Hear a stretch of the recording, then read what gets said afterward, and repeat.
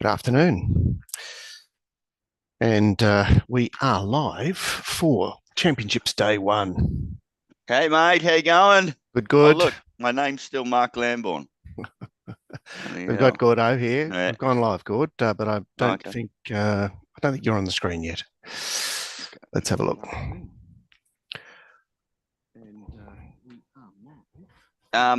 So, Mark, have you sent the email to the other boys for the login details, or what's the go? Sorry, Gord, I'm just hearing myself back here. Okay.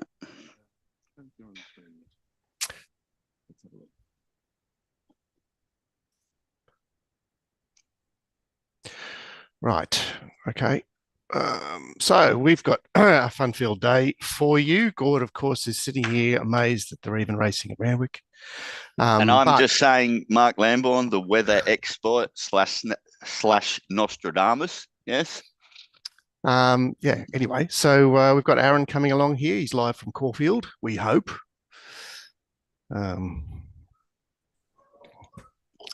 Here he is. Good afternoon. Let's have a look here. You there, Aaron? He's seen the barber, that's for sure. Yeah, and Sooty's looking for the link, Mark, if you can email it to him. Sure. And email it to Kaz as well.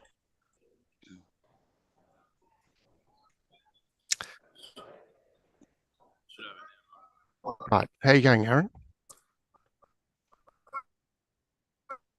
Anyway, we can talk about this first race because I'm obviously butting heads with Aaron here. I've actually got Perspiration on top in race 1 at Caulfield, and he's got a Mortal Star on top. So bit of a match race between the two of us. Let's have a look at the market. You look good, Gord. It's the first time I've seen it. It's got some nice strengths, but it's pretty toey out there, Gord. Yeah, toey. Okay, sweet. And how does the Mortal Star look? Yeah, good. Nice definition in behind. Like the most professional one out there. They all look very new and fresh. So it's got a little bit of experience. The two look quite good. If it can happen to come across and lead, it's got to be a really good chance. But it really had a gift to it there on debut. And then one at a price, which is being back now, which was about $18, is the 4, which ran second behind it on debut.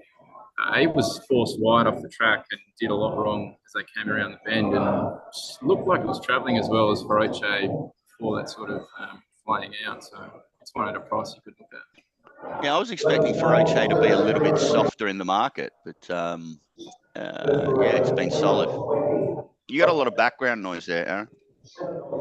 Well, it's a happening place. It's a racecourse, Gord. Yeah. How do you guys do it? Seriously. Where would you rather be? At home? In the office? So the bookies on track have been pretty happy to take on a Mortal Star. They set the pattern on it. A few of them were up 3s when it was still 280 on Betfair. Oh, that's good. That's competitive by them. That's unusual from what I've seen the last few times I've been to the races. What, 10 years ago? Yeah. I think it was handing 9. out smokes on track then. Yeah, he gave up when the amenities dropped off. It was the Villies pies. That was the final straw. Yeah. Anyway. Speaking about Sydney, geez, that's unbelievable. Some of the vision. I saw Jason Richardson's post on Twitter, and he's stomping on the ground. You can't hear a squelch. Yeah, you'll be surprised how good the track is. Yeah. So, Mark, what are you saying the track will be at Sydney? Oh, it'll be heavy, but just heavy. What do you mean, heavy 8, heavy 9, heavy 10? Like, look, I think it'll be, well, I'll say it's an 8. Woo, okay. They'll, and the thing is that it's just instructive, isn't it? If they want to run the meeting, they can run the meeting. So obviously the drainage is outstanding at Randwick, and all the rain fell over 2 days. It's not like we've had a whole week of rain. So 2 inches on Thursday and 7 inches yesterday. I mean, obviously, and the rain stopped at 5:30 and the sun came out. Now it's a beautiful day. I'm, slightly envious of Toby and Judge and whoever is heading out to Randwick. Of course, you're never envious of Glenn because he makes such a saga of the whole going to the track. Oh, it's terrible. But if you're there for fun, I'm sure it'll be a great day. It'd be a nice shock for Toby because when I was coming from WA background and then got to Sydney for the first time and saw the quality of horse there, it's just obviously you must have mentioned it to him because he did a show with Kev yesterday and he seemed very, very primed and pepped about seeing some A-grade horse flesh.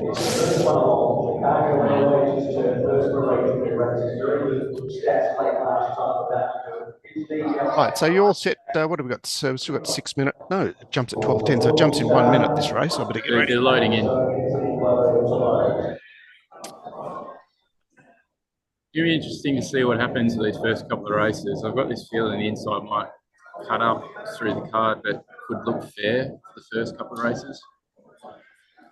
We'll wait and see. Wait and see. Anyway, we're butting heads, mate, because I've backed Perspiration and one of his collects. Yeah, I'm on a Mortal Star. I've had something small on before Misty, but that was the early ones.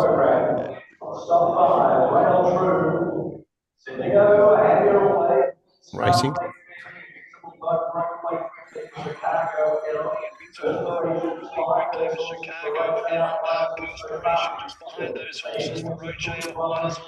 Sorry, I'll just turn my mic off.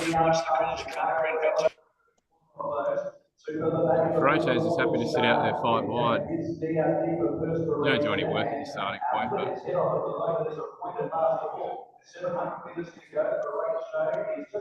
don't look to be going overly quick.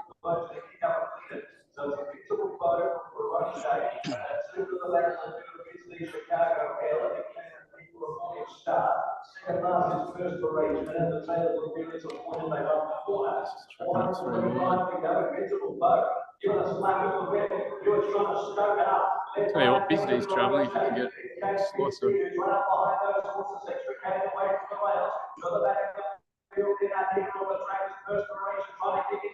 Oh, it's coming down the outside. It's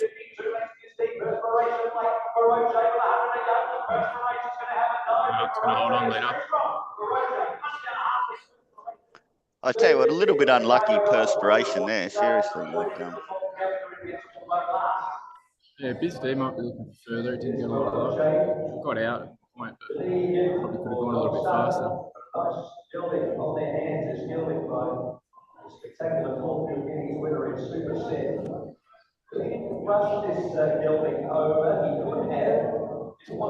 Doesn't tell us much about the track. They didn't go very quick there.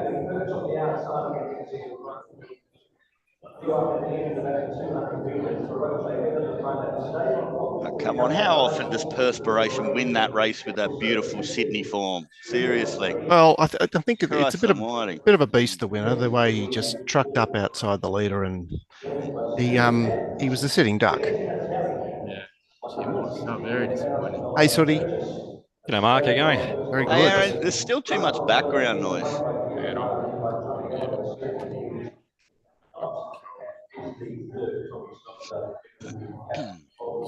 Sorry, how you going, mate? G'day, Gordo. How's things?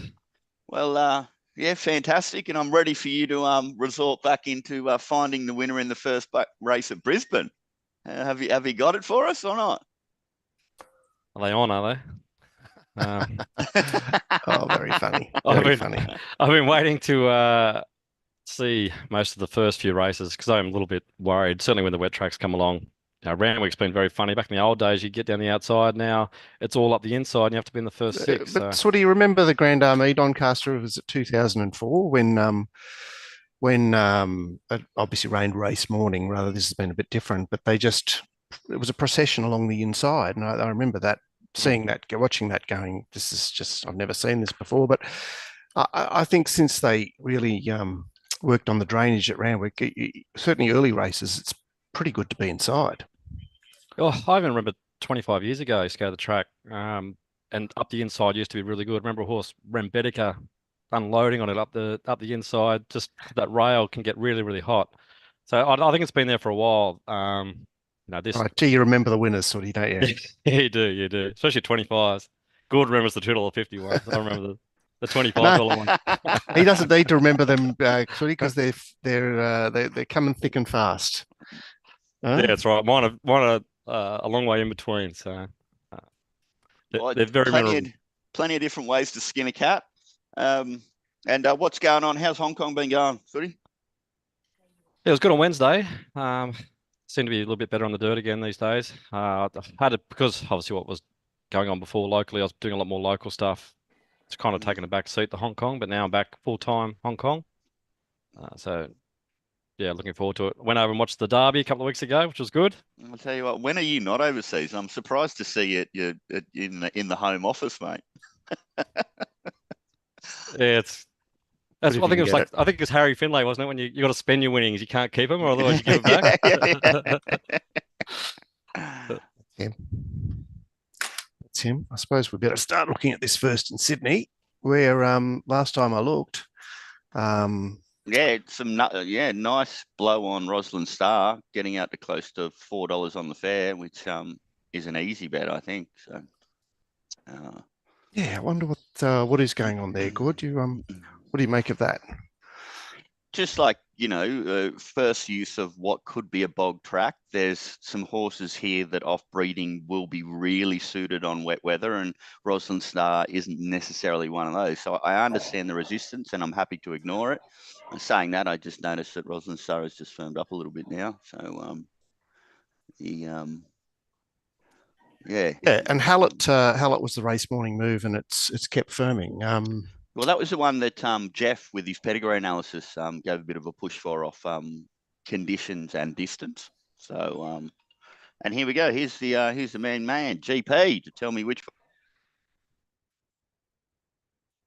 All right. So while Gord does the mounting yard, let's see what's happening in the betting. So that's Caulfield, obviously. Let's go to Randwick. Right. So they're too young for you, these horses, aren't they, Sooty? They are. We'll rely on your expertise in the deeper and darker races, but here we've got a brace of Gaybots, Espionage the favourite, and Hallett the best back runner. Extreme Diva's held its place. We'll get to see if Glenn is touting it from the yard, because he's had his eye on this horse for a fair while, particularly in view of striking some wet conditions. He's done hot too on the 10-day backup with the 1100 metre run under his belt. He's firmed up a little as well. The roughie who debuted in the Golden Gift and then looked like it didn't get a great passage at Gosford great ride at Gosford when resuming. He's not that far away as well as you'd expect on a day like today. The market's really concertina. So we've got Kaz, but we haven't got Kaz. He wouldn't be necessarily a player in this event either, unless he's unlocked some data that gives him a particular angle. I know that one of the things that I've been very conscious about recently is Gay's poor record at Randwick in relation to the other city tracks. I guess her edge is flat tracks on pace. Randwick can be like that, particularly when the rails ride out, and perhaps like that when the conditions are heavy.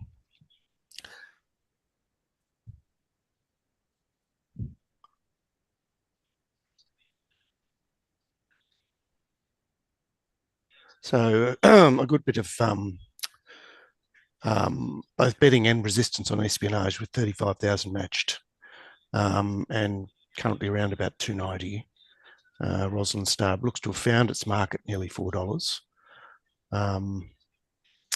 Extreme Diva is... Espionage is a bit chewed up, Mark. It feels like it's been up for a long time, as much as it only had it's funny, runs. but it's only third up, and first up, everyone said it wasn't ready. So, are we just looking for a are we just looking for a narrative that that suits us? Essentially. Because I looked at the fact that it was coming back from 1200 and then had a 1200-meter trial subsequently as a negative, and the slipper, the Switzerland straight charge lead up wasn't really a factor in the slipper. So a query over the depth of that race, even though it looked good beforehand. All right, Anyway, so we've got Gord back. I'll give our members a little bit of time to get some money on, and then I'll release a Monty. Okay, so it seems that and I've just had a couple of bets and sent the message out. So why is Rosalind Star drifting? I talked about that a little bit before, Kaz, that on tracks like this, you got to be a little bit cautious. Yep. Kaz, what sort of horse do you? There's going to be a little bit of pushback. What, because of 1,000 up? I mean, it did go back to 1,000 to look like a gazelle.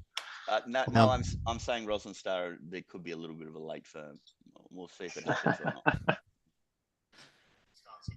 So if you can read between the lines, I think he's going to release that in a few minutes.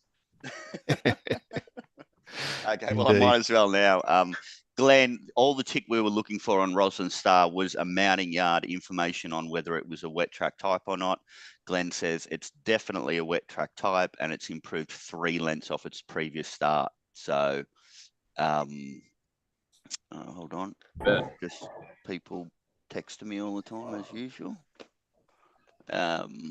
This is an extraordinary blow, Gord. This is I know it's still going. This is 7 or 2 now. It did look like it stabilised at $4 there, but basically, and espionage is sort of holding its place. So it's the shrinking market with the plus the opposition to Rosalind Star. Don't worry about the blow on this occasion. We sort of know a couple of reasons why it might be happening, and with our extra information, we're happy to ignore it. So sometimes you pay attention, sometimes you don't. I think we could ignore it on this occasion.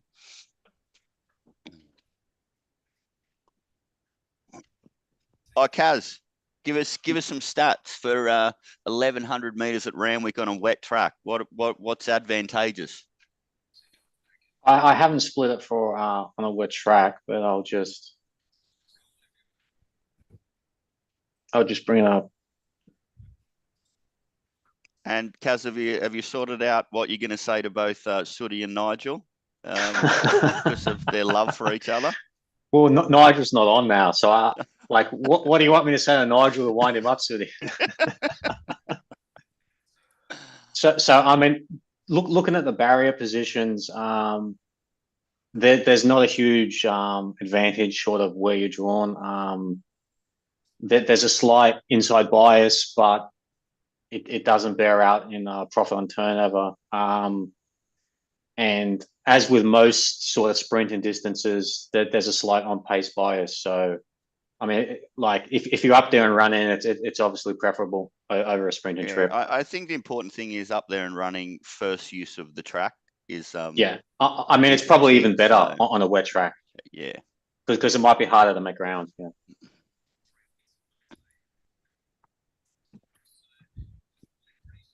Okay, so Rosalind Star's come back off that 7 or 2 high, that $4.50-60 high. Espionage continues to sort of bounce around between 280 and 290. And the others appear to have found their positions, with Extreme Diva almost joining Hallett as next best backed.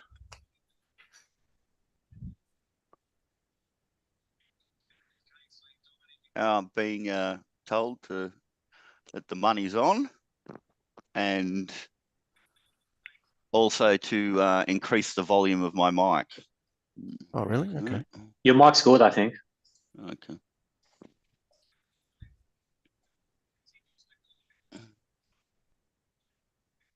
And it's blowing again now, having no effect.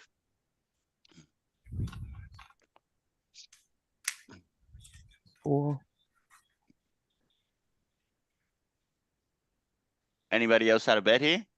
Sooty? No, good. Aaron, have you bet? Yeah, I backed before as well. I quite liked the last start. Wasn't worried about going up to 1100. And like you said, first use of the track should suit a leader here, I think. Plus, I just got this feeling Espionage might be a little bit cut up. I don't know if a heavy track for it when it's been up for a while is really ideal. I mean, I couldn't back the favourite, but I mean, there was a lot of people pushing for it. So, and Sooty, you've got 8 minutes to find us the winner in the first race at Eagle Farm. Have you? That's what I'm doing now, Gord. I thought so. Desperately going through it because your reputation, is pretty important in that race. So. I think I found a couple here. So okay, beauty. You brought back the combat hat for good luck. These are collector's items now. yeah. I'm You gonna better sell send them. me one. I was one of your best customers. I never got anything. Well, they're numbered, and I think you'll get number 4, Kaz, because you have been a champion for us. Yeah. I've got number 3. You know what, Sooty, you should make him pay for it. He won too much money. Yeah, nothing better than giving a guy tens of thousands and then giving him a hat on the way out. Yes. There's you feel all warm and fuzzy. few late swings here. He's Darn Hot 2 has bounced back out. Extreme Diva has now moved into third pick, and Trafalgar Square continues to trickle in. Espionage, very solid late.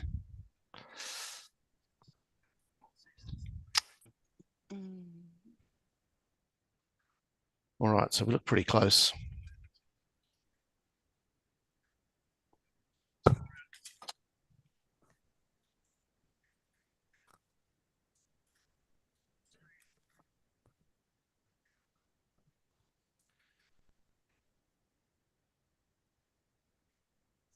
This event is now in play.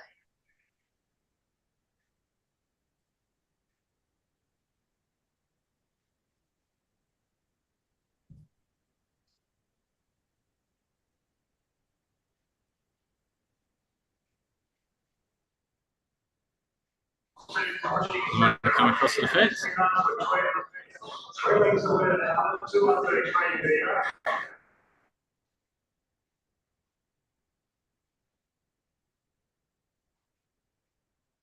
I don't know why Nash didn't fire that out to the front there. It's a bit weird. He was 3 lengths in front of everything else. And he didn't.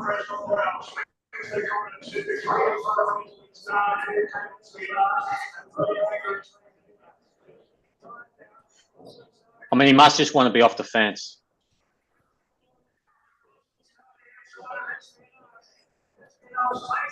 So much in easy.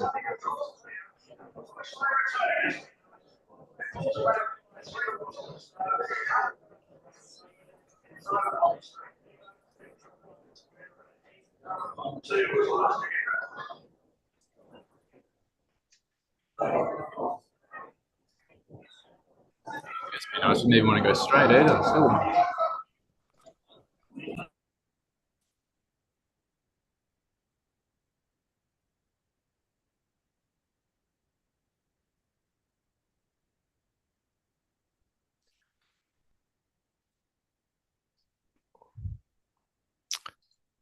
Okay, well, I know that Gord's not going to be happy with that ride of Nash's there. That's What's going on with Nash recently? I mean, adding to the litany. He's a fantastic jockey, but there's been a few strange rides for the last 3 months. He's making some very odd decisions. Yeah. To spring the lids like that, as we expected he would, and not just to take it up. Obviously he was of the view that I needed to cuddle this horse going back up to 1100, which, I would have thought using its natural speed. I mean, the stewards will interview him and he'll say, well, look what happened to the horse that did go harder in the lead on the inside, just capitulated. We're about to get Gord back now if he turns his mic on. They were going fast. They were breaking 11 seconds per furlongs, weren't they? Yeah. Yeah. Breaking 11 seconds when you decide to post your horse 3 wide. I mean, Nash, he's not in form. Obviously, his track walk ride man has told him to get off the fence.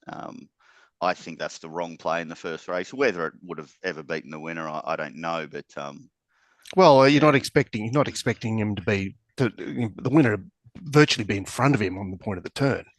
like three wide sub 11s for a 2-year-old. I mean, that's not good, even if it is the better part of the track. So, anyway, Nash has been disappointing for a while.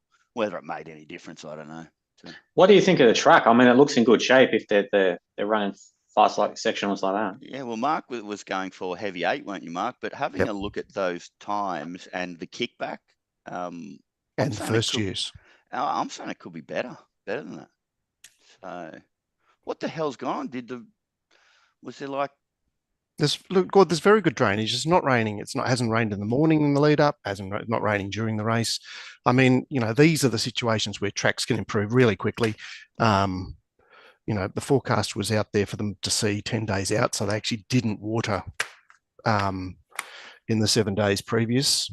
I mean, they've obviously watered over summer, but my thing is, Mark, I'm making some changes already. So some of those horses that I was going to back just because they were wet trackers, they're no longer bets anymore. I'm going straight away on that. So you know what? I'm not going to have anything on Mizzou now. I'm not going to back Stockman.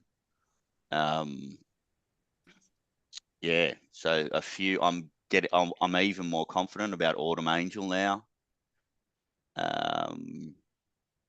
Yeah, still keen on Bandit. Storm Boy, even more confident now, particularly with the main danger being scratched. And then now I'm actually going to back. I'm going to back Imperatrix and Sunshine in Paris now. And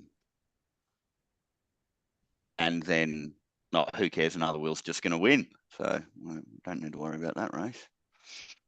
Right. So, Sooty, what did we come up with in this first at Eagle Farm, if anything? Sooty, unmute yourself, mate. It's all right. I think I can ask him to do that. Yep. I've got number 11 Extra Gear on top here, coming up from Sydney.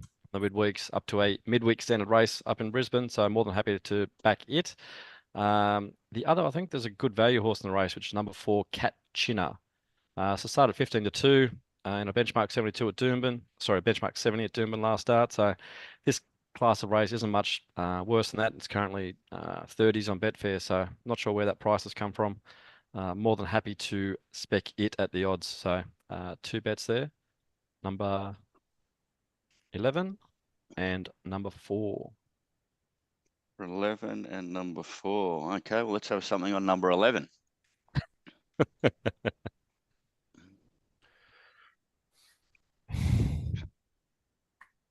Right, what type of race is it, Sooty? I haven't even looked at Brisbane. 1,000 metres. Benchmark 70,000 metres. So I typically focus on 1,200 to 1,600 metre races, but Gord has forced me into the 1,000 metre race here.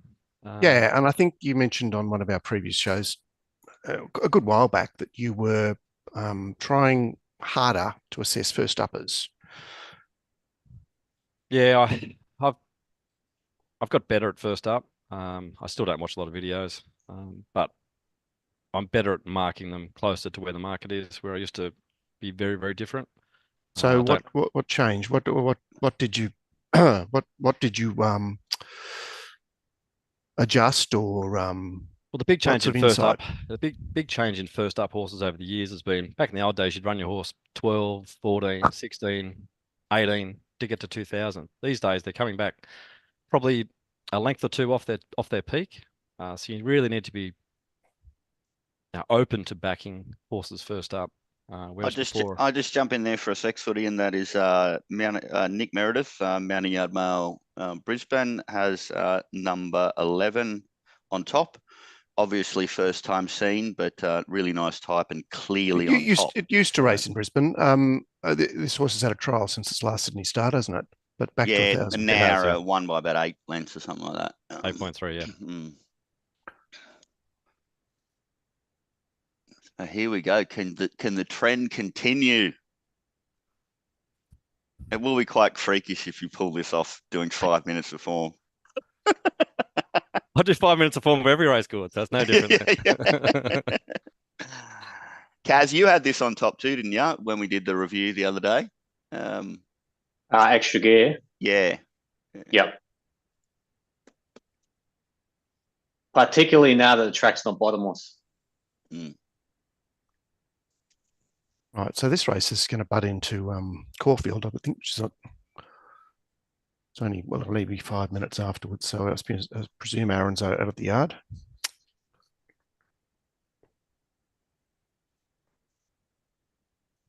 I really want an opportunity to rewatch Randwick, but I'll just wait till after Caulfield. I think there's about 20 minutes in between races then. Just a message from GP here. What the fuck, Nash? Is Glenn's text message to me. Oh, am I allowed to swear on this show? I'm not, am I? Right, here's Aaron. He's back. Well, I mean, I've ticked the box. It's not made for kids. Okay. Gone. He's really spruced up for the day, hasn't he, Aaron? Oh, that's a fresh cut for sure. Making fun of me. Yeah, of course. At least I got hair to cut. Is Brisbane on yet? No.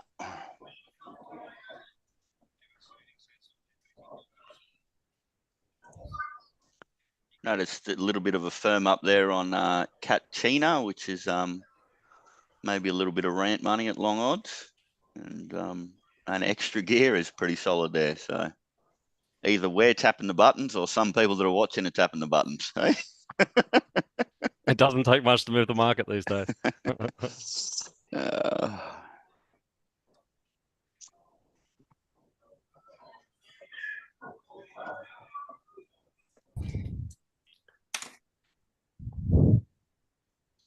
Right, still heaps of them out here at Eagle Farm. It's just started sprinkling here on track, not much, but we weren't expecting any rain, and there's just been a little spit in the last 10 minutes.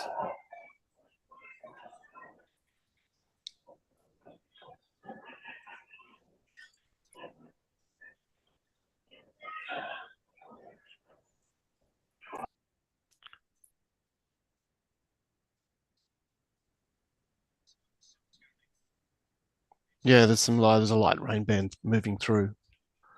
There's not much in there.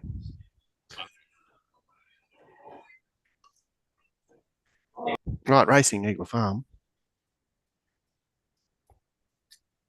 Tell you what, this just ruins it for me. Because I think I'm 7. They just jumped now for me. Yeah, well, they haven't jumped for me yet. So they've jumped now, so 17 seconds, I think it is, or something. Come on, Extra Gear. Kick up.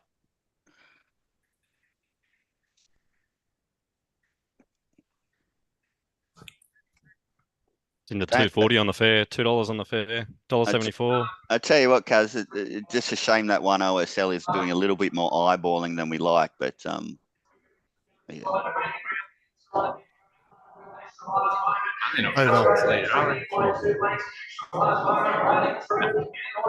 Jeez. The kiss of death on me.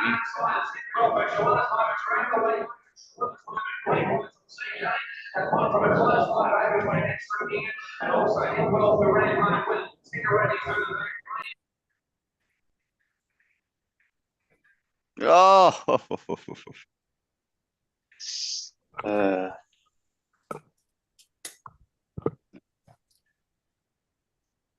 Right, let's go to Caulfield.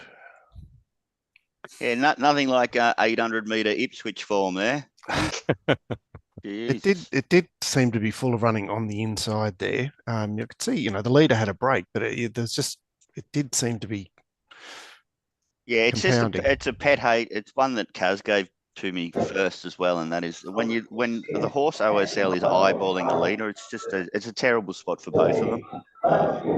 Yeah. Yes, even if you get away from the other horse, your damage is done, isn't it?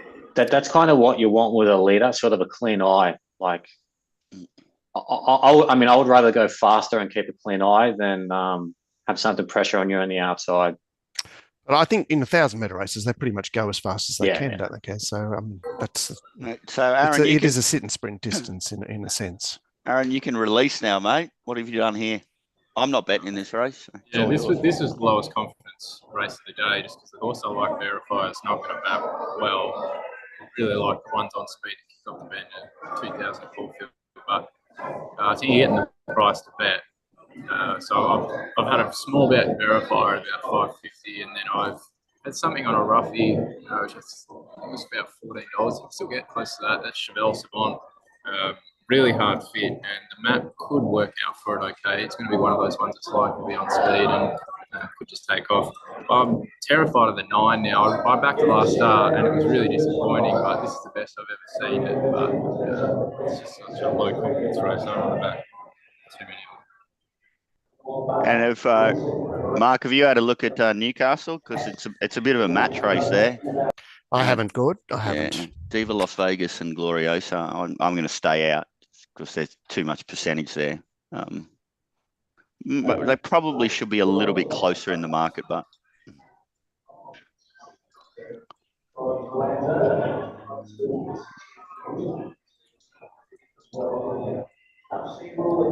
how are we looking at Caulfield?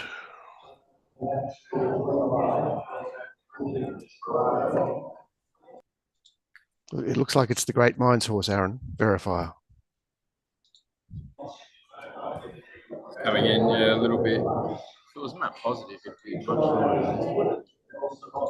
But the current favourite, it's going to settle in a pretty similar spot as well, and I don't rate its form lines. The Sir line's nearly as good as what the Verifier.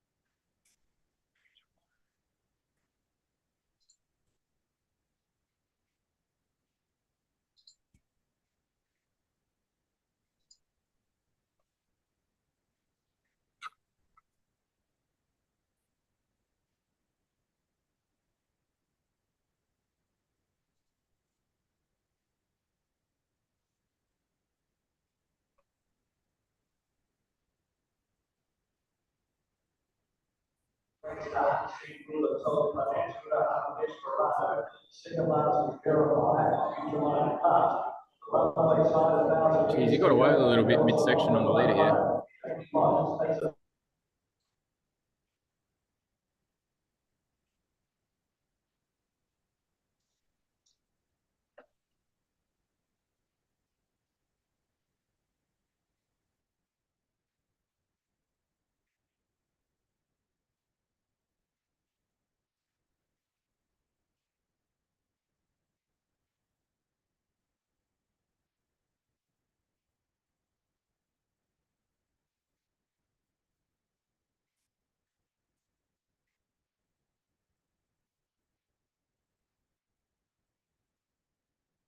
On for 300 metres. Don't play like Tatsu makes some money up. Seagull is getting out of Desperado Minor.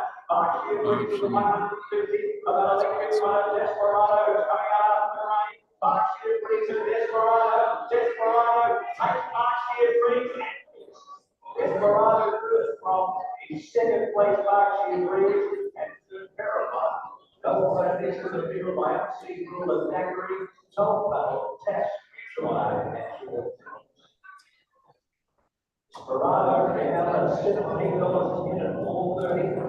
Yeah, I didn't like that ride on Verifier. He was trying to make sure he was like within 3 lengths of the lead, but it meant that he gave his horse no opportunity to build any momentum.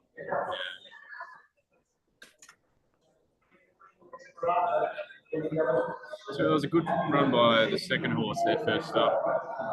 Now it's second prep in Australia. It's not a strong race, but it's a pretty good return. Right. I'm going to have a look at this Randwick race now. So I'll bring up the... See that latest stop. Wow.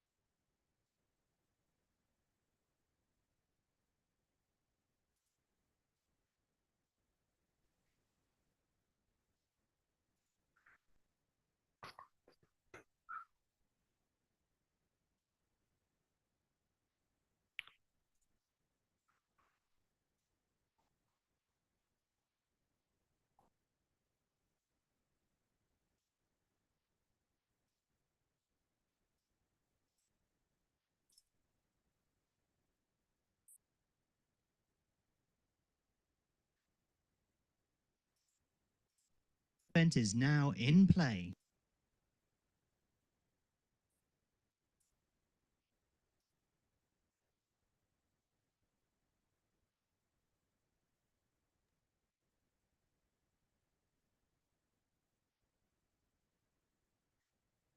There's certainly not a lot of kickback there, is there, Mark? No, no. I mean, the track hasn't been used. Obviously, this is the first use, but basically we've had a lot of rain in a short space of time, and most of it's run off. And so you would expect the top to be a bit slushy. But yeah, it looks to be quite well knitted there, doesn't it? Yeah, it does. It might be testing though. Like a couple of those horses look like they're really struggling late. I don't know how fast they went early. Well, as you can see there, 800, 600, 10, 67, which on quick. The supposed winner coming back from 1200 with a 1200 meter trial, it's just it's powered away, hasn't it? Here's Nigel.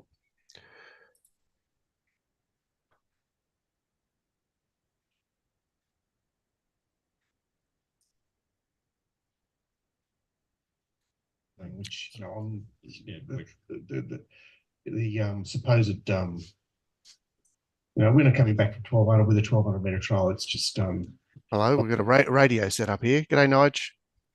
G'day, how you going? Yeah, good. Pulled the wrong rein in the first. How did you go? I've backed a few roughies today. I was just hoping for some random results. So I backed that Trafalgar Square at $126, $21 the place. Yep. But, yeah, you can see she's got a very, very skippy action there out wide on the track. Hey, how you going? Yeah, good. You might need to turn that the volume off the live stream, Nigel. Yes. Can you? Yep. Well, I can hear you. So and the background noise. Sorry. Yeah. I had the YouTube on, so I was watching you guys with the delay. Yeah. So Trafalgar Square just played that roughie there, but yeah.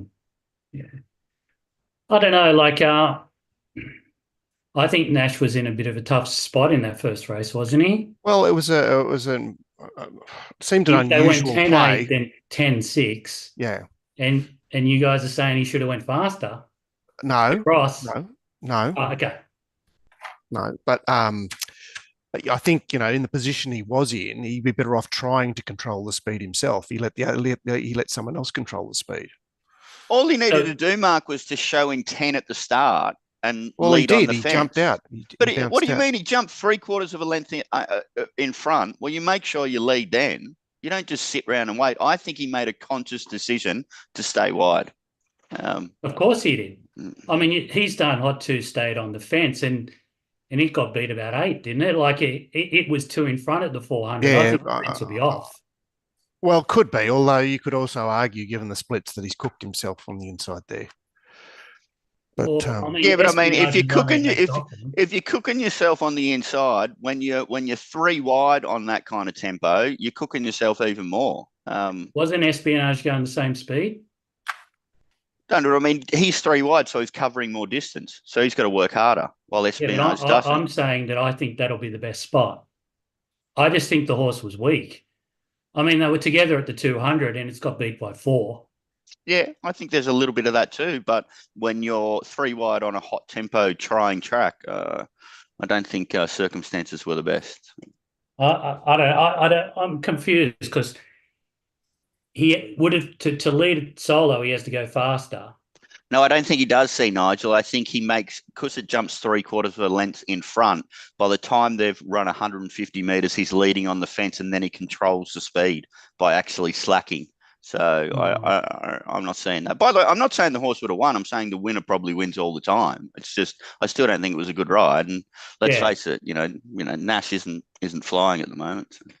Yeah, no, but always that shoots hard with the parallax error. I'm not too sure he was that far in front, but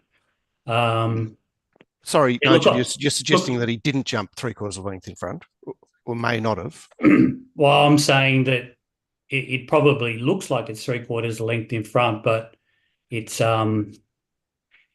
debatable whether he's 3/4 length in front of the horse in barrier 1. But anyway, Nigel, you got some Monties, and do you want to say hello to your buddy Sooty there, mate? You two, have you had a chat yet, you two, or not? Hello, Nigel. He's my Newman. Yeah. Nice, around 64-4 there, and the way the splits went there, it's basically it's telling me they were gone 2 lengths above to the 600 and 3 lengths below home, which probably fits with the race shape there. And I'm just saying that there were 3 in contention for the lead. One of them's won by 4 lengths. I just think the best horse is Espionage is going to win that every single time. That's my assessment of the race. But also my assessment of the track is the fence is off because he's done too. If you watch how quickly that goes backwards, to me it's the track that's done that more than anything else. The fence. And you're saying the track in the straight or being in that position? Yeah, the straight and round. It would be round the bend, and you see Espionage and they're 7 off and over the last 200. Yeah, I didn't. Do we actually see a head on in that? Do I have a head on there?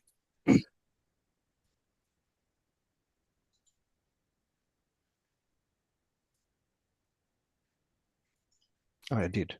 Here we go. I've got a head on to have a look at.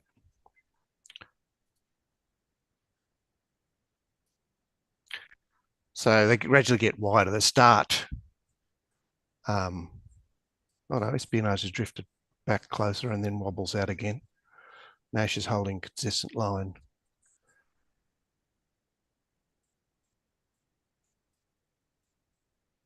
I mean, sort of the horse that was weakening on the inside didn't appear to be marking the track. Oh no, I'm just a big believer in rail true fences off 90% of the time. So just that's what you're looking for. Perpetually damper. Like I don't necessarily look for kickback. But time will tell whether anything up the fence there wins. But I'm suggesting it probably won't. All right, certainly based on that, the evidence of the first race, riders will look. I mean, Nash was already looking to do that in race 1, and riders will look to do that. I mean, we've got a staying race, a mile, a staying race. So I'm not sure if race 2 is going to tell us a lot.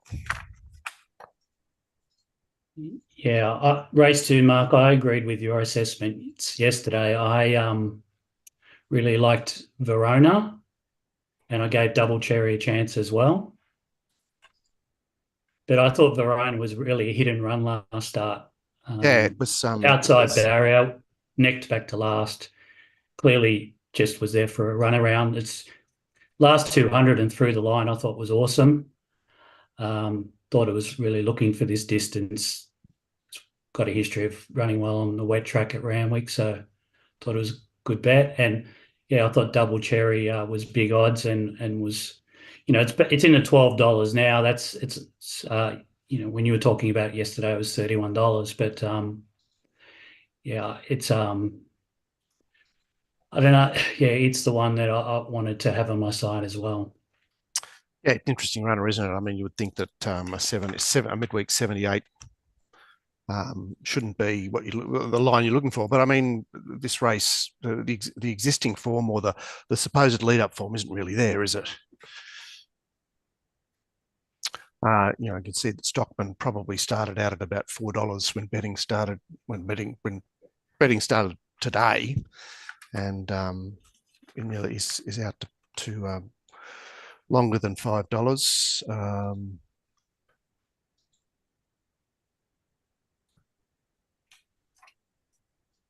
Yeah, I thought the first at Eagle Farm, that was kind of an interesting race. Fence looked okay there. Not too sure if anyone's talked about it, but previously on the shows, but I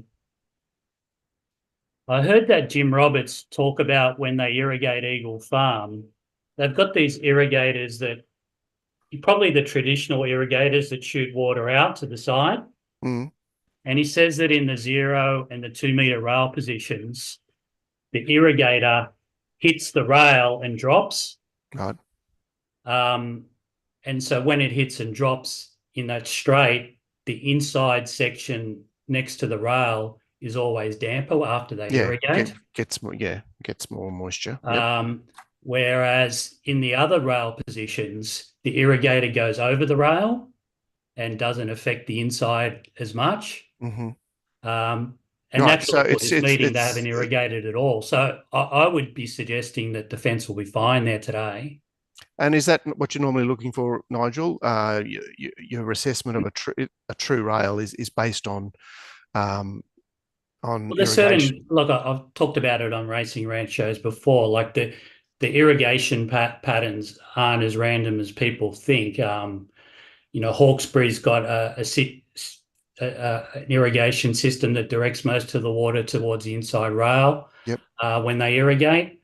So, you know, you can imagine like a budget club, if they're going to shoot water onto a track, they're probably likely to direct it to where they think the racing's going to be. Mm-hmm. And so consequently, the outside fence, a lot of these poorer tracks, they don't send the water there. So when you have 40 mils of irrigation go on a track, there might be 20 extra mil on the inside section than there is on the outside section, because that's just the way the irrigation system's designed. Now, I mean, this Jim Roberts has talked about the Eagle Farm like weaknesses when they've got the inside rail pattern. You got to, you know, then there's the Flemington one where they actually have the boom irrigator, which is like two wings, but down the straight where the truck rolls, that gets compacted, and that's why in the straight races with irrigated patterns, they tend to race in the center of the track. Yeah, I think Darren Or Potter when you get a 9 or 10 meter rail, the rail becomes a lot hotter. Mm-hmm. I mean, these things aren't random. There are reasons that you can go into meetings and go, the track will play like this, and this is why. Yeah, so is Flemington the only track that is watered in that fashion, that because it's so wide? I think it is, yeah. It's the only one I know of.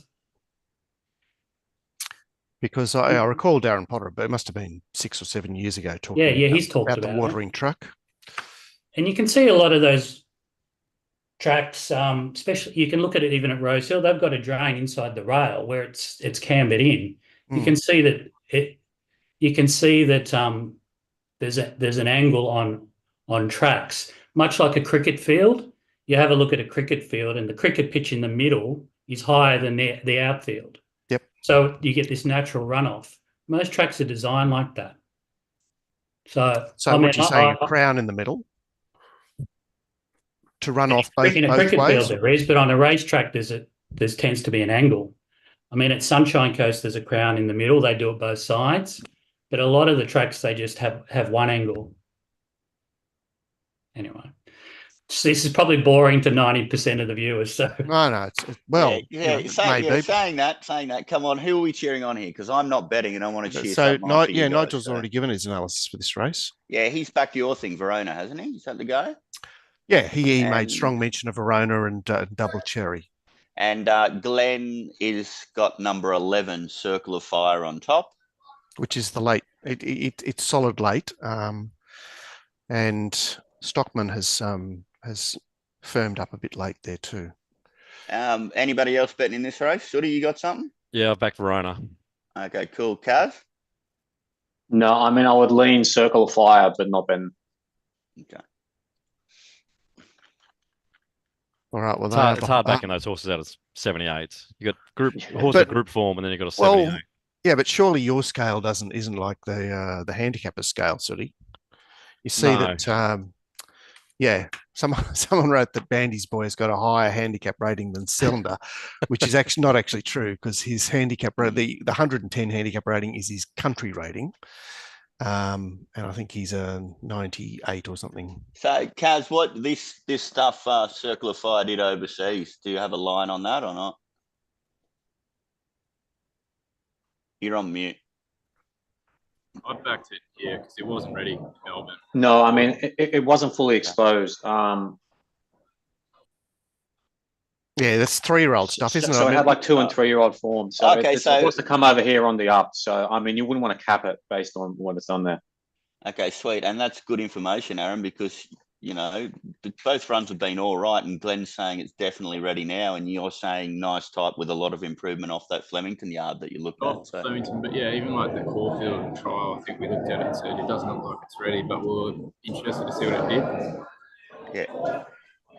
You'd be surprised if it wasn't like its best run this prep third up. I mean, and yet we are talking about the two favourites both having just had 2 runs back and stepping up to 26 on supposedly a testing track. One of those decisions you have to make: are they seasoned enough or not, or do you look for the? Well, I'll have a lucky smoke for this Racing, race, because racing. we've covered a lot of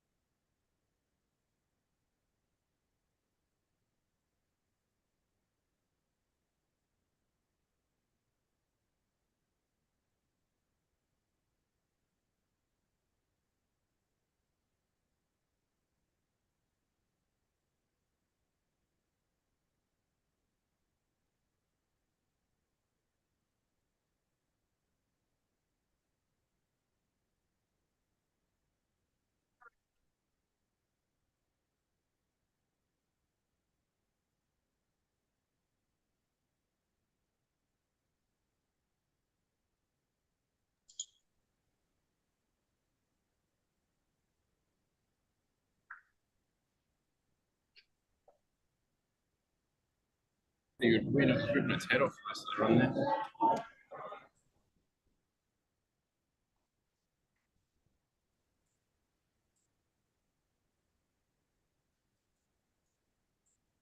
Was everyone seen the result? Yeah, so Yes, I mean that yes. does sort of fit your analysis, Nige. I mean, you know, the two closer to the rails did give a bit of a kick, but you know, in the end, the horse that was out in sort of 6 was much too strong. Oh, I just think it's clearly the best horse. I mean, I think that was great information from Aaron and Glenn there, and a little bit of you, Kaz. Just a little bit, mate. Just a little bit. I want to follow it off that run. It didn't settle. It pulled and like you had to expose it, and it's one easy. So. He had to make 2 runs as well, didn't he? He had to make a run to get there, and then he had to ask it to go again because it did, you know. Yeah, and you know, Verona popped off and made it work more around the turn as well. So it was a very nice win. Well, I mean, it's only half a length off the lead at the 500, the winner, and then at the 300, it's 3 off him. So it's definitely the true stayer in the field. It possibly did find the better ground, but yeah, it got out sprinted, but yeah, it definitely worked to the line, best of anything in the field. Right, so you know, that's a Sydney Cup lead up, Nigel. Do you think they'll? I mean, you know, we saw what lined up in the Tancred last week, which is the other Sydney Cup lead up, with you know, doubt over post impressionist after what happened. Do you think they'll try it? Oh, no doubt. I think it'll be single figures. The winner in the the winner here in the Sydney Cup market now. And yeah, it's the only thing you could back out of the race. Like Verona was disappointing. Stockman was disappointing. Like I think Double Cherry was a good run. It may end up, if the pattern, you know, plays out like maybe I suspect, it may be a better run than it looks, you know, there. But yeah, you'd be a good chance in the Sydney Cup. I mean, you're up against the Tancred horses, which, you know, they'll probably be the first 3 favourites. Yeah, well, you know, the Tancred, certainly the Tancred winner typically fails in the Sydney Cup. There might be a couple of horses that come up from the Flemington race last week that there'll be horses from the Adelaide Cup as well, which was what was that, 3 weeks ago? Anyway, we've got Brisbane coming up. Yeah, Brisbane's coming up, and Nick, it's a really low confidence race, but he's 2 from 9. Italian Riviera, Boomtown Boss. Boomtown Boss, and I can say I actually have had an early bet in Caulfield. I backed number 6 River Noir, and man, I'd like to get an extra push from Aaron, but to be honest, it's firmed up that much. I don't think I'll even go again, but it was the horse of interest for me at Caulfield. And I don't have a problem with wide barriers at Caulfield just after watching the first 2 races, so I'm not marking it down for 11 there, River Noir.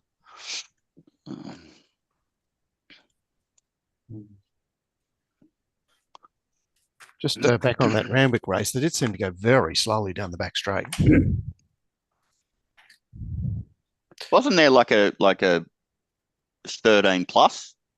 Yeah, 200? yeah. I'll bring that up when you get a chance to review the race. But we've got Eagle Farm coming up and Caulfield on the back of that. And Newcastle after that, and I've had something on and Newcastle have had something on number 8, Royal Iffy or something like that. Royalify. Royalify.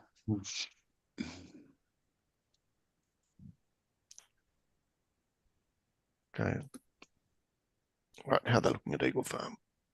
Just milling around there at Eagle Farm, 30 seconds after start time, but Nothing much happening. Hey, what about you? Like I use BetWatch as well, Mark, but I don't like the fact that they don't have the colours of the horses. Well, my Bet Angel doesn't have the colours anymore as well. I agree, Right. but you obviously have to pay extra to get the colours. You have to pay Racing Australia.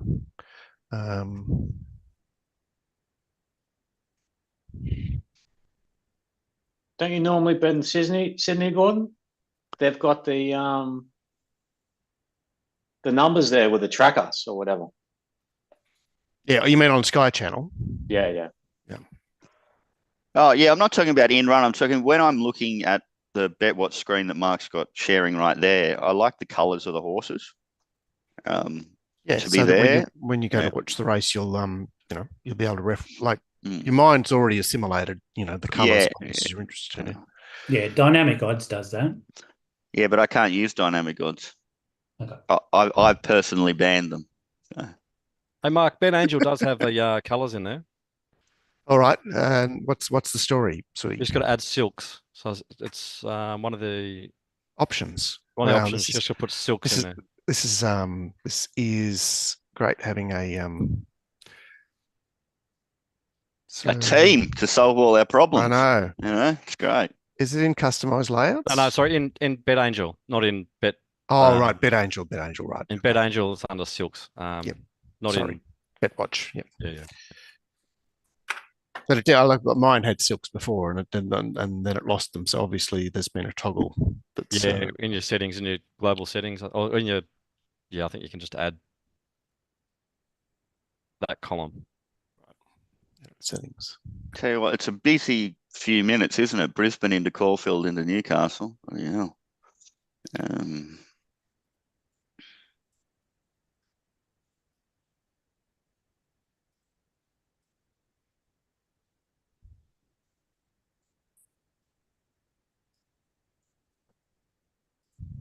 You'd think they'd lay them out a bit better than that. I mean, there's got to be a slight effect on turnover doing that, you would think. Well, it tends to happen for the earlier races. They do stretch out a bit later. I guess it's we've got Caulfield 35 minutes apart. Well, has anybody bet in Eagle Farm? No. I backed the 17 Jamoma Alpalage. Bit worried about the barrier, but I thought it was the strong horse in the field that could come from the back and finish off well. Yep. What price you take? Nige. $34. Oh. You've shopped pretty well. There'd be a few deducts there, mate. Yeah. So something being reshot at Eagle Farm, which is going to run right into Caulfield. Yeah, 18%. Yeah, there's a few scratchings there, isn't there?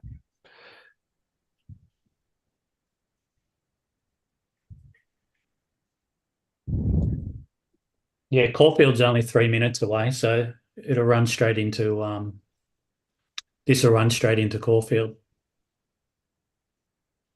Yeah, have we got Aaron back here? I'm not sure. Where's my Zoom? Yeah, he's back. What do you got to say, Aaron? River Noir, mate. What does it look like? Massive improvement, as you'd expect. There was a bit of a hit and run there when it was wide as well, and maybe Dick's got serious ability. It's a massive improver. I've already backed it early. I don't want to have anything else on the price. It's coming right in, but I have suggested it as a bet for anyone that's not on. I've backed the one each way. As much as it's got big weights, about $13. Leader back in grade. One with a similar setup here last year. And had something tiny on 14 down the bottom, but this is a really low confidence race. Not really putting too much in. What are you saying about the track at this stage, Aaron? I know we've seen a distance race and a 2-year-old race. I need to see one more. Like Verifier, he actually couldn't. You watched the header on, he couldn't keep it straight, and he came right to the outside part of the track, and it was finishing off really well. But Archie Breeze, I didn't think was going to be ready. So with that run towards the inside on speed, maybe it's still the spot you want to be. I went back and watched the replay a couple of times at race one. I think that Biz D is either going to be a horse to follow, or again on speed, I might just be a friend. But I thought it was a pretty good run. It looks like it might just be a bit of a one pace sort of plugger. But Gord's one that came down the outside was a good run as well. So we'll know more after this race. Sure. Are they going to clash these races?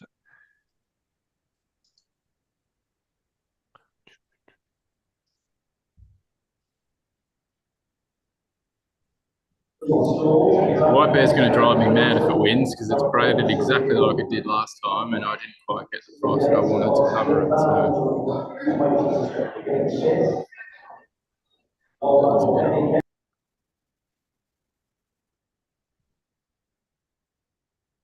So, Mark, I noticed in the next in Sydney, you got a little bit of a feel for this high dandy down the bottom, yeah? At massive odds. It's yeah, I do. It's obviously it went too hard in the lead last week. I mean, which is why you said that Kintyre was a great run, which it was. So I gave it the benefit of the doubt. Okay. Yeah, it's massive odds. It's 50s on the fair.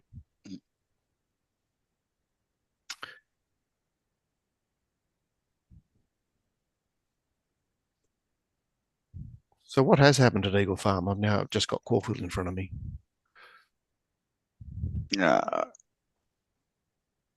One got reshod. They're about to jump. But they got kicked over to Sky 2. Yeah, they've both got about 3 to load, so almost certainly there'll be a clash. Right, racing Caulfield anyway. They beat them out. Yeah, they'll wait. They're doing a few circles, I think.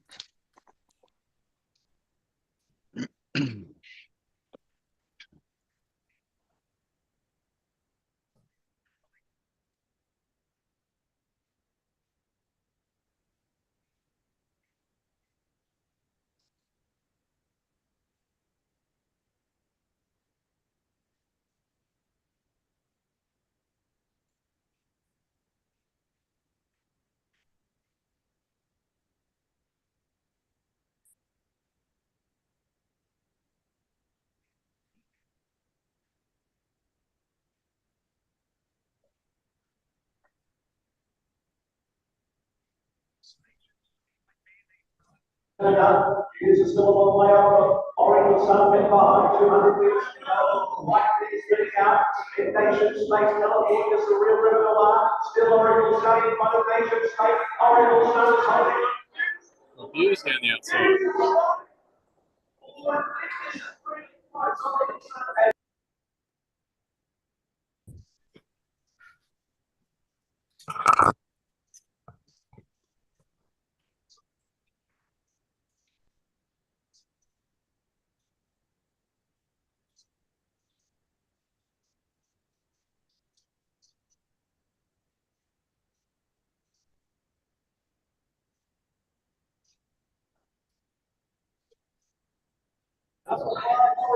Inside lasted there.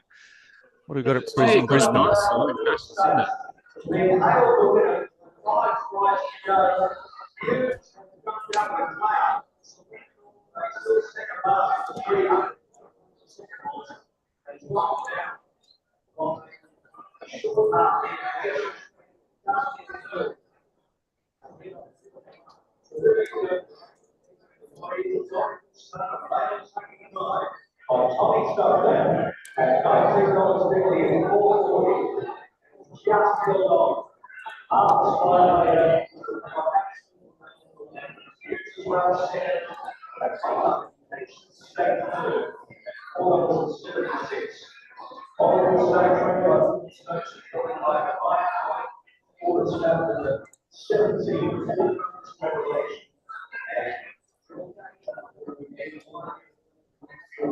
So gin and tonic, the winner at Eagle Farm. Yeah, Mark, I'll just say about Eagle Farm. So, like I suspected, the fence looks really good there today. Yeah. The leader led all the way. Second horse was leader's back. The horse I backed ended up finishing third. I think it's a horse to follow, Jerome Alpelage. It was 3 wide with cover, midfield. but it ran third. You go back to the first race, the leader kicked, but something from last along the fence grabbed it on the 50 out. So, yeah, that's unlike Eagle Farms played the last two meetings there, but out in this rail position, I think the fence is going to be good there today. Interesting. Thanks, Nige. Right, so Gord's race at Newcastle coming up. He's on the favourite.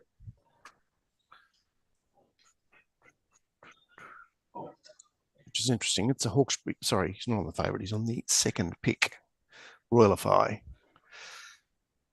Chris Lees has got the favourite.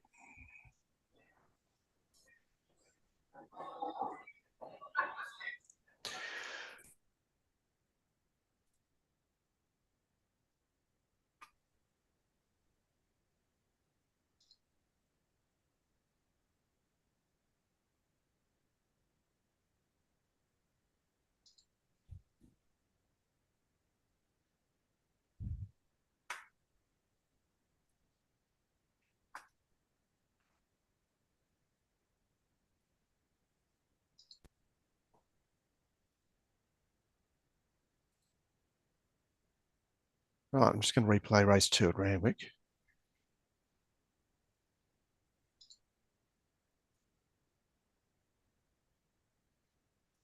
I think with double cherry, Mark, like even the $7 the place came into $5.50 after deductions, but it's interesting how it was just doing nothing and now it's put in two good runs. Well, obviously I didn't know who Post Impressionist was before Double Cherry raced at Weil, and you do the form for the chairmans and you go, wow, there's a run against Post Impressionist, which looks a very useful line. So the sections from the start to the 2200 to the 2000 were reasonable for that grade. Now they slow up to 13, probably around a bend a bit, 2000 to the 1800.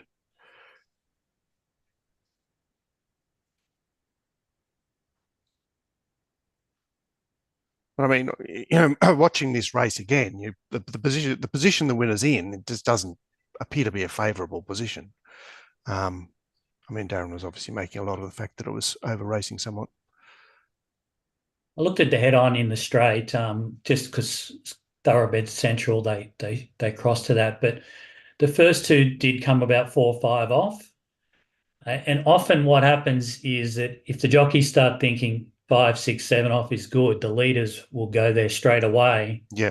And these horses that are back last are forced to come 10, 12, 14 wide. And if the 7 or 8 wide positions are best, it'll actually favour on pace. Yeah.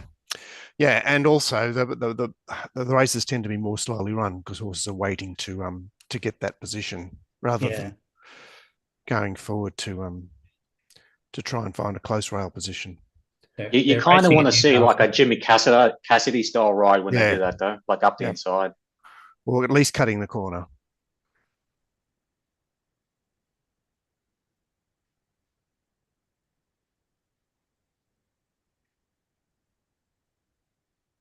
So this rollifies on the fence behind the 3 leaders here. Just needs a run.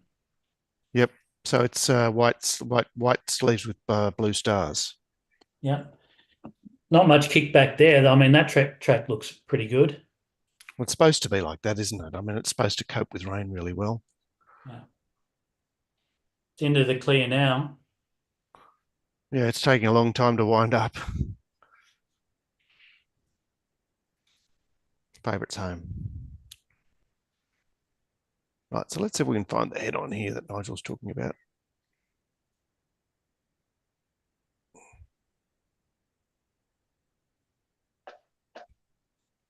Well, there's a drone shot.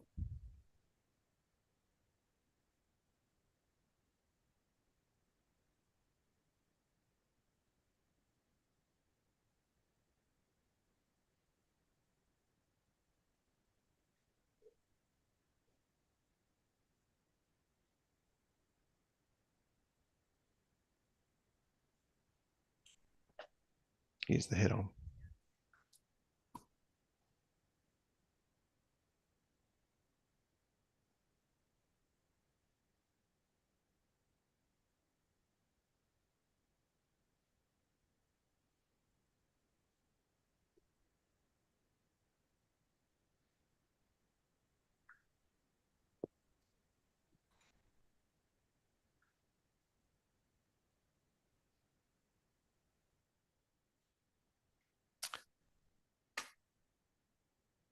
Okay, well let's have a look at this next race at Randwick.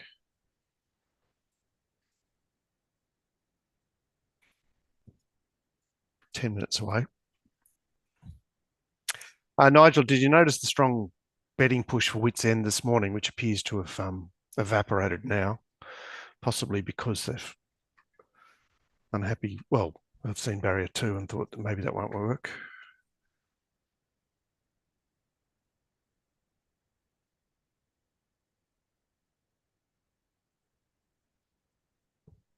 You'd have to think that it's JMac that is the main reason that the people have had a close look at it. Did you do this race, Nigel? I didn't look deeply into Wits End's form, and my initial bet was Port Lockroy, which has been scratched, but also liked Kintyre. Mm-hmm. I just hope that it can find a midfield spot here. And the horse I'm scared of, though, is number 1, Cafe Millennium, so I'm going to save on that. Okay, so you'll get basically and just off pace and a horse that's going to be ridden quite quietly. So what did you put that Randwick Guineas run down to? Because I mean the horse has just been bumbling about, settling last, staying last, race after race. Well, I think it got a nice toe into the race on the back of the right horses. And it has shown that on its day it has got ability. It's obviously a bit of a Randwick horse. It's only decent runs have been there. So, it's I mean, as a punter, it's a horrible horse to try and follow because it's hard to get 2 good runs in a row out of it. Yeah, I back Kintyre here, and looks like I've shopped pretty well. Which, Kaz, you can't eat SP, can you, Kaz? No, unfortunately not. Beating SP, I'm talking about. No, it look, I was a bit neutral about Kintyre, but I would think that it looks a pretty handy bet here. I think given what we've seen unfold before us, I would be sitting here trying to work out how I could mark it 5 to 1 and back it. Nigel, what did you make of the morning move for Firestorm, which won the last at Kenzo a few weeks ago, ran over the top of Romeo's Choice? Yeah, I think it was very strong in the finish there at last start. It kind of didn't look like it was doing anything, and then I started thinking about whether it was worth backing here, but then I looked at the horse that it did run over. Sorry, what was the horse again, Mark? Romeo's Choice. Romeo's Choice. And Romeo's Choice, it just doesn't get that distance. So I'm kind of thinking it was just flattered by Romeo's Choice stopping.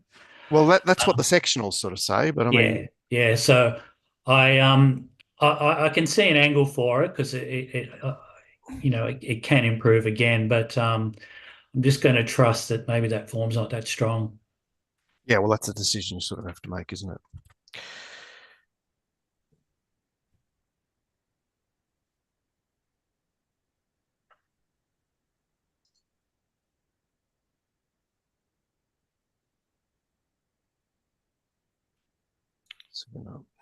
Mark, I might give a story here, like a little story. Go for it, Nige. Show you this photo. It's me when I went horse riding in the last summer holidays. Right, with the family. With the family, yeah. So we all went horse riding, and there was a group of 10 or 15 of us. And I'd ridden probably two or three times in my life, and my wife and kids haven't ridden at all. But there's a few experienced riders, and when you're sitting on the horse and you're trying to get your horse to go into a trot or a canter or that, they're telling you, just wiggle the reins, or just give it a little kick, or just give it a little nudge. And sometimes, like, I'm doing these things and the horse isn't responding at all. Yep. It's just, and then someone next to me who is just slightly a little bit better with the reins or knows how to do a little click with their tongue can get the horse to go. And it kind of got me thinking about how that applies to the difference between a good jockey or a brand new an apprentice jockey or an inexperienced jockey. And, you know, you forget about that as a punter, that it's not just someone sitting on a horse and riding it and their weight and there's so much to like what you do with your hands, your reins, your feet, your balance. And you kind of forget all about this until the day where I'm sitting on my horse, pushing it, shoving it, kicking it, hitting it with a stick, trying to do anything to make it go faster. And or just go. And you kind of just think maybe, you know, someone like a J-Mac just has something that in his hands or his balance or his feet that make his horses go a little bit faster than, you know, someone who doesn't get them to go, like a Benny Osmond or whatever. Yep. And you can't quantify it by just sitting there and watching a race. Yeah, so it's a bit of fresh insight. So, look, you know, we all focused on the better jockeys, but, you know, if you can understand some of the angles and aspects that make the better jockeys, then that sort of gives you, well, that increases your engagement in that whole jockey analysis, doesn't it? Mm. I thought you were going to tell a story where one took off with you on. Well, I was waiting for that as well, because obviously you go, yee-haw, yee-haw, you give it a dig in the ribs, and, you know, sometimes the horse does respond vigorously, and, you know, you can almost be unseated on it. Actually, another thing that this plays into the whole, like, Mark Waugh theory about soft ground and all that sort of stuff. When they walk on a path, a horse naturally walks on the softer part of the path than the hard rocky part. Mm-hmm. And the instructor was going, oh, a horse always is going to walk where it's a bit more cushiony, you know, a bit more give in the ground, because the horse knows that that's, you know, more forgiving on its feet. Mm-hmm. And and some people say, yeah, you do talk about horses not putting in if the tracks get too hard or whatever. And that gave, you know, that was an insight into that as well. Yeah.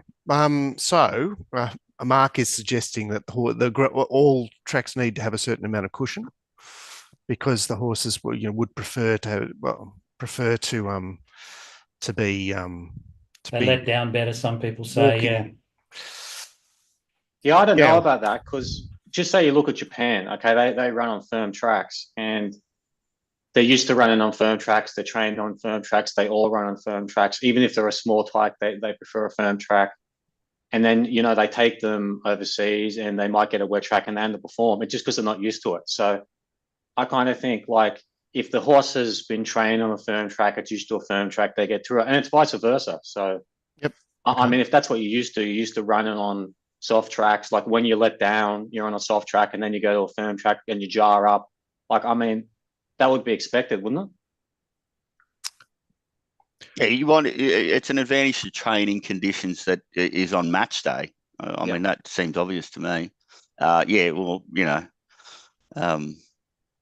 our breeding has gone a little bit more towards, what can we say, delicate horses over the last 30 years. Saying that, yeah, I don't think there's a hard and fast rule to that. Anyway, so GP's gone wide here, Gord. Well, he's got Kintyre on top, and then he's playing a few roughies. So we'll see how we go. I think nearly everyone in here has had something on Kintyre. Sorry, have you had a bet here? Yeah, I've backed Cafe Millennium and Firestorm. Oh, okay. Okay, I was asking Nigel about Firestorm earlier. Did you listen to any of that? I did. It's hard when they come out of those midweeks. You really got to, you know, piss into the wind a little bit and take a bit of a chance with it. Well, yeah, that's. But I mean, that's, you know, your ability to assess those horses that can come on. I mean, that you've talked about this a lot, haven't you? You know, knowing which horses to mark forward, or, you know, being right about the horses that you mark forward. That's right. And it's usually when there's question marks over the favourites. So when they're all getting beat up in high class races, you're like, oh, are you that good? You know, can the lower class horse come and compete with you? When you're not winning and you're not being really dominant, then yes, I'm more with the horse coming up than the horse coming down. So yeah, in this case, I've gone with the horse coming up. Usually I'm with the horses coming down in class, but yeah, I think a lot of them are no good. You know, when you got Cafe Millennium running, 0.3 behind Celestial Legend, it really throws a dark shadow over that race. Yeah, it looked a problematic race on review, but I mean, you can say that that's one instance of the race, and that doesn't look any good. That instance, does that mean that every horse is poxed or poisoned by that? It depends on what else they've got in their catalogue, doesn't it? It does, yeah. I think Celestial Legend was was the best out of the race and probably should have won by 2. So that's probably it was the winner out of the race. It probably should have won by more, which is why the other ones are flattered. So there's a narrative behind it. But yeah, I'm not extremely confident. It's a weak race. Yeah, it is.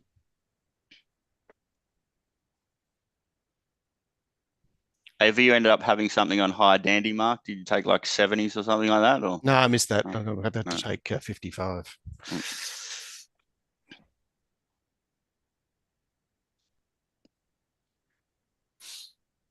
Well, hopefully we've covered a few horses in this race, so let's hope somebody's cheering.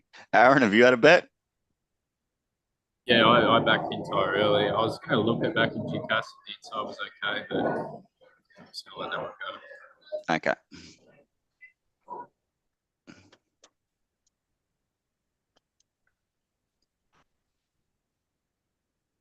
Right, so how are we looking? Must be close. We've covered. Hey, I'm talking without talking. Clever thing. Look, I'm waiting for 2-yard pushes in the next couple of races at Eagle Farm and Caulfield, and that is I'd be really interested to see if Aaron has extra information on number 6 Peace Treaty with some sort of reasoning to forgive that what happened first up. And I'm really interested in what Nick has to say about Sacred Feeling number 12 in Eagle Farm, because I'm keen, Gord. there we go. I'm keen too. Yeah, this is the Sooty Monty. So, and I know Kaz was keen on it too, weren't you, Kaz? So, yeah. So a couple of bets coming up. It's eased out in price a bit more suitable now. Yeah, it wasn't your line about 7 to 4 or something like that, Kaz, is what you were looking for. Yeah. What do you think about Masquerade? Yeah, Kaz gave it a chance. I've sort of had enough of the horse. Well, hasn't won for a while. 15 to 1 last start. Like it's a pretty good horse to have as your second fave, isn't it? Mm. I did like what it did first up, which is a fair while ago now. I haven't paid any attention to what it's been doing recently.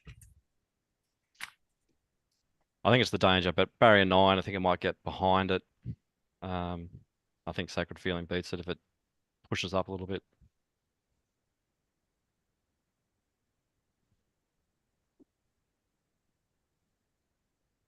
And GK's posting in the Brisbane Pro room. Yeah, he's seeing a lot of softness about Sacred Feeling as far as the market is concerned. So, from a ratings point of view, did it just not turn up last start, or regressed significantly? Yeah, because some of its other runs were terrific. Yeah.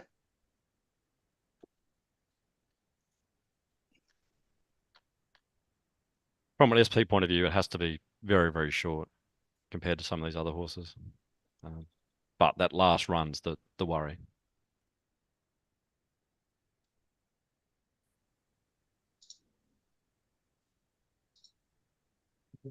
You have to do that now.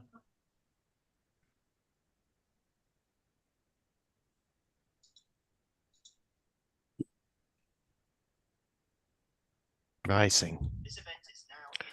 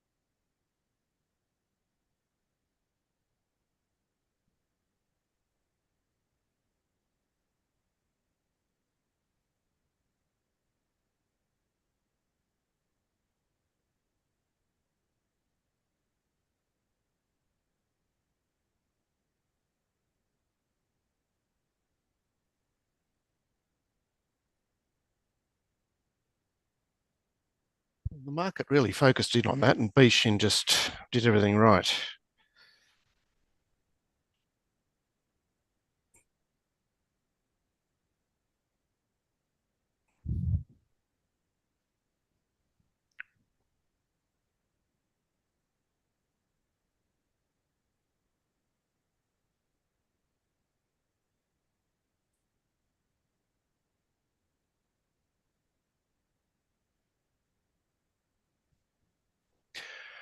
There's a fair gap between the first 5 and the rest of the field there.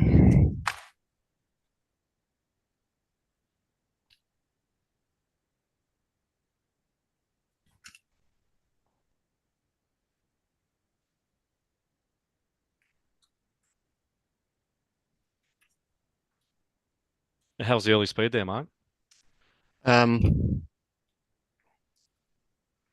Look, to be honest.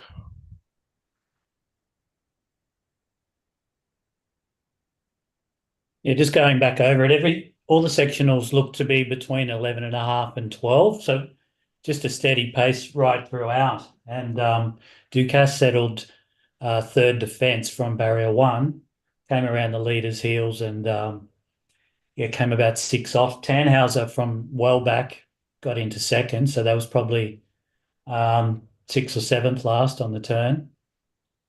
So, yeah, it was a very even race. I think just the best horses won. And Nigel, the market was very strong on Ducasse from the opening of betting. What was the market seeing that, well, certainly that I missed? I mean, I know he was dazzling first up, but it was dazzling first up with on a soft track first up. So we've got the tick from the yard in Brisbane with number 12 being in really good order and clearly on top. So if anybody wants to go again, yeah, okay. I think it was 2,000 back in distance for Ducasse. Yes, but I'm wondering whether it was well found in the market because it's got those wet track creds. The first start in a race, obviously at Rosehill, when it powered home behind Dipsy Doodle, and then first up this preparation, it obviously it was dynamic on a soft track.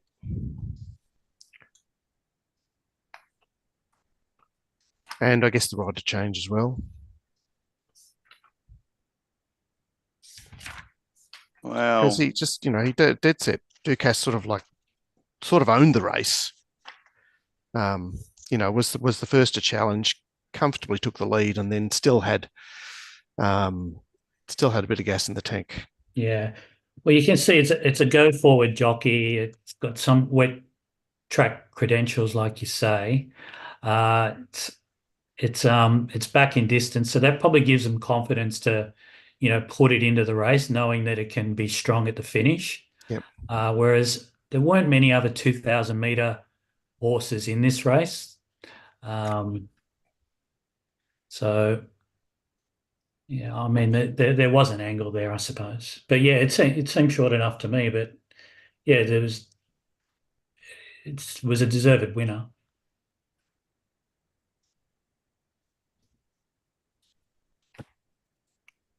Racing Eagle Farm.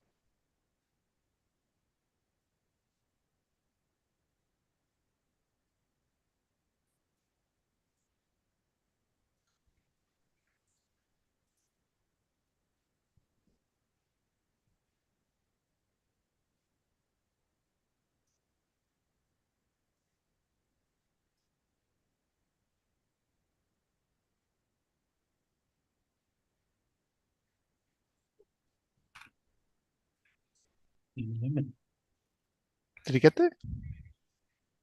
Looked like the outside horse one to me. Yep. Yep. But, Oh, it's a bob, isn't it? Masquerade, yeah, the track seemed fairly even for that race. Didn't play to the fence there. I might need to reassess that.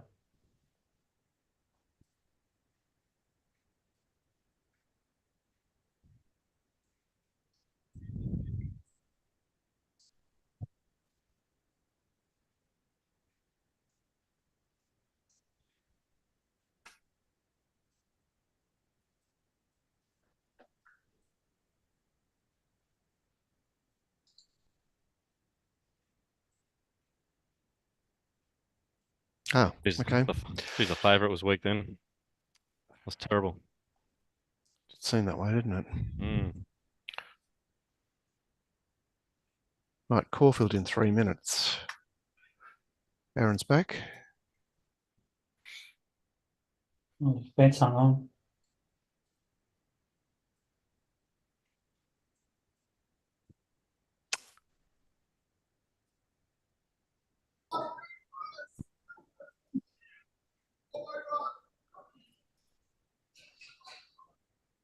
So, Aaron, Gord's desperate to know. Should have backed your cast then, shouldn't I? Bloody hell. Gord, you're on the moody runner. Oh, he's on mute. Wonder who he's talking to. He's on mute. Yeah, mate. I wanted to comment on Peace Treaty, but I've just looked at your message and it's not looking good, is it? I haven't backed it yet, but I didn't. It's like white there. It looks exactly the same as last start, so I don't know what to make of it. Yeah. Clearly, it must come well through the run if they're here, but it just looked identical. The walk was good. Like you couldn't see any signs of lameness or anything. The fives proved massive. This is a really open race. You don't want to get too heavily involved in this one. It's still 550 for Moesha. It's the best I've ever seen it. One's looking really good as well. I think it's about $10. There's a roughie number 8. That's the best I've seen it as well. That's how it works. So Very open race. You make cash for a lot of them. The 11 look good. It's going to get a nice map, and the wind's just picked up a little bit now, which is going to assist on speed from the shoot start. Well, we need to turn things around. Thank God it's still early. Hey, Jesus. Very early days. Caulfield gets good the sort of last 4 races back half. First 2/3 is a little bit 50 spots.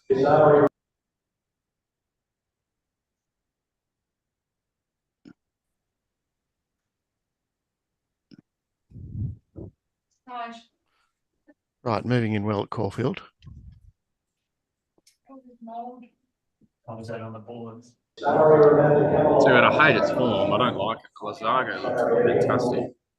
Debbie Capitas.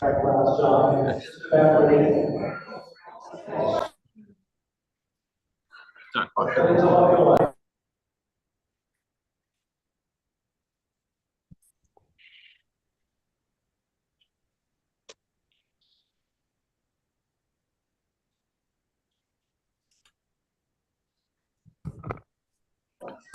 Did you do anything here, Gordon? No. And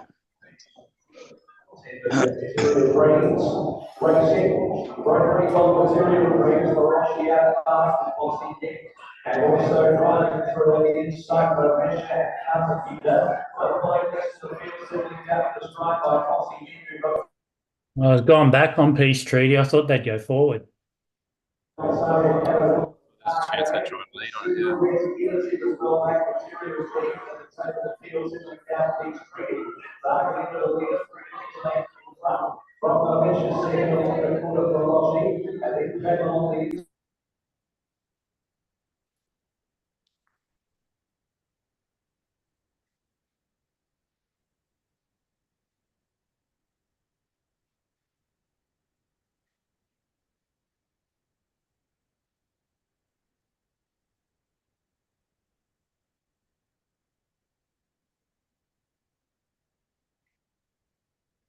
Well,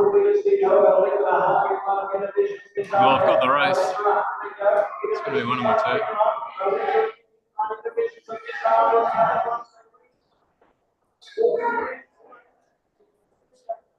Oh.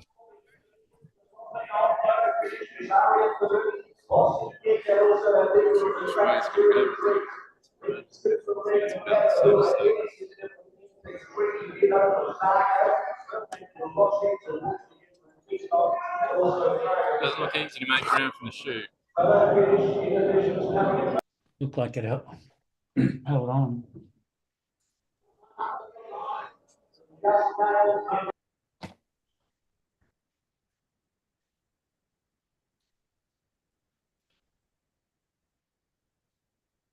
Oh, Inhibition's got the bob.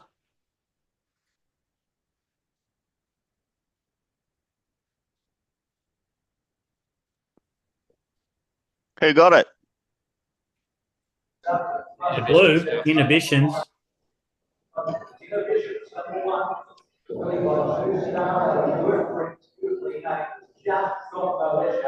Gee, Toad's paid for it. I think we took about $11 just 5 minutes before.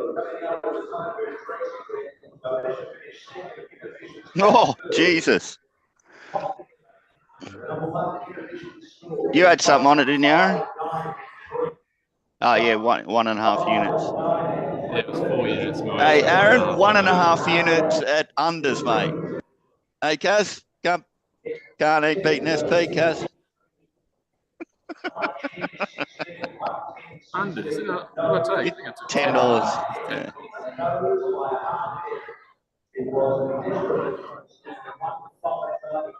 It's one of those few blue colour horses score that actually improves through the prep. It's strange. Hey, Aaron, we've got to be even more confident about Autumn Angel now, don't we? It's got to be the only thing that can possibly stop it. It's a group horse against midweekers. Yeah. I was a little bit scared on a really bog track carrying the 61, but obviously we don't need to worry about that now. So yeah, exactly. On type, it should be able to handle weight as well. Just good strength, which was like a slight concern with it on the really heavy. It does have good strength. Yeah. Okay, Kaz, can you give us 2,000 meters at Randwick, sort of optimal situations, please?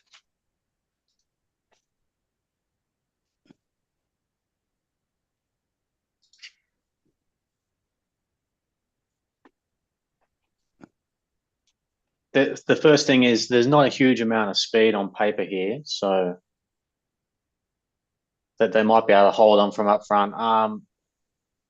There's a bias towards sort of the inside barriers. I imagine that's to do with the start point because you're pretty quickly onto like a turn, and there's a slight on speed bias. So inside draws advantage, getting a good map advantage, and racing on speed advantage. Yeah, I'm not really concerned from Autumn Angel's perspective. I have this hidden Goldilocks zone, which is not being too far off them. Yeah, I mean, it's a staying race. So, like, if you settle in the first 6, you're in a good spot. Yeah. Sooty, you got anything here? Next in Sydney?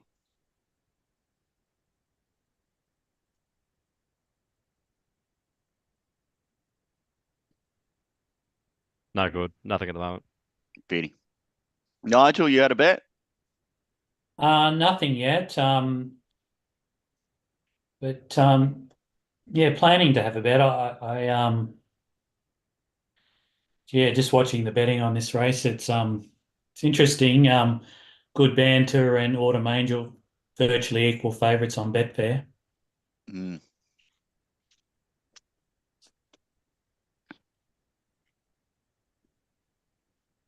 The weights. You have to expect it. It's like the plane.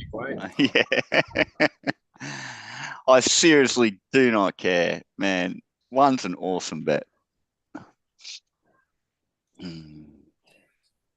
What'd you price it, Mark? $3.50. Oh, I love it. Let's have a look at some times.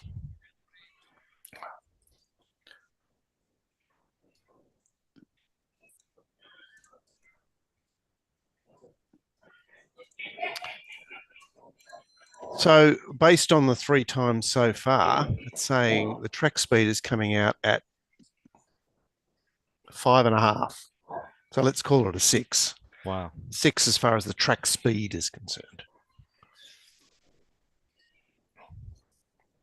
So in that race, yeah, it's amazing, considering like the weather we had yesterday. Yeah. But what, you know, that 5 we had at Rose Hill, Mark, where I was treating it like a heavy. Yeah. I'm less concerned about this track today than I am that track. Yeah, well, you remember them Yeah. reporting that it was slushy on top, and then that was your observation as well. This seems to be holding together a lot better.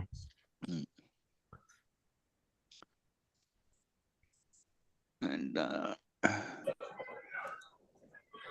It just shows the difference between, rain before a meeting and rain on race day. I mean, if the track was good and we'd had 10 mil of rain, it'd be playing worse than us having 180 mil of rain before in a sunny day. it seems like Also, did you notice, not yesterday, Nigel, they put up the penetrometer as basically 5.99, and then we had another 100 mils, and the penetrometer went to 6.1.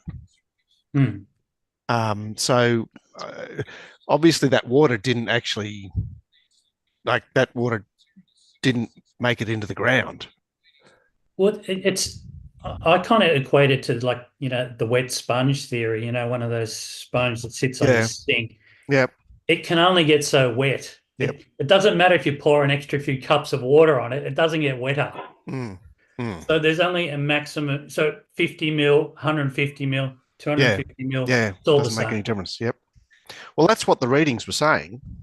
They sort of got to that wet point, and they didn't seem to get a lot wetter, despite the fact that we had heaps and heaps more rain. By the way, we just had a Ryan and Alexiou first upper win off coming last in a trial by 17 lengths. You're talking about the Newcastle race? It's a one that just won. So going for a spell off a couple of Canterbury Metropolitan runs, going back to provincials on a Saturday. First up, Ryan.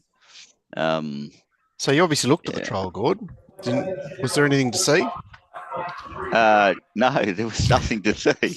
The thing about you're probably it was, lucky to have it in the picture. Yeah, it was by 18 lengths. So it was interesting.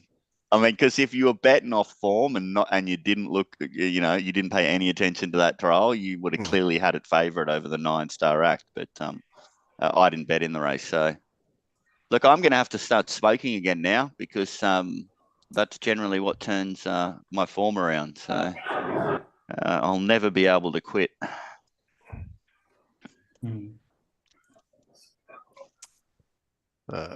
Maybe I just need that nicotine to think properly. Chew gum. Right. Next time you speak to Glenn, which will be in a couple of minutes, I guess, Gord, just ask him if it's very busy out there. Okay.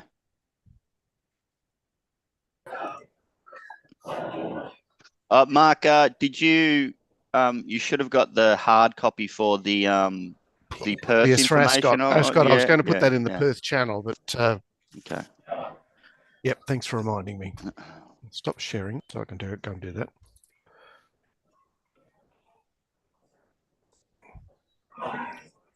Kaz, have you even had a bet yet? I had a small bet on that favourite in Brisbane that got rolled. Oh, okay. Geez, that was a cat of a run, wasn't it? Just had nothing. Yeah. Maybe he could have put it into the race a little bit more, but it was disappointing. What do we say about a horse like that now that's previously been good and now we say poorly twice in a row? Yeah, we say it's gone. We say we're not interested in it anymore. It's in the bin until it does something again. Yeah. Well, its SP will kind of mean that next start it'll probably be short again. Like I have a share in a horse called Jared, and its SP means it's near enough to favourite every start, and it's no good. So it's a lay every time.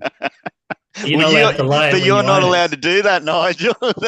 But this Sacred Feeling is more than likely going to start favourite next up because it's got the short SBs. Mm. Then you better get. Yeah, I'd like to see them change something with a jockey, gear change, maybe find like a fast speed race. It had good form the previous prep, but it just hasn't come on, unfortunately.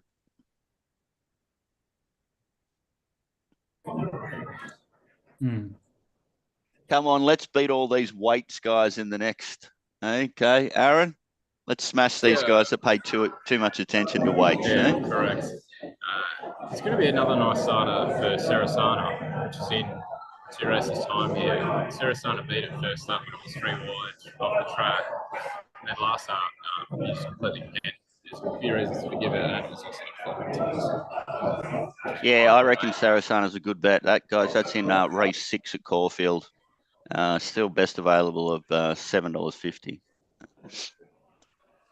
So Autumn Angel's last run, it beat Basilina and Molly Knickers. They've both flopped. Well, I wouldn't say flopped, but they've both been beaten about 5 lengths since. I mean, I'd imagine that's the main reason this is easy. Yeah, I'm happy to ignore that, Nigel. They were running in proper races, and when you look at the figures of everything else in this race, they're Katoomba standard. So I think there's a little bit of difference in class. biggest thing. Let's get back to 2000. Yeah. Well, I mean, the argument we had, Aaron, when we reviewed that race was you were saying Molly Knickers was a far superior run to Autumn Angel, and I didn't think so. So, but has anything in that race run good since? Like Miss Lead ran 5th and it got beat at Yarra Glen next start. Ran 6th of 7.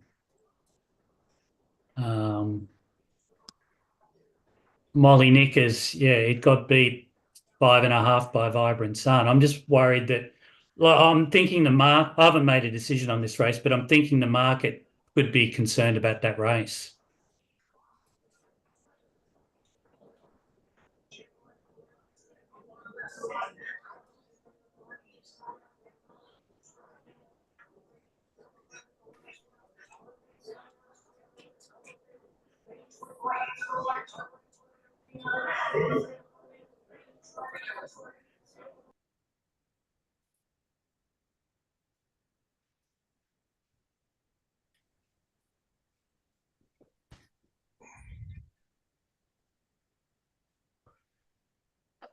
Right, how are we looking? Share screen.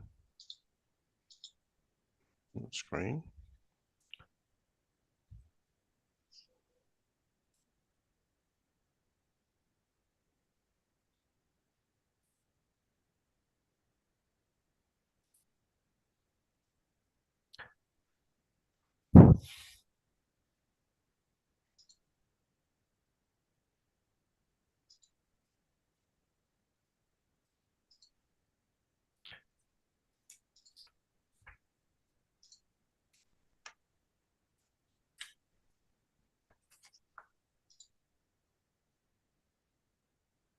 So I reckon that some databases may have that Kembla Grange race being a very good race by comparison.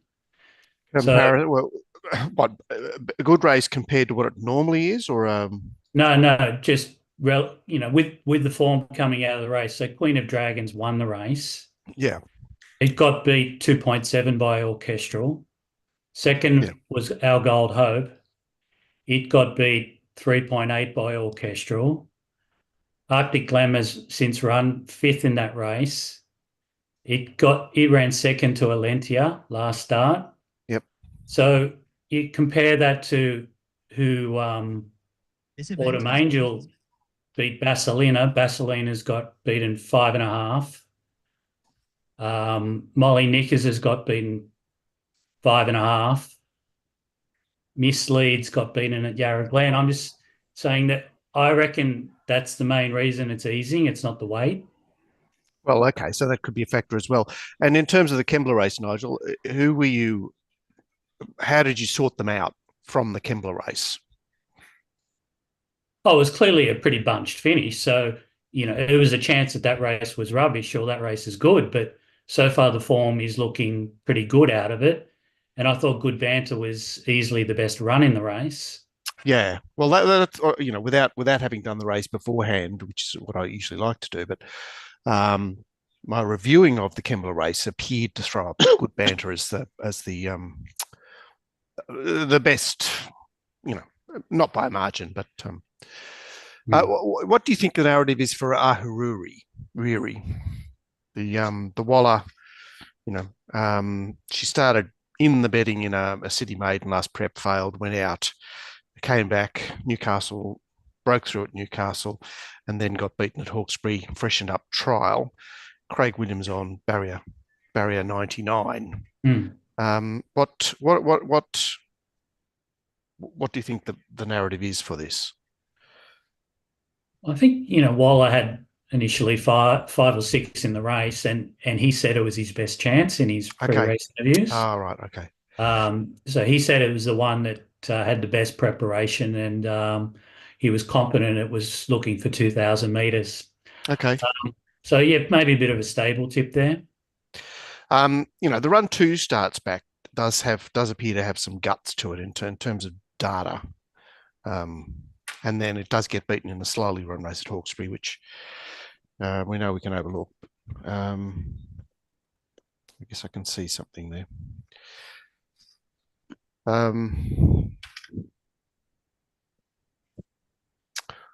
All right, so we are Mark, 2 minutes away. Yes. You better start clicking that blue button, mate. I know, but I generally wait till the last you just inside missed the it. last 60 You just seconds. missed it.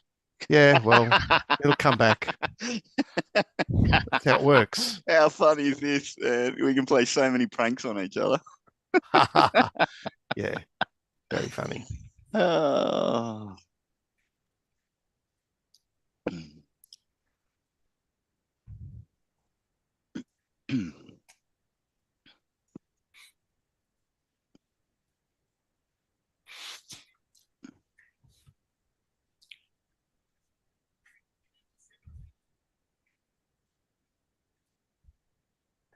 You done anything, Shorty?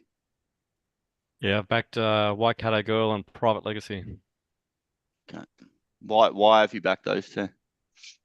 That Kembla race looks to be pretty good, which concerns me. Everything coming out of that race is good. Well, it's supposed to fit this race. I mean, they are like for like those two races. Yeah, that's right. I hate these races where the weights are like this because I have to give such a huge bonus to the top weight, and I just can't ever see them winning, and they run better than I think, and so I'm always fighting myself trying to get the level right that I need to give them a bonus. So I find it a little bit hard, some of these races. This event starts in 30 seconds. In 30 seconds. Okay, here we go. Let's see if the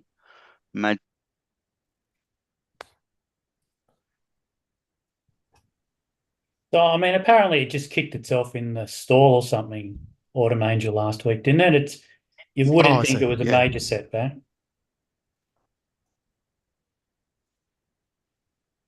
That could be another reason other people want to lay it.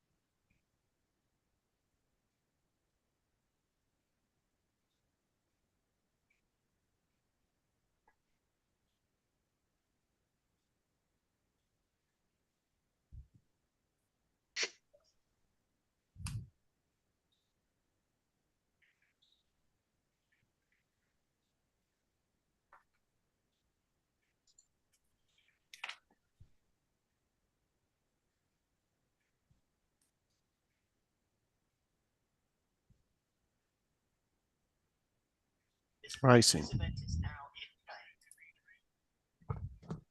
in play.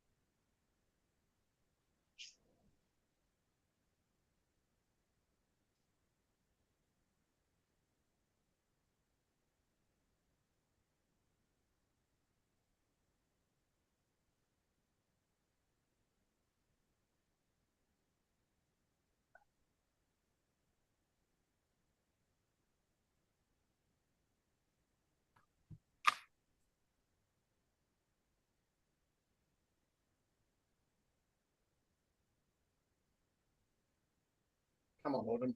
Come on, Autumn.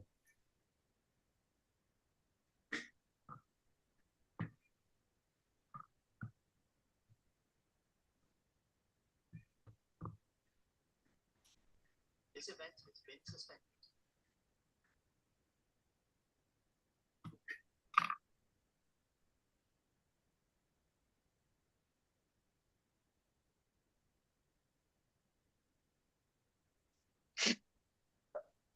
You want to stream? Right, I think maybe it's to focus more. So What's the one? we have right down there. So maybe we want to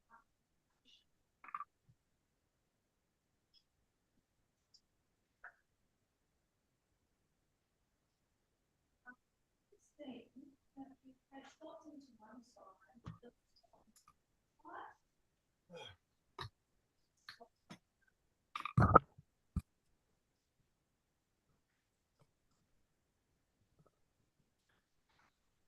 Very good.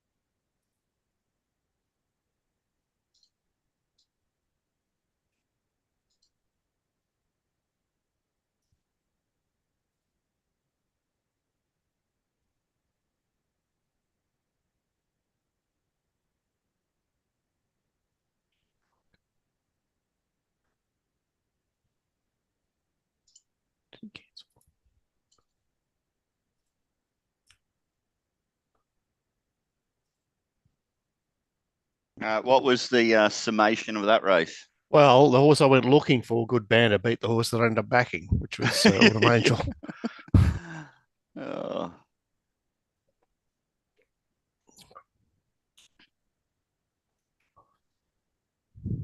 Both horses won, both horses fighting it out in lane 8, as Nigel has prophesied.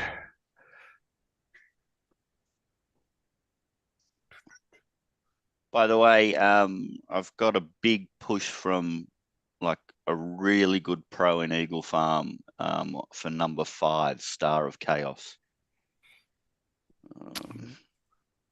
Share that screen. I haven't done the race. Right, Nigel, you've just returned from your Randwick review. I've had something Princess Tenko in Brisbane. Okay. Another good race, and it seemed like the best 2 horses fought it out again. Seems like the track today is playing. It's allowing the best horses to run well.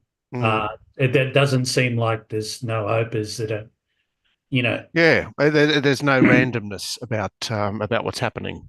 Yeah. So I was initially thinking, there could be a few 100-to-1 shots win today, but at the moment, form's playing pretty well. They look the 2 best horses. I think we thought that they may have been the best runs out of the 2 lead-ups and they fought it out a couple of lengths to the 3rd horse. That Mark Zara rode his horse probably better than Jamie Carr. He pushed out, got in front, but maybe it was the weights that made the difference in the end. Just got a message from Nathan Snow here with a picture of GP in the betting ring saying he wants to be on, but just doesn't know how to do it. That's Glenn, who's a not technically gifted as far as IT is concerned. So thanks, Nate. See you.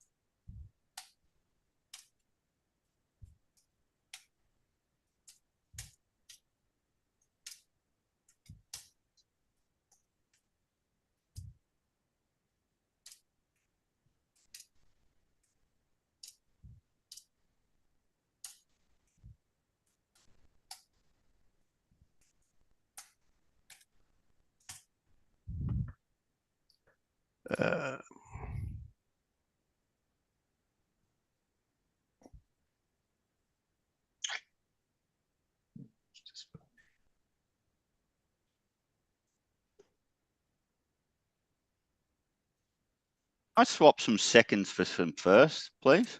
Yeah, there's another one. Hey, Another one. let's see what's going to happen at Caulfield. It's 4 minutes out. So.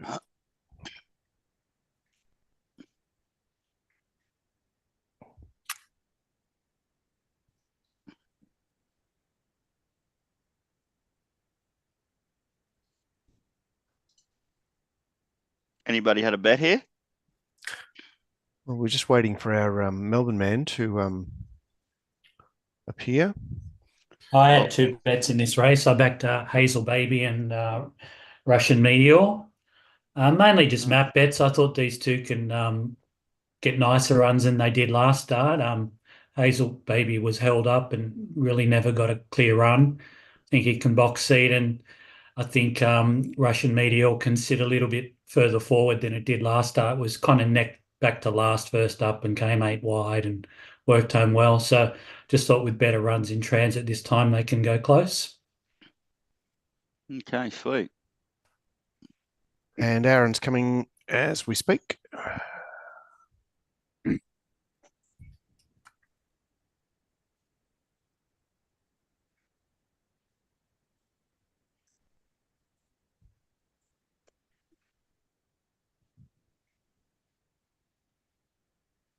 Caulfield 2.5 minutes away.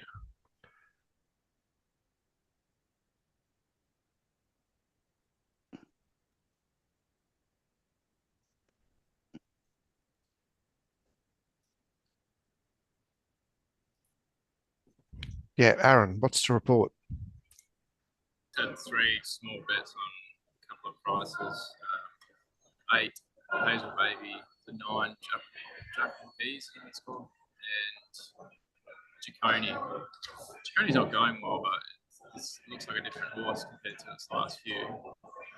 Hazel Baby, the map should work, and then the other one, I think the map works and it just looks outstanding. I didn't have any knocks about the favourite, but it's slightly longer than I priced it, and I had to get from 650 back in the league. Okay. Well, it sounds like if we were going off a little bit of consensus there, maybe a little bit of a play on Hazel Baby. Yep. I'm personally, I'm going to leave the race alone. Yeah, I'm just not tight. It's on 8, 9, and 10. It'll be interesting what happens with Matriarch Rose if it goes forward. I'm sweating up pretty badly.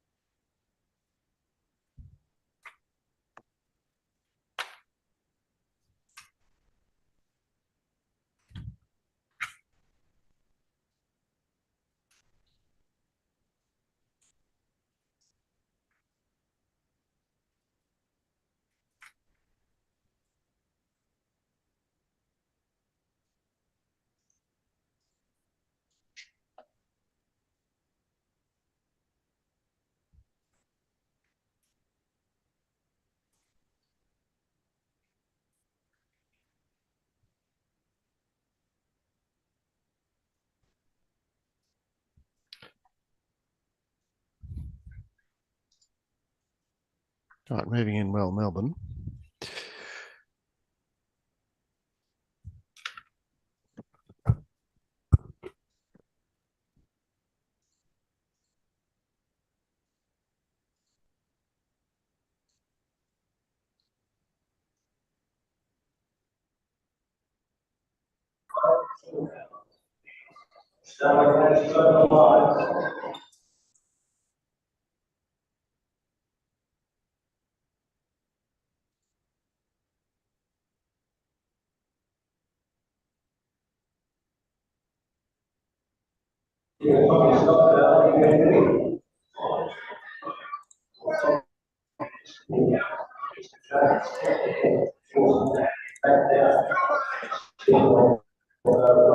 Russian Meteor's in a mood.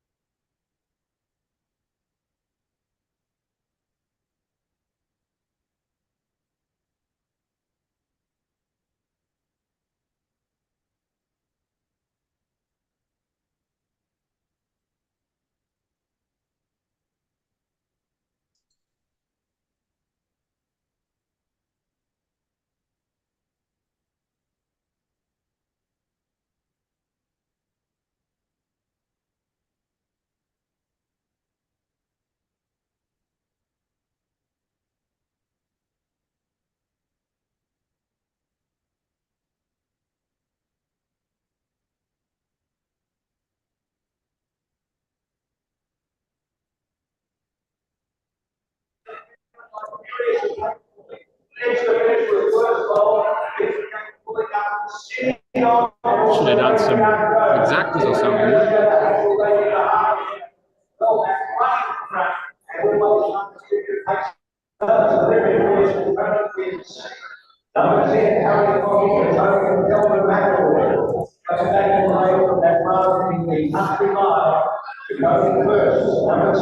Okay.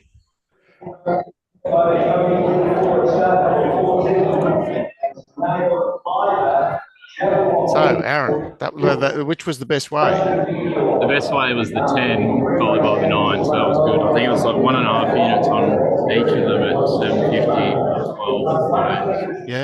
Yeah, great work. Great work. It's always very satisfying, those sorts of races.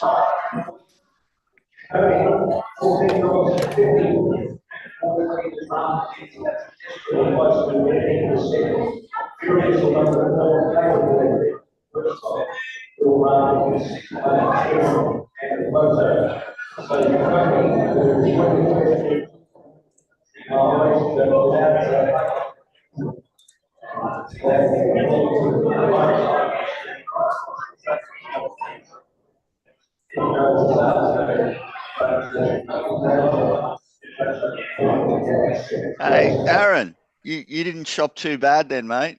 So congratulations. Happy with that one? Yeah. I actually think I might have taken slightly. So I want to take 14s. Yeah.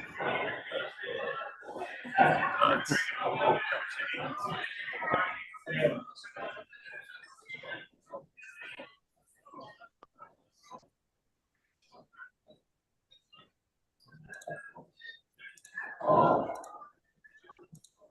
Still check the photo, race 5.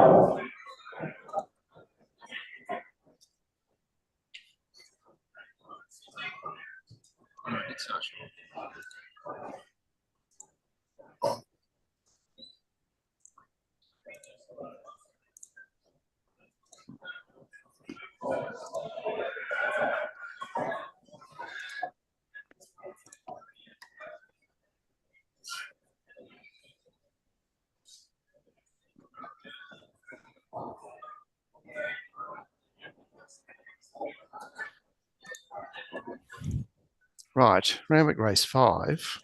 Bandus Boy, easy. Count of its draw. Are you there, Nigel? No, he's not there. Who's had a look at this race? It looks like a great race for you, this country championship. No, I've sacked the country races. They're horrible. Yeah, well, look, the approach that I like to use is to actually reference, what these horses have done in their highways or their runs in town, because clearly, away form is away form, and yeah, I need to line them up. So I line them up as do you do as a 64, like a benchmark 64 provincial race? The highways I do, yeah. Yeah. So then I'll try and work it off that. I think the last horse I backed was Bandy's Boy back in October, and I sacked him soon after. You went out a winner, did you? I think so. So I'm never going to do them again. Put them in the bin. All right. So it's like, I've worked out how to do those now. So now I don't. The challenge is gone. No. It's complete opposite. Horses finished.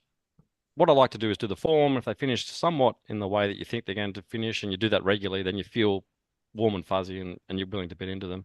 If they're just random and it's like pick up sticks every week, you know you're getting it wrong all the time. So I was getting it wrong all the time, and horses were running way better than I thought. The market was much better than me, so I sacked them. Yeah. So the idea I floated a few weeks ago was that the highways and midways are fed by highways and midways because they're run at the proper tracks, Randwick and Rose Hill. And so, as much as you can't seem to make much of the form from the lead ups, that is just the form. That's where it's going to come from.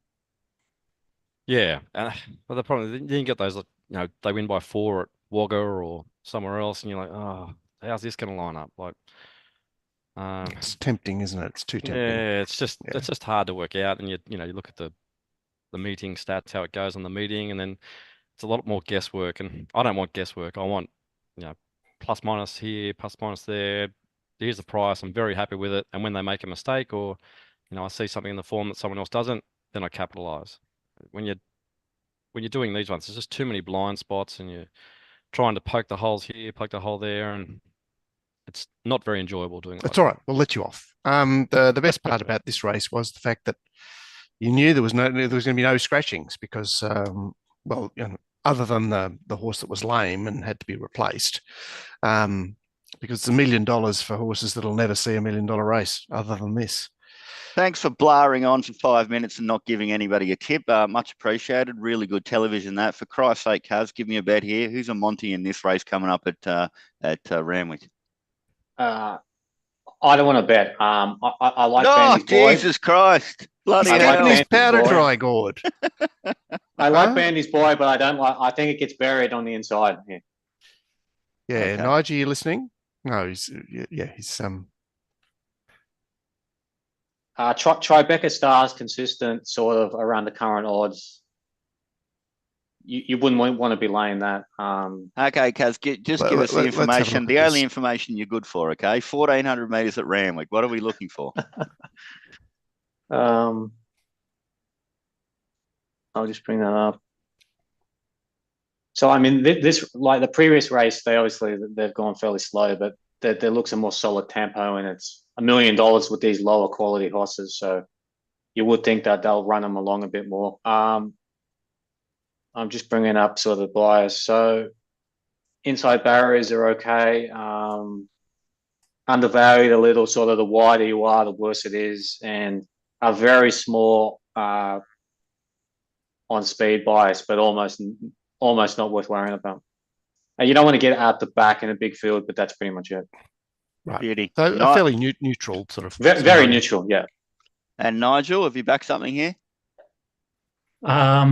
Yeah, I'm on 3 horses. I took Bandy's boy early, so So you've got a pretty good position there. Yeah. But the 2 dangers I think are number 3 Rustly Crown and number 9 Sharp Shock. I thought Rustly Crown was an exceptional win at Tamworth's last start. It kind of missed the start, came around the entire field, just kept on going in the lead. I just thought there was a lot of merit in the win. And I thought Sharp Shock with a better barrier here can settle midfield instead of back last, which it has done its last couple. And I think so it was a great run to Belvedere Boy, wasn't it? I mean, but I'm struggling to, you know, hasn't it made its run with the winner last start? It's going the track played wide and it got back and came wide.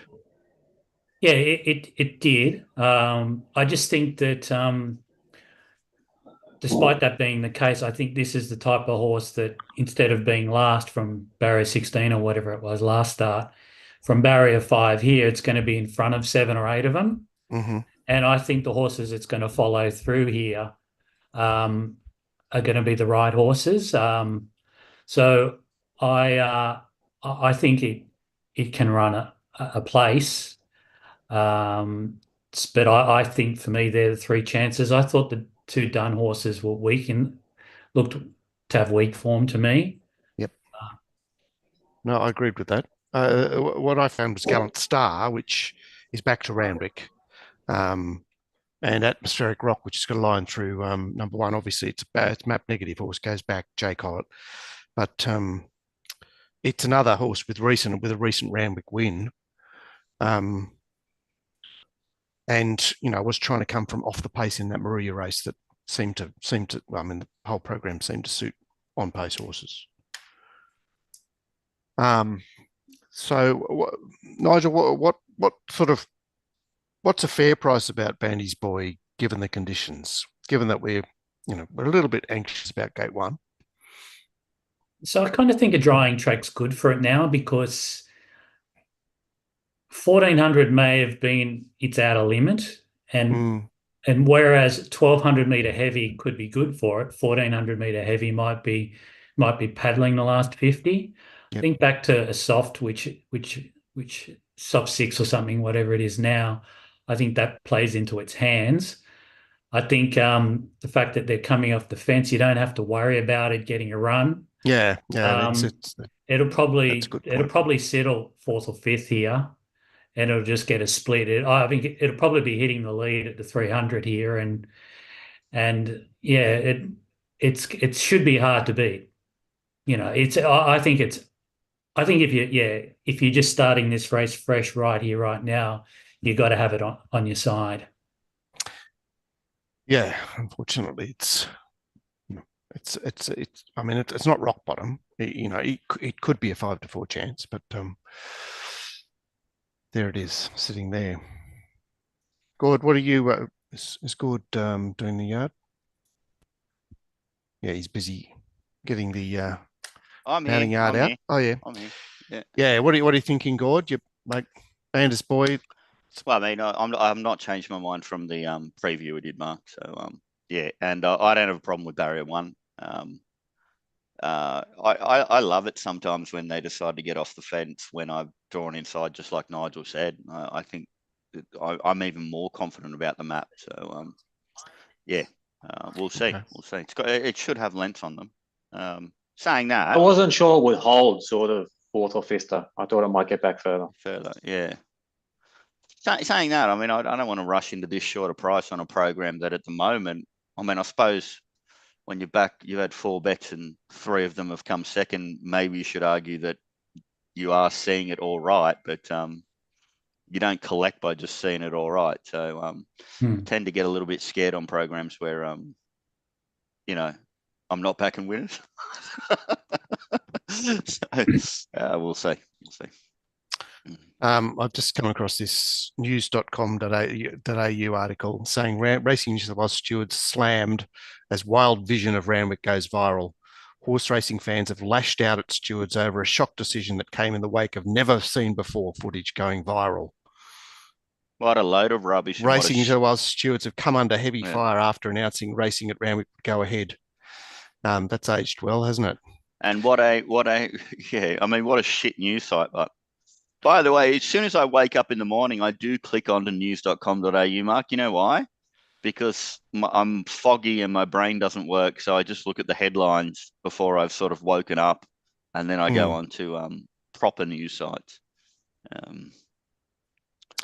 Yeah, there I was just trying to go in and find the yard mail, and I was accosted by something else. Okay, well, our guys have had a chance to get on this thing now, so I can release Bandy's Boy is in absolutely perfect order.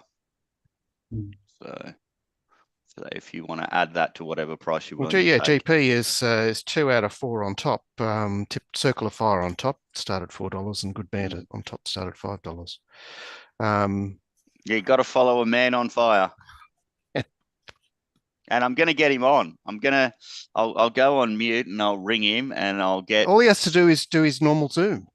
I know, but Mark, it's a little bit more difficult than that. But he does have an assistant out there or some people that will assist him. So I'll organise that and get him on after this race is run. Yep, perfect.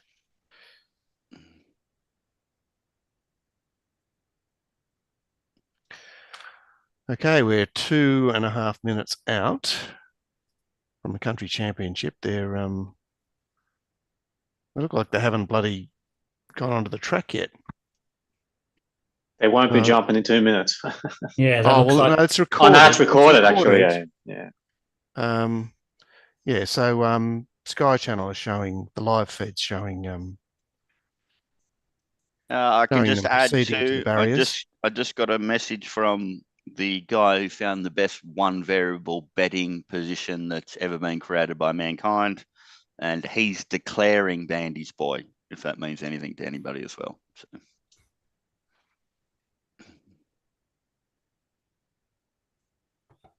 We want him to come up with the second best one angle variable.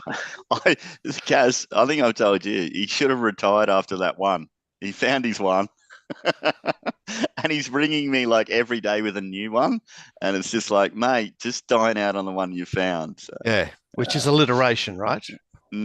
Yeah, well, no.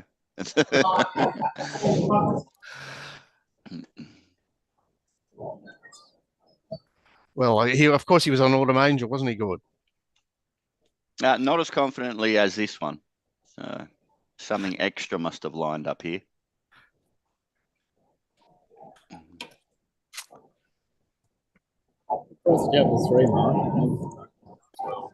Look, I had the 351, but I was very interested in what Nigel said, because I was, when I first looked at the form, I went, well, that's a pretty good win first up.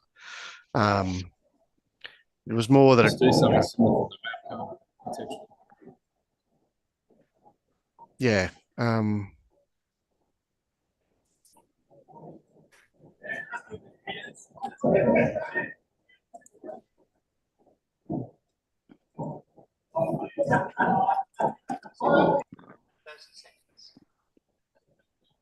Have you had a bet, Aaron?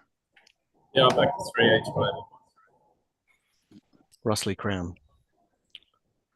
Right, so let's get that ready to record. Are they moving in? Not yet, but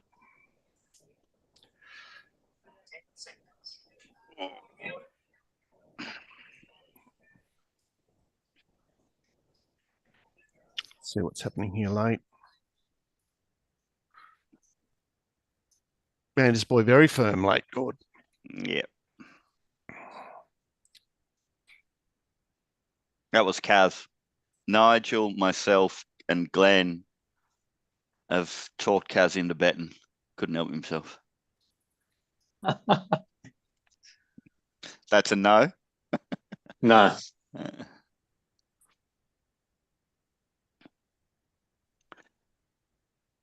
I mean, it's close. If you made me bet, I would back it, but yeah.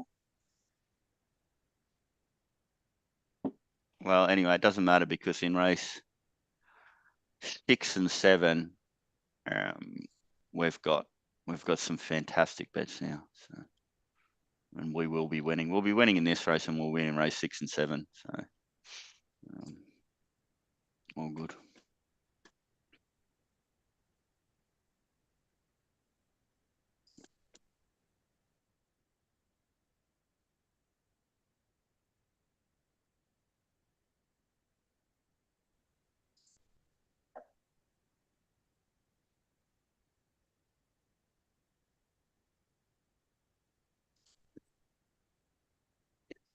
Someone's gone again on Betfair. Yeah. So 200,000 matched and 250 wanted strongly.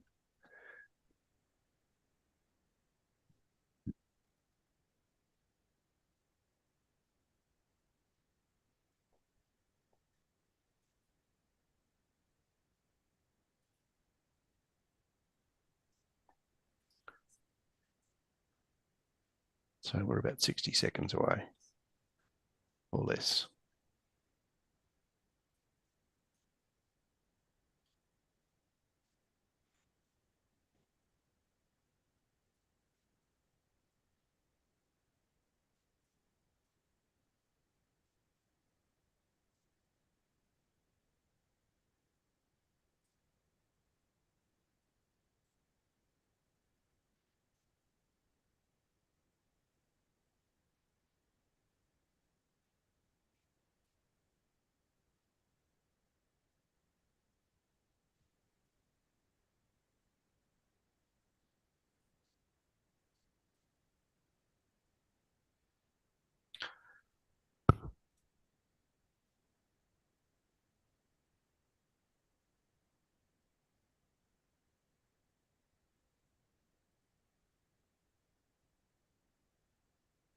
Pastor's going into the gates.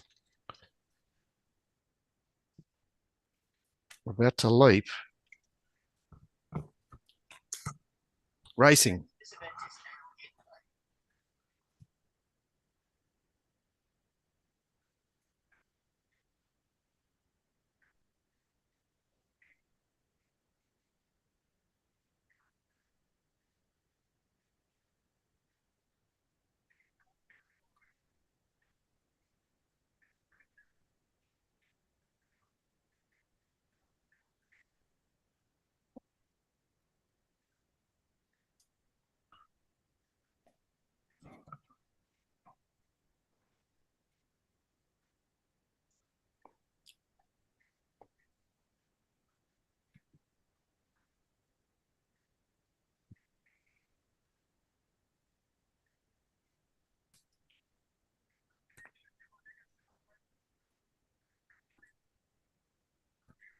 Didn't get the 600 there.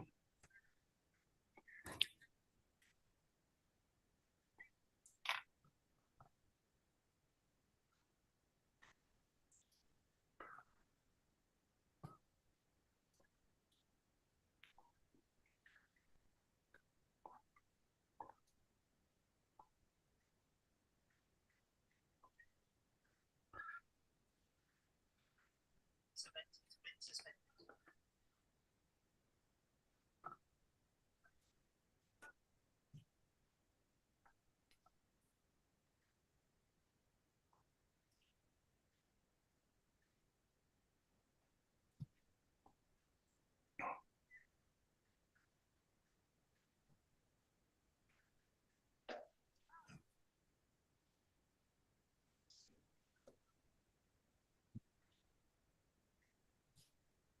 Start repetition.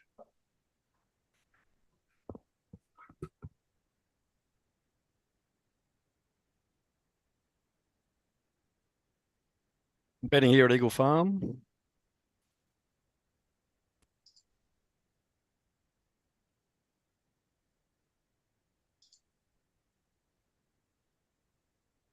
Backing number 6, Goldie Luck. Very keen. Also going to have something small on the 1, Magic Charlie, and number 17, Dream Deal.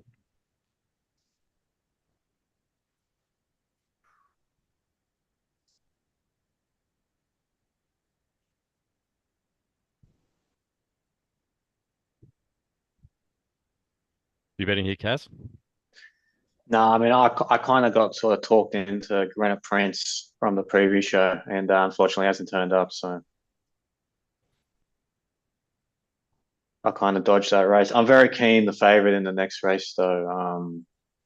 Flag Hall. Flag Hall, okay.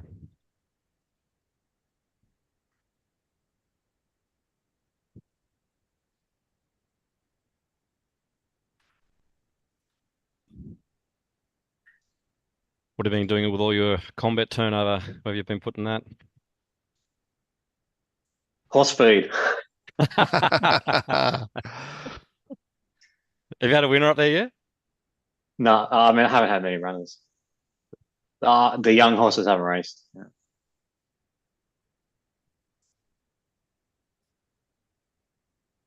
Kaz, when Bandy's boy slotted into that position, you must have been kicking yourself. And then by the end of the race, you were going, I'm a genius.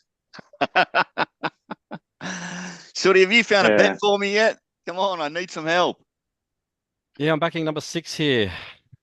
Goldie Luck up in Brisbane. Okay. So no Metro win race, so they can be a little bit of a dog's breakfast, but I do enjoy doing them.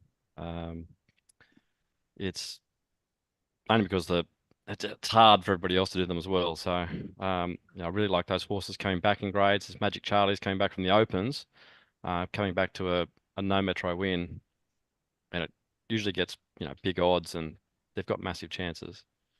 The problem here is a lot of these horses have only won out in the sticks. So Magic Charlie's won out at Ipswich, Caloundra, Goldie Luck coming off a Toowoomba win. So you are having to guess a little bit for some of these horses, but it's the same for everybody. You can't take anything really short in the market. A horse like Fixated, they're winning out at Panola and Donald, so you can't be too scared of those ones. Yeah, okay, we've got a bet from Sooty, and not one we forced him into, a spontaneously found one. Mark, I just got a message from Sportsbet, just asking if we could read some of the comments in the chat, if you've got that up somewhere. Sure. Somebody must have posted something entertaining. I'm sure they did. Yeah. Couldn't find a winner. Yeah. There's a fair bit of activity from Dodd there. I presume that's what is being referred to. Yes. Yeah. So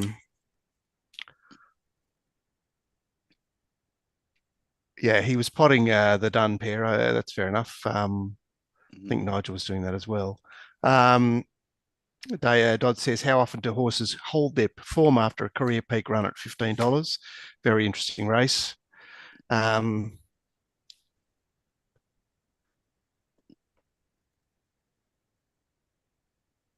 thought he'd be giving us grief. Come on.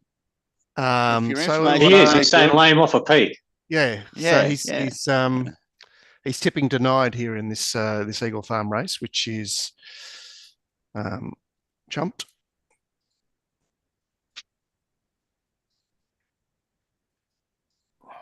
I took it on because of the poly as well.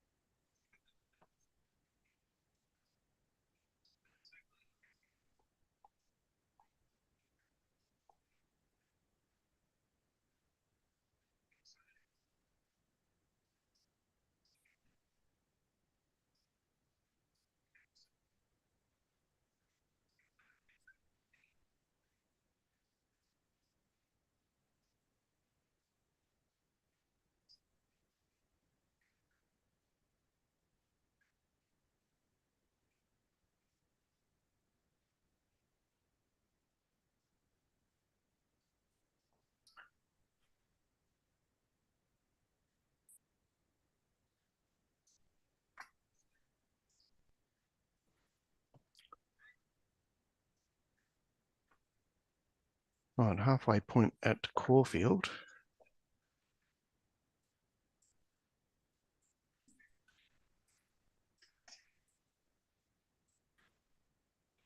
Are you there, Gord?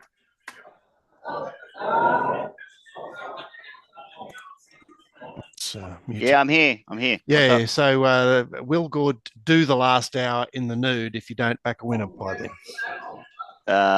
Yes, and I'll do upside down shots. Okay. Upside down shots. Did anyone see Mug Punter's tweet this morning? Oh, no. Yeah, we try and ignore Mug Punter's tweets, but he does get a bit of. He's a wind-up merchant, the Mug. Someone said if the race is going on, he's going to do a preview nude, and yeah, he got his kill. Right, so he actually did do a preview. I'd rather not watch that, but. By the way, that so who won that race at Brisbane? Was it Bean Foggy? Yeah, Bean Foggy. Yeah. See that El Tiama, who's the bet of the day. It's still running, isn't it, or not? Is it running up there or not? Still. All right, so Caulfield coming up. What's to report, Aaron?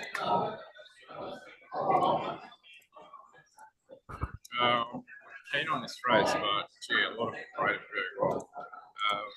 A lot did parade very well. Which is the top third up. Yeah, a lot of them paraded really well. 3 Sarasana, it's best it's been this prep. It's at the top now, third up, and I think there's a really good chance he gets to the front, and there might be a little mid-race slot, which is really going to assist. Let's go on. Nana's Wish. It's just a different horse to prep. It looked just as good as it did. It's a great last start. It's super dominant, and the map works very well. I expect it to Aaron, come across. put your microphone. And then Regal Vow. Hey? Microphone closer to your mouth. Hardly hear. Sorry. I think he's got his volume down. Back Sarasana. And Regal Vow, I still made that a profit. It was only a small bet. It was about $11. So I backed 2 and then had a small bet on that.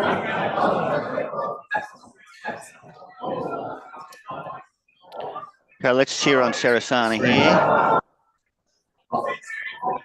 And guys, I'm just a little bit of frank form that's just come. I had El Tiama as my bet of the day at Eagle Farm, and with Bean Foggy just winning that race, there's just a little bit more of extra franking of form. So El Tiama is an easy bet in a couple of races' time at Eagle Farm.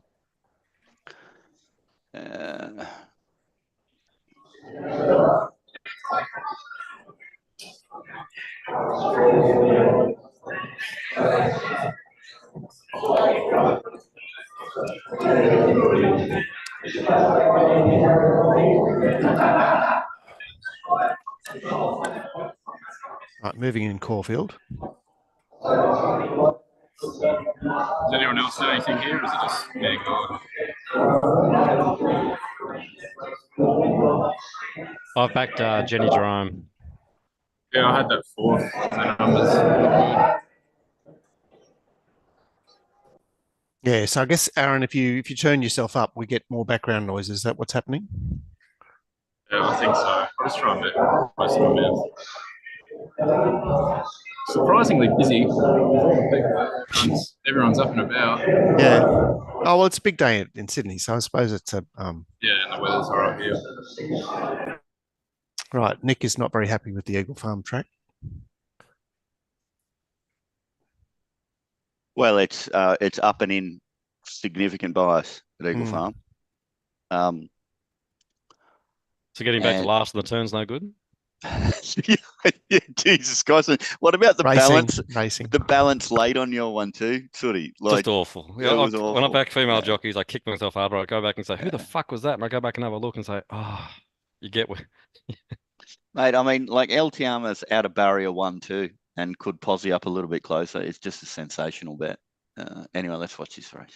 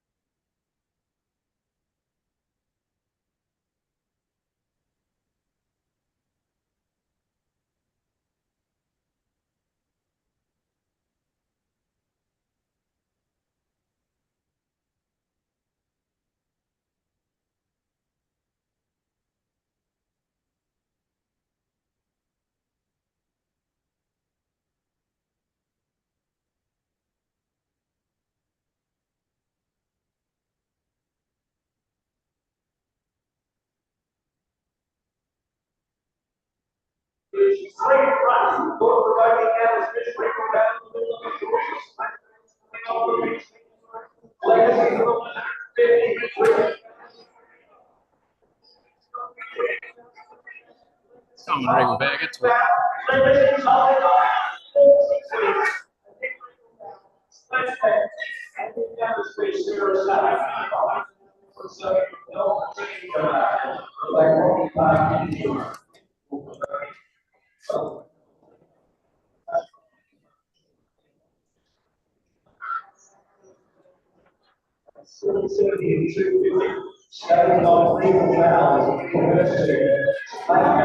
Right.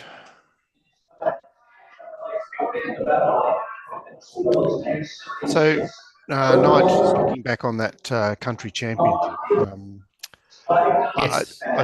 I omitted to mention the winner simply because she did look to get a very good map. She seemed to get in a perfect position. Obviously, showed a turn of foot, but yeah. She just landed 1-1 there and pushed out 3 wide, which part of the problem for Bandy's boy was that the leader only stayed about 3 off, and Jay Ford came to the inside of that, so he was only 2 or 3 off, whereas some of the other leaders have been coming 5 off, and that allows you to get an edge a bit further out. So he was dictated to that way, and yeah, instead of pushing to come out and around it, he went inside it. But despite that, even Atmospheric Rock came up underneath Bandy's boy and beat it home. So yeah, I mean, you wouldn't say that it costed the race or anything like that. But yeah, it just got the right run. And look, what odds did it end up starting, Mark? 33s on the fair. Yeah, I put it in front of Bianco Villano because I considered that it would get a better map than Bianco Villano. They had very similar form. And they did, and it kind of hit the fence last start at Albury, and because I had excuses, and I think it had a Pearla Nisbet who had been riding it. So she obviously gave it a peach. I'd say that's why there wasn't any money for it. But yeah, there was an argument to say it shouldn't be too far away from Bianco Villano. Back the horse at Newcastle in the next race called Spicy Hot Pot, number 6. It's an old favourite of yours, Gord. Spicy Hot Pot. My favourite stable, Sarah Ryan. So that this, I should check up the times. By the way, after that last race after a few of the early races in Caulfield, I was thinking it was definitely going to be down the middle and then become even more exaggerated as the program went on. But after that race, I'm not quite so sure anymore. So it's a genuine tempo, this race we're watching at Randwick. He rated it well. Winner there.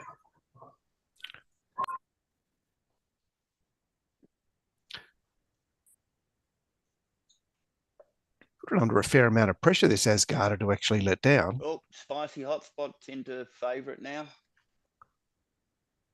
I just took R245 Stormboy.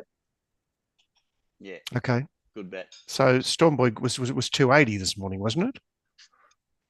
Yeah, I mean, but we thought we were going to have a heavy 10 track, and now we've got a soft 6. Yeah, well, at the times they're 5.7. 3.5 out minus 2 home.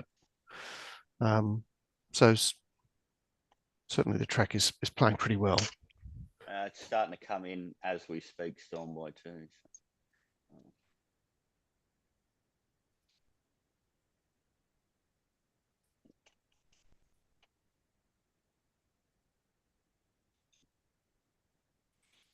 Here's the head on from Randwick.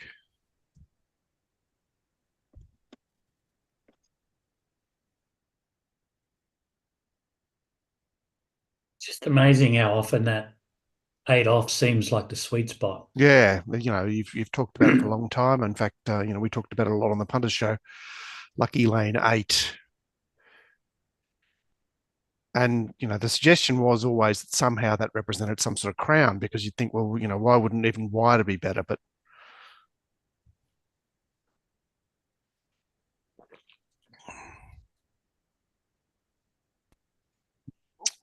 all right, so let's see what's happening.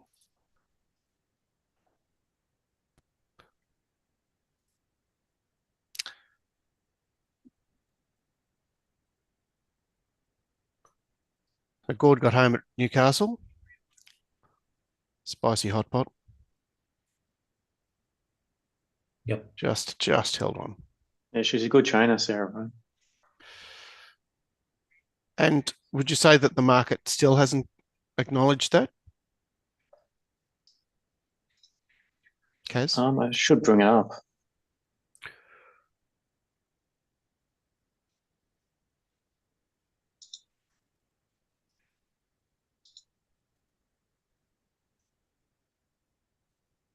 We're back in business, Mortimer. Bloody hell, about damn time. Sarah Ryan's kind of gone through a short period of where the stable's been struggling, so it's tough to sort of assess like where the market's at with her at the moment. I mean, I would actually follow her because she's a good trainer, so she'll probably come out of it. Yeah. Particularly, in the B grade stuff. That was just really nice, Spicy Hot Pot. So the last 600s at Randwick today have all been mid 35s. 35.2 the first race, 35.2 the second race, nearly 36, 35.99 race 3, 35.25, 35.84. Hey, Stoddy, you there? Yeah, what? If you get the chance, you want to have a look at Newcastle race 6? Yeah, no problem. Just give me an opinion when you check it out. Newcastle.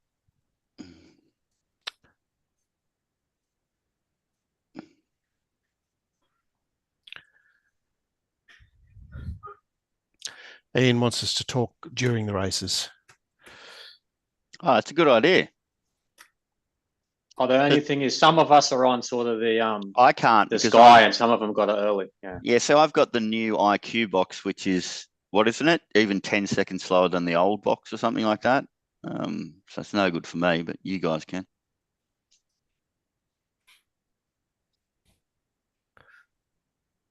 Anyway, yeah, he says he's driving. Well, that's poorly planned, isn't it? Yeah, I've got to say that yeah, the fact that Kaz has stepped into Storm Boy just should give everybody an extra piece of confidence, because let's face it, he's not provided anything so far today, and he's finally come out of his shell and back to horse right in my price range. So that makes me happy. He's singing from the same song sheet.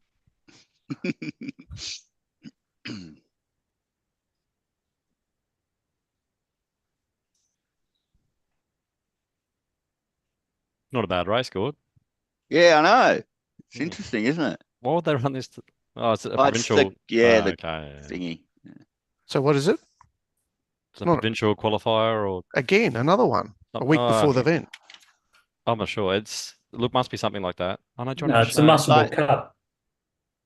You've got like all horses that we all know really well, which is why it's a really interesting race. Kinlock, Wahaha Falls, Commando Hun, Ida, Kamagai, Overriding, Russian Ronnie. You know, it's an interesting race. Right. So this is a handover from, when was Muscle Book call off? Thursday or Friday? Yesterday, was it? Maybe. Yesterday, yeah. Yep. Okay. Yeah, but didn't we all? Look, I'll wait for Sooty to finish and then I'll talk about something.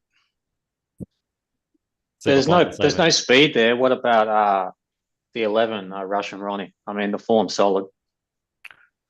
Yeah, well, he's a gentleman to be chasing it, and Ida sitting third. It is a walking race.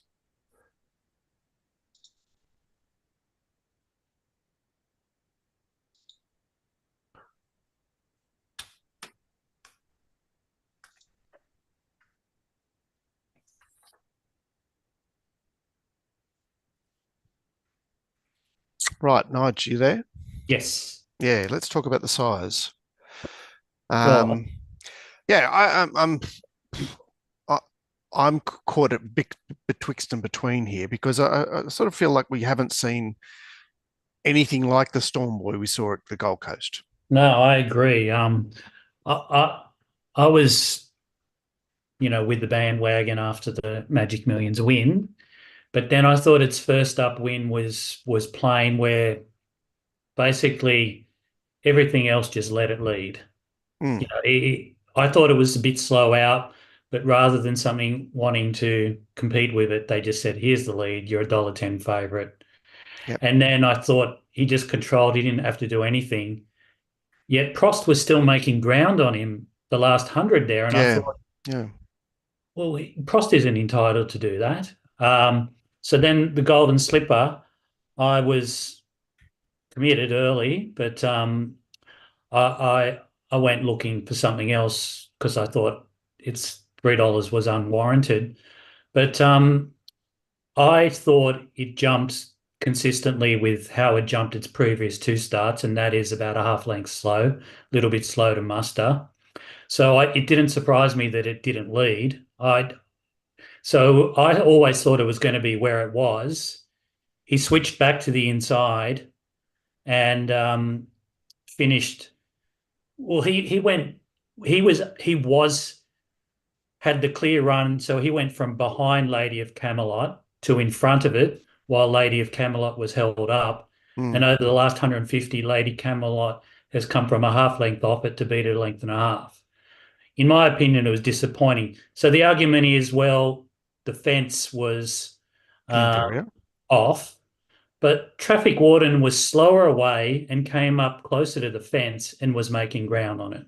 So if that's your argument, then Traffic Warden's a better run. Look, this is a bit like Sacred Feeling in the previous. Like, is the horse going off this prep? Because its previous runs, in my opinion, are great from last prep, but I don't feel it's a $2.40 chance here. I was happy to bet against it. But I believe that, databases and all that, look at its Magic Millions run, make excuses for its last start and are hammering it. So I don't. The excuse is what Gord has said, is that the rider was like made it run poorly by virtue of his poor balance. Well, for me, it's a weak excuse. I mean, Ryan Moore having No, it's poor not balance, something I you're mean, buying. Not something you're buying. That's what basically what you're saying. well, hang on, he's rated the best jockey in the world, and now he's a jockey with poor balance. Like if he's a jockey with poor balance, well, how many jockeys have great balance? Like, I don't know how he can get to the top of his field and have poor balance, and it's costing horses lengths. It doesn't mean that on one variable situation he doesn't have poor balance. Everybody has an off day. Of course, I consider Moore a great jockey with great balance, but on this occasion he rode it like a 2,000 metre stayer in Europe rather than a 1,200 metre 2-year-old in Sydney. So that's my retort on that one. No, I mean, I imagine the proof will be in the pudding in this race, but it's not something that when I look at review races that I put much weight on is the balance of a jockey. But I appreciate that other people do. So I'm not saying I'm right and you're wrong. It's just my way of looking at things. Yeah.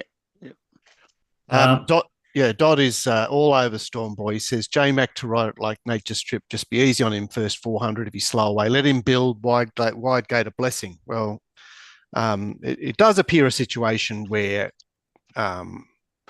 he's got no excuse not to show his wares. If we somehow create narratives about first up was just, he was half pie, and then in the slipper, it just didn't work for him.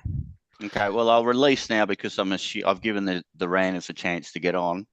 Stormboy is the best Glenn has ever seen it, and that's a massive comment because it's been really good previously. And the tone of his voice he was just blown away by the yard. He's pretty much declaring it. If that's an extra little push that some people might like or need. And on top of that, Mark, you'll see him pop up in the room after this race. He's coming on. So he's that confident that Stormboy is going to win. He's already booked his spot for after the race. So. Did he have a comment on traffic warden? I saw it get a bit fizzy on the TV. Hold on a second. I'll bring it up. He's put it in for fourth.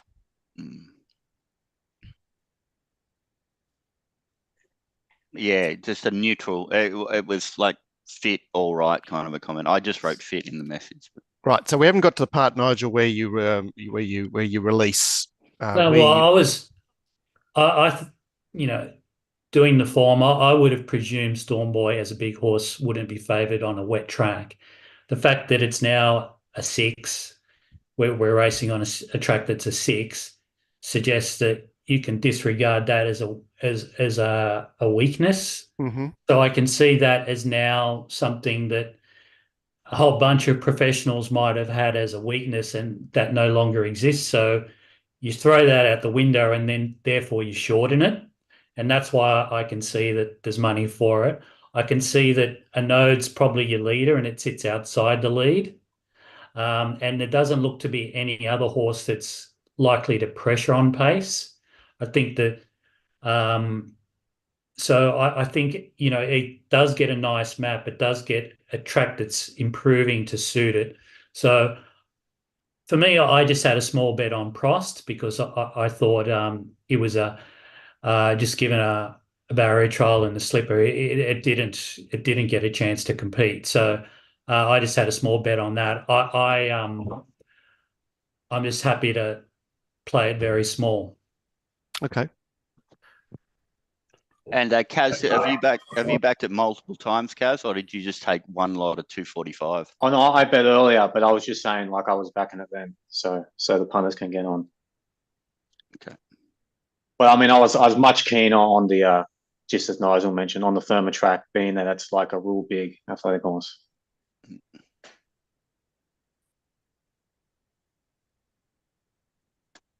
Yeah, for Melbourne. I backed traffic warden for 7.5 across. All right, that's Aaron. 3 traffic warden, 4 Prost. If you can't hear Aaron very well, we're in a delicate situation there because if he turns himself up, we get all the background noise.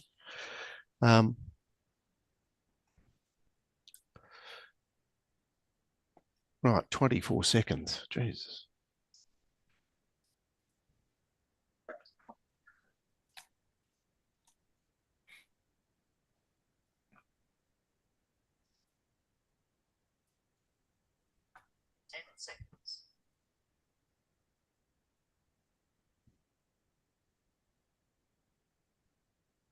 Yeah, so I think they were getting paid 30 million straight away for this horse. Mm-hmm.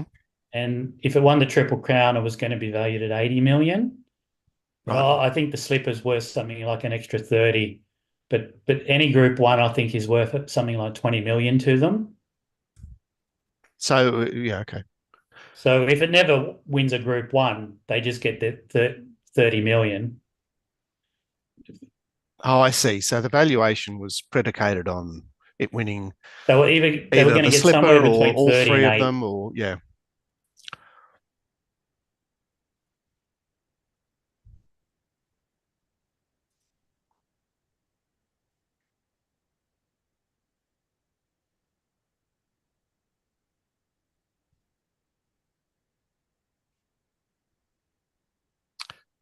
What's happening here?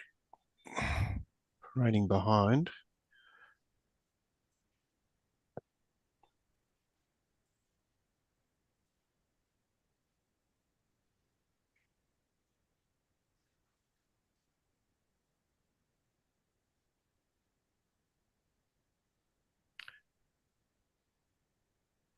Kind of interesting on the place price on Betfair, it's $1.44. I mean, normally you'd expect something at 220 to be about $1.30. Yep. I think there must be a few players in there that think this horse could flop or not run a place. You could win or not run a place, and therefore, instead of being $1.30, it's $1.44. So are you saying that if it was $1.30, you wouldn't be able to lay it? Because I mean, it seems I'm just saying fairly that the big discount. normal algorithm for a $2.20 chance is $1.30 the place on Betfair. No, I get that. I get that. Yeah. So I'm just thinking if you're in the category like this horse has had, you're against it, you just lay it the place because you think it's going to completely flop. And that's why I think it's paying pretty well the place on Betfair.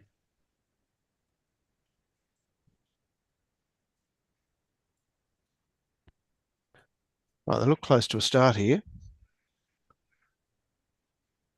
Are you going to give us some commentary, Mark? I'll do my best, Nige.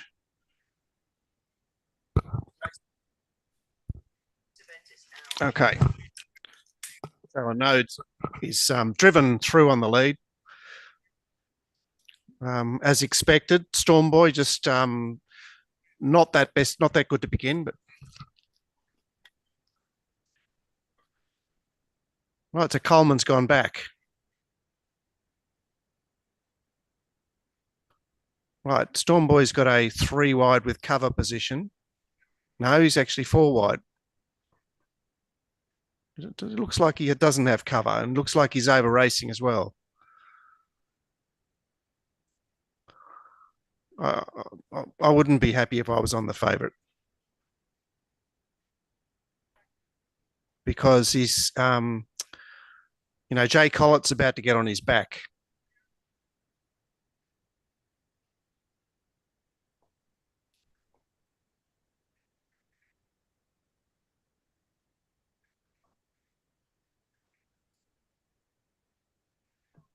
Say traffic wardens.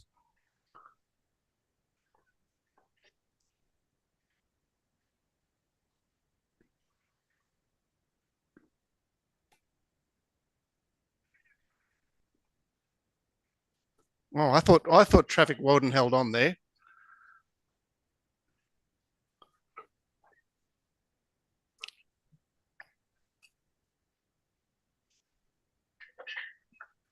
She's put her head down on the line.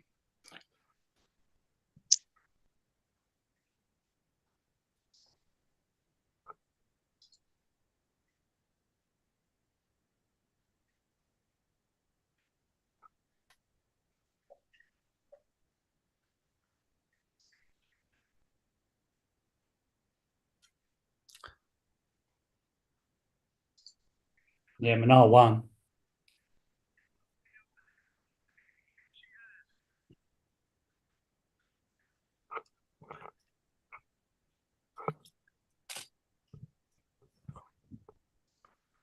Glenn will be dirty. Tipping the favourite, saying the winner was the only danger, but not recommending to back it.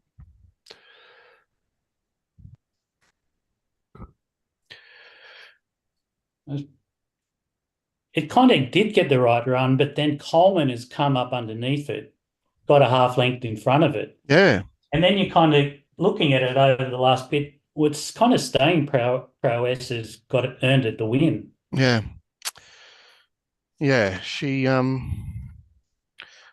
was thinking during the betting how ironic it is that it's actually Michael Friedman that put out those photos of Randwick being waterlogged and unsafe. Yeah,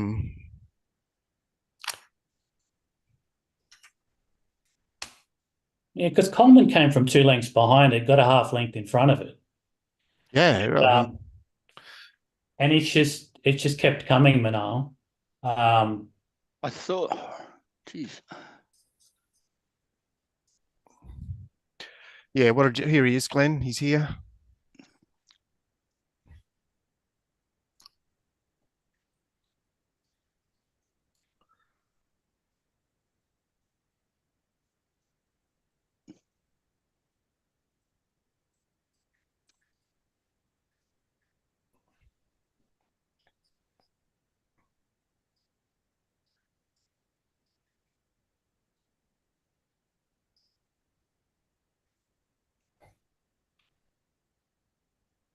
I don't know about Storm Boy. Well, there's nothing to know. I mean, that, he's sort of raced on a bit of a limb there and been exposed, but I mean, he's nowhere near the finish. Hey, here he is. What's happening out there? Hello, everyone. Hey, Mark. I hung up on you, Glenn. Well, that's not fun. Sooty. Yeah. Is that the serial killer? Yeah, Kaz. Can you guys hear me? Both of them. Yeah. I don't think do you need to be on your phone? Can you hear me now? Yeah. We can hear you. Yeah. So how is it out there? No one there? Is there no one there? Hi, Mark. Is there no one here? Yeah. There is about 3/4 of what I expect would have turned up, so not too bad. Plenty of room to move. Yep. Good buzz. Nice day. Track's good? Yeah, well, I think you need to get more to the middle now, Gord. What are you saying, Gord? Yeah, no, definitely the middle. It seemed that way earlier on in the races, and we were waiting for a little bit more info, and I think we've got that now. What do you think of J-Max ride there? Ordinary? Well, he was supposed to be OSL, wasn't he? I thought it was ordinary, and the horse over-raced. It was actually hard to tell because it was a bit obscured, but it did over-race. And he tried to tag to get into running line when really, geez, I thought it'd be OSL. I was sure it'd be OSL. But anyway. What's happening to all you blokes? G'day, Nige. There's Nige. Hi. Hey, mate. How you going? Yeah, well, we're, Hey, where's Snowy? Tough one. Like, what's its right distance? Snowy's right next to me, actually. He's over Yeah, here. But he's tell him to come and say hello. No, he's bar. pop his head in the screen. Just turn the screen around, Glenn. He's too busy. Just go, there he is. No, that's not him. He's not here. He's been too busy watching you guys, actually. Watching us back losers. That's what's been happening. He takes melatonin to get to sleep, but he said you 5 fucking make it a lot easier. And by the way, we've got the track as a 6, Glenn. What's that? We've got the track conditions as a 6. Right, wow. Which is obviously amazing. they updated here from the 10 to the 9, but we haven't heard any more. But like they're not marking the track at all. Blah blah blah. It's pretty amazing, isn't What's happening? Any wind out there? No, not really. Quiet. Nice day. Pleasant. Nice day, yeah. Just need to find some winners. So you did say that the winner was the only danger to the favourite. Here's Aaron. He's come back. It's really noisy out here, boys. I'm struggling to hear any of you. No, that's fine. That's fine. Thanks for coming to say good day and do your best in the last 4. I can't hear, man. Sweet, mate. See ya. Do your best. Where did Aaron go? Right, so racing at Eagle Farm, what's happening here? We're cheering for the 3, unless anyone else got something. Which is Friedman horse. Flag Hall. 4th on the rails. Oh, well, Friedman into Friedman, eh? And it's white sleeves, is it, Kaz? Yep. All right, it is a bit niggled, but and the one coming alongside it seems to be going better than it.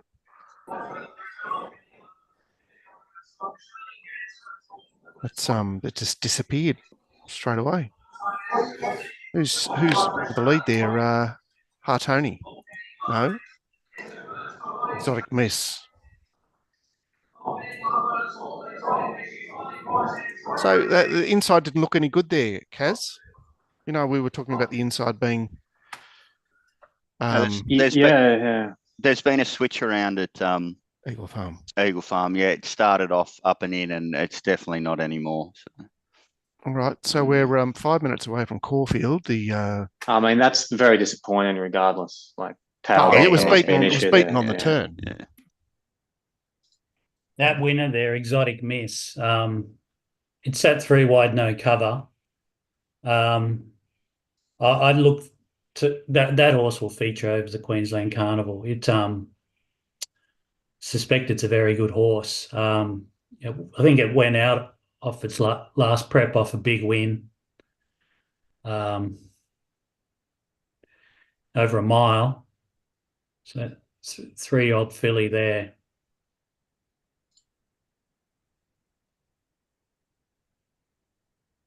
Yeah, so it won by 10 last start at Eagle Farm, and it's come back there and just. Right, so it must have won a much weaker race, Nigel. To be second pick in that race. Coonabarabran 850. I don't need that. That'd also be winning more races. It streaked away, didn't it? Aaron, your blokes have had a chance to back what you want. So, what have you decided on here? It's not a high confidence race, but I'm still backing the 1 Pearla. It's clearly at top now. It's got a much better fitness level than it's had its last couple. Pretty perfect. That's 1 Pearla for those who can't hear Aaron. Yeah, sorry. The 3 is close to top. It's probably only 1 run away, but it does have map advantages. So I'm going to back the 1, but I'm still going to have something on the 3 to make a small profit if it wins. And there were 2 good roughies in the race, the 5 and the 6. They're both parading well, and they look like really nice types over this distance. I've also tried to take a bit of a set against the 2. I thought it set up so well for it last start, being a fit horse in a strong race, but it was very toey out there as well, so it was another negative for me. Okay, well, let me just. 3 minutes away. What are your bets here? You had 5 units. What is your maximum bet, Aaron? So, what does 5 units mean? 15 units. 15 units. So, a third max, yeah? And 2 units on the other one. Okay, sweet. Yeah. Oh, this, by the way, guys, bet up on those 2 selections because Aaron is obsessed with brackets that are around about that percentage. It's his happy place, just like in a couple of races today. Yeah.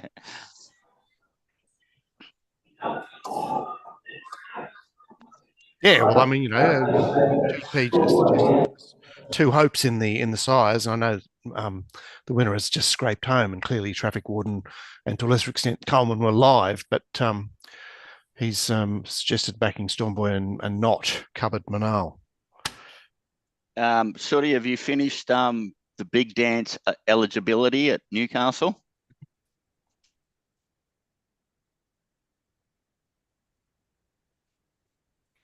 I think that's a no good. I have. Yep. How are they running there? Can they lead and win? Yep. If they can lead and win, I'd say the 11. I've got 11 and 10 very close. I think they're the 2 main hopes. Well, it's 10, 11. 10 was a great run in town last start, but stretching itself out to 1,500 seems interesting. Well, I know that you're a little bit negative on Doyle's second up too, Mark. Perhaps. I did like its first up run. I and what you see, Russian Ronnie is what you see is what you get. But maybe what you see is what you get is exactly what you want here, because you know, I think Kinloch is not at his top. Or how Half Falls is coming out of a very pooey Kimbler race. Look, the lines through overriding are so much superior to Russian Ronnie. And I've I got know overriding shorter. Yeah, and I know that like Aaron's backing Chain of Lightning in the big race in Sydney. So that line could be pretty strong, taking those into consideration. Did you notice like that last race where I finally backed a winner, the Sarah Ryan thing? Like it went out the back off a soft tempo, Trent, and still peeled wide, got going at the right time, and got the job done. So I'd suggest there's not a lot of problems with overriding's map. Which you can normally do at Newcastle. Newcastle's usually a pretty good track. So if I had a gun to my head, I'd be saying overriding. Okay. But well, that's what we have to do, isn't it? We have to use the gun. I'll be betting because I'm sick, but about to leap at Caulfield. There's bets that you know you're going to win, and there's bets that you just have because you're sick. And this is one of them. Basic Caulfield.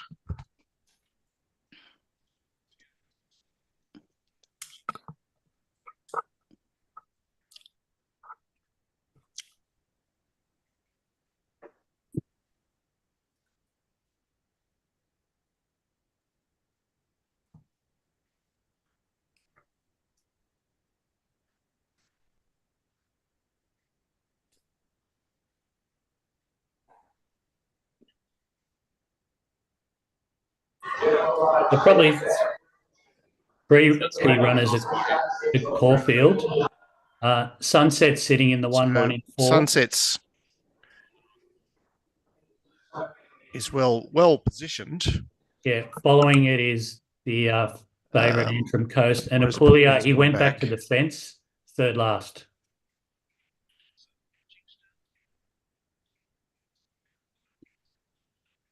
The splits are average now. They were a little bit quick early.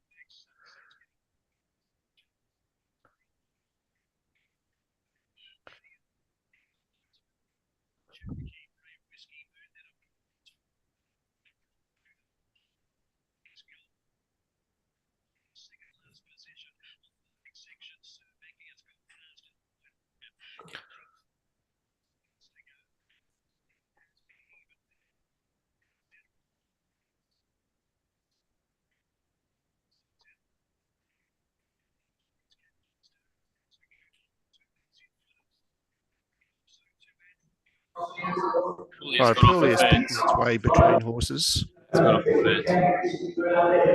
like the way it's travelling. It's going to track up behind these.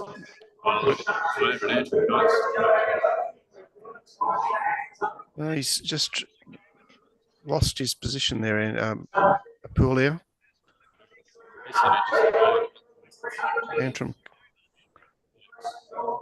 Antrim Coast is looking the winner.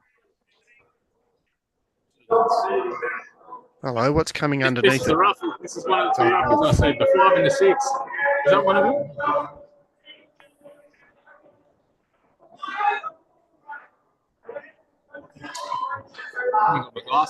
Right, 50's chance.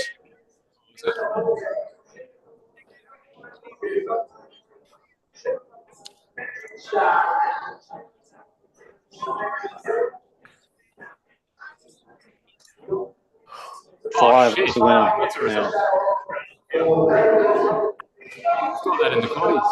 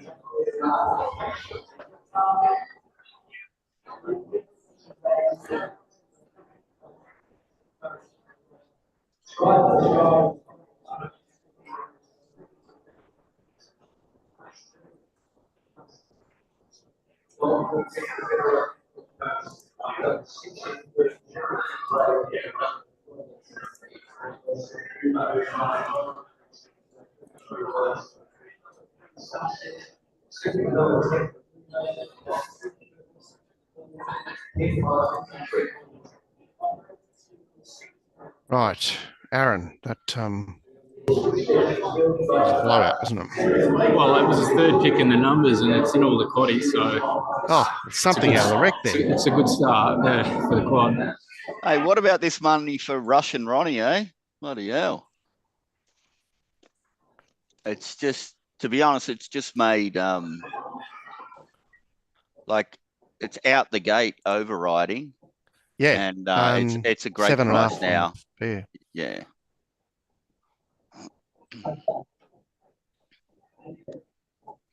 It's just map betting. I mean, it looks like Yeah.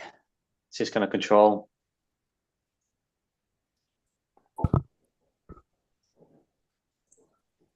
Right, let's check out the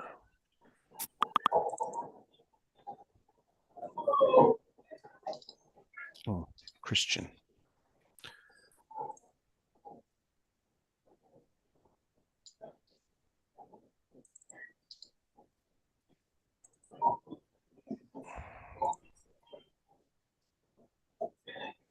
Christian.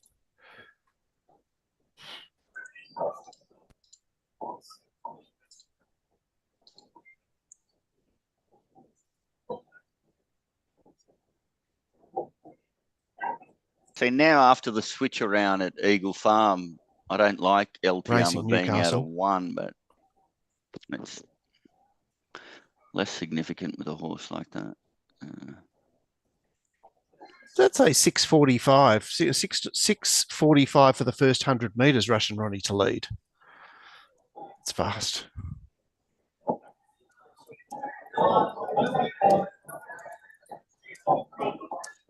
They've gone forward on overriding. Yeah, it didn't work in the 1400 at Randwick 12 months ago. But, Jockey's done the right thing by half carding. yeah.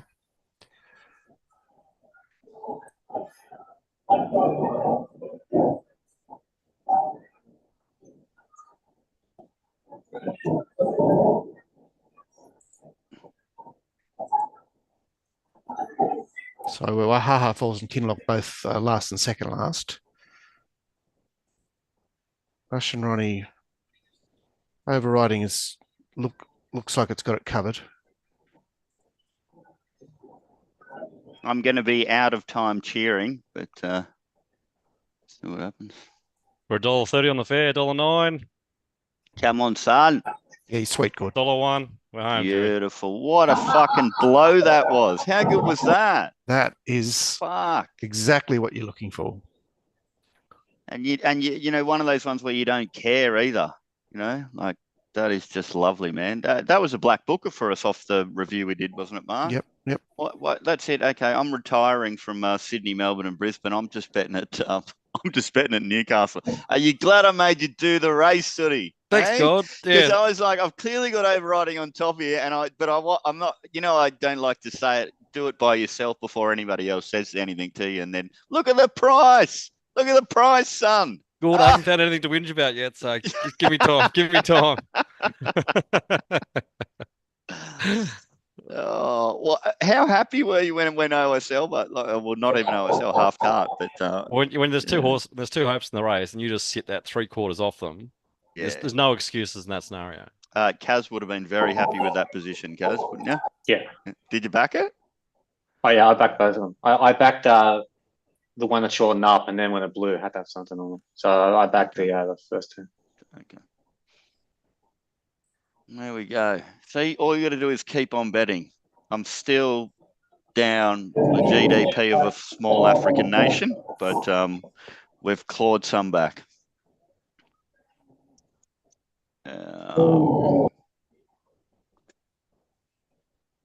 What the hell is this Gold Wolf, mate? I'm marked at $15, third pick, and I didn't suggest a fucking bucket. I just suggested I have it in the quaddies. It's so sick.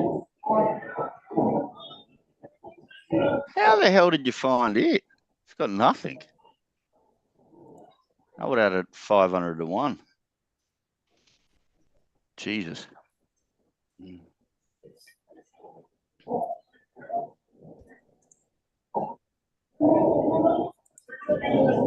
So, Aaron, what are you saying? You're saying that run at Sandown had more merit than I'm seeing, or what? Right. Oh, that, and check out its Tas Derby run, the start prior to that. I thought it was huge. Okay. Plus, just when you get over this trip, like right in the race, getting out to it for the first time, looked like a good stage.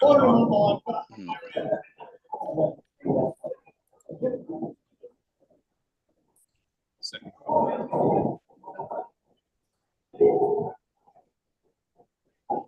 Anyway, we've still got plenty of good bets coming in. Still got plenty of good bets coming in. Aaron, can I get a comment from the yard on Sione, please, as well? If there's any improvement. What's that? It's not in my numbers. It's not in your numbers. What? I'd be surprised if it's not in my numbers. Okay. I'm definitely looking at that. Right. We've got 10 minutes to the TJ.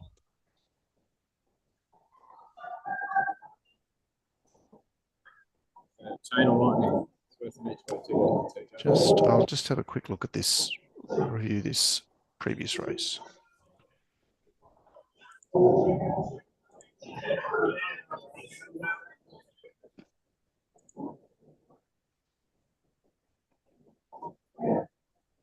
TJ's all over, guys. Come on.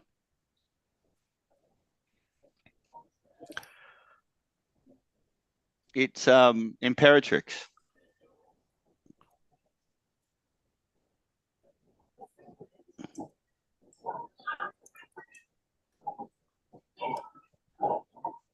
What about I Wish I Win? Now that it's a wet track type, but you probably wouldn't have wanted it first up in this race on a heavy 10. So now that it's just a soft track, what do you think about that? Yeah, I found a way to get rid of it if we were going to be on a bog. So obviously that is less significant now. But I think I found more reasons to be against Imperatrix on the bog than I did I Wish I Win. So I'm giving it more of a tick for the fact that we're on a 6 now. Yeah.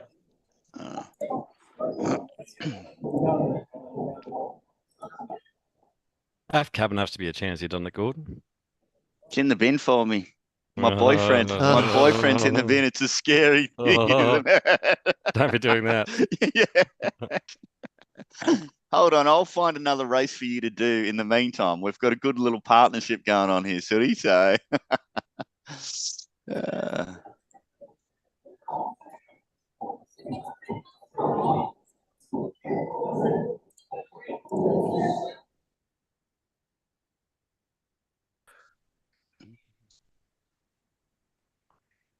Yeah, so the I Wish I Win it. It's coming back from the bone chip operation. Interested to see how it goes. Is there any narrative around that? I know people don't like the tiebacks and other things. The bone chip, is that significant? I don't know. I bought a share in a horse about a month ago called Amore Veloce. Yep. 10% share. It's a 5-year-old. It won last start at Doomben by 3 or 4 lengths, and it went for $700. And they announced that it was coming back from bone chip surgery. So I was prepared to take a chance on it, but that price suggests to me that they don't often come back. Okay. As well. Yeah, that's a giveaway, isn't it? I messaged Dot about going halves in it, but he never got back to me. So that's probably a bad sign as well. But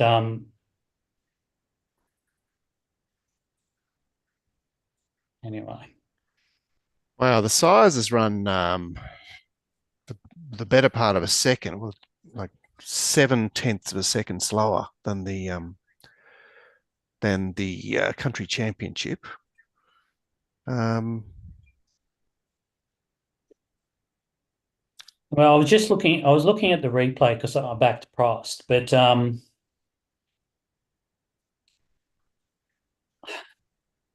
almost think it's the horse to beat in the Champagne Stakes. Who's that? Prost. We'll put it up the replay at some stage, a bit close to the. It got caught 3 wide, no cover, and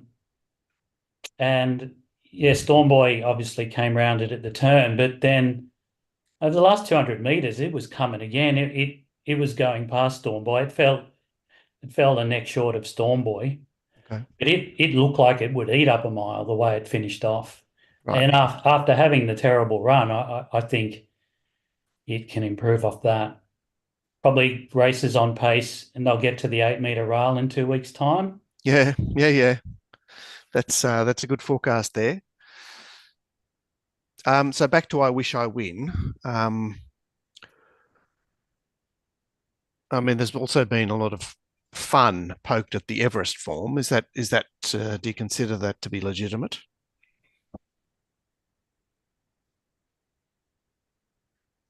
Anyone? Yeah, I do. I think it's rubbish.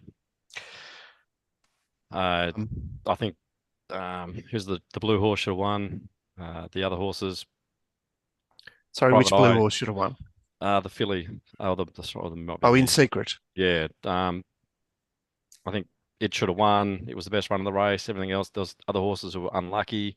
The winner had a birthday. They were all clumped together. I don't think there's much form coming out of it. Which is mad, isn't it? I mean, that's not really that's not typically our experience with that form. No, I mean, if you are rubbishing it, it leaves you with Imperatriz, doesn't it? Well, I've backed Af Cabin and Espiona, so I have gone away from it. Imperatriz is obviously a massive chance, but the way I price them, I'm never going to have it really that short. I need big margins. How short can you get it, Tootie? I've got it more like the 5-to-1 range. Yeah. Okay. Yeah, and is it favourite at that price, or is it? It is favourite. I've got it on top, but I just can't get rid of these horses around it. I Wish I Win. I've got $7, but I'm not going to take $4 about a horse coming off bone chips first up. You have to penalise at something. Anyone mentioned its jump outs?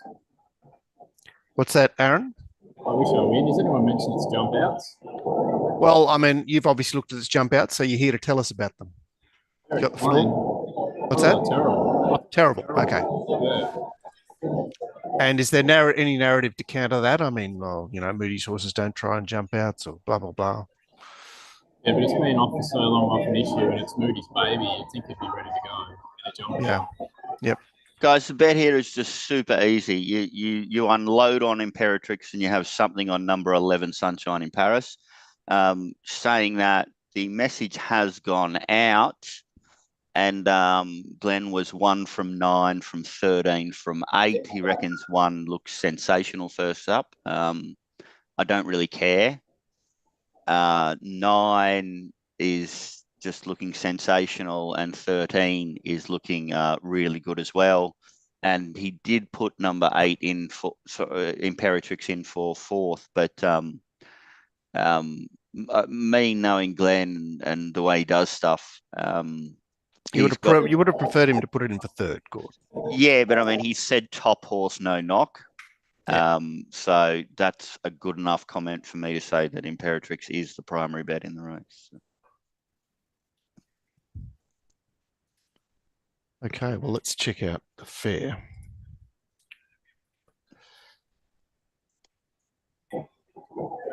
Sunshine in Paris being the firmer. Yeah, well, I'm on it already, but Kaz, you can't. What can't you do? You can't eat overs, mate. So.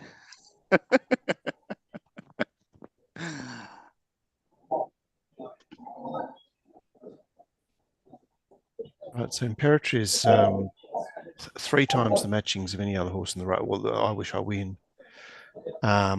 is more solid now than it was earlier on, which it's the where we're sort of less worried about the surface. I can really understand the turnover on Imperatrix because I understand there'll be 2 different camps. There'll be the me camp saying I want to go, and there'll be there's reasons why I know other people will be against it. Yep. Aaron, do you have a comment on Imperatrix, mate? Obviously, you've seen it a lot of times this year. You know, does it have upside? Is it tapering off? What's your story? I don't think it had much, if any, upside off its last start. Okay. It's pretty much, yeah, it was there to win the race.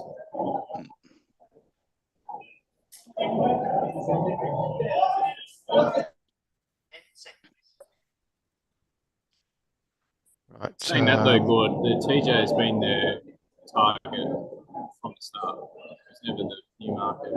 It's just, you know what, if you have a horse down as like, and you think it's the best horse in Australia, you know, are you really going to knock it for, you know, not getting the job done on one occasion? I'm not. I'm happy to go again when I already think you are the best sprinter in Australia. So what is it? Lost one race in 12 months when it had EIPH. Yeah. Like, so how don't you get involved around the 370 mark? Or to be honest, shorter. Chain of Lightning's my better result. The one seems to have held its price really well, considering sort of the question marks over it. Sure. I'll tell you what, it's going to be really funny. Well, it's not going to be funny for me, but if Half Cabin actually lobs, you have the rights to own me for. I'll tell you what, bragging rights for a while. Yeah, sort of. If Half Cabin gets up, I'll take you out to dinner at Jensen's. Okay. Again. So I'll actually be paying for it anyway. Very funny.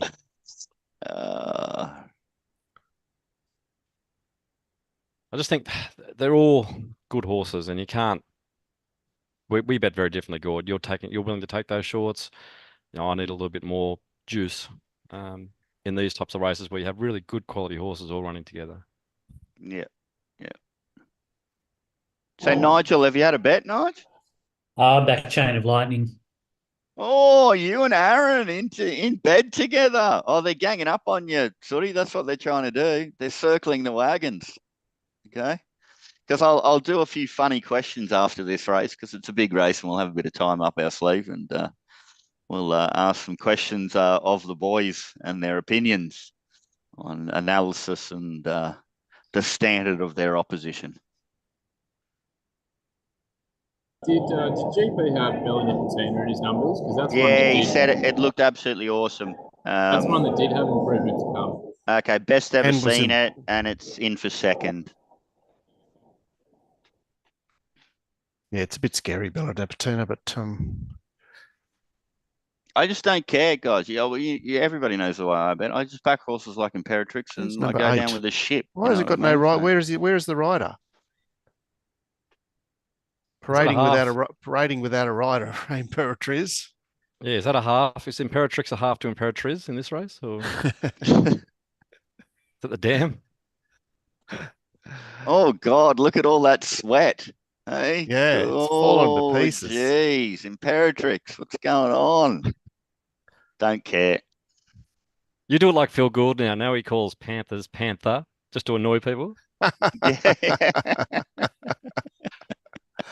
It's just trolling God people does it to annoy people as well. Yeah. Mark, have you backed anything, Mark? Yeah, Espiona. Oh, okay. Would like to be on Sunshine in Paris, but it's just a bit tight. What price did you have Espiona, Mark? 10-1. Yeah, okay. $11. Okay, I'm going. And I have Half Cabin $11, so something small on it, but Espiona I liked more. Yeah, I'm going for a lucky bunger, guys. I've been piping all day. I'm bringing out the big guns. So wish me what luck. did you do for the Newcastle races? The two Newcastle races. Sarah Ryan. Who's getting reshod here? Imperatriz, isn't it? No, it's Bella Patina, isn't it? Oh, Bella, yeah.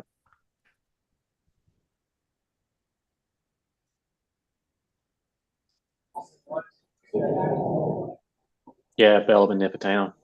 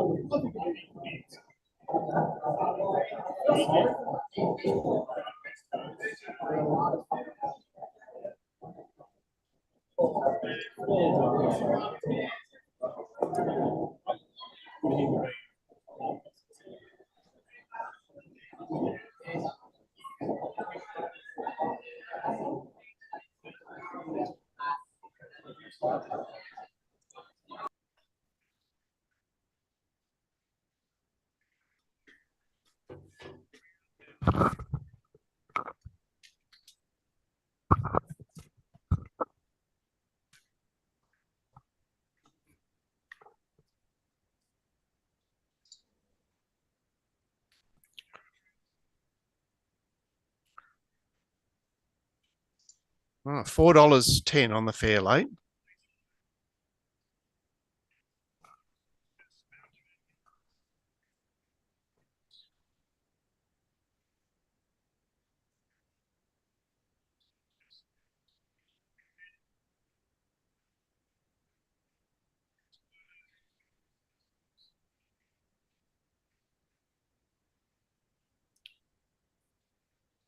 $4.40. Great start. This event is now in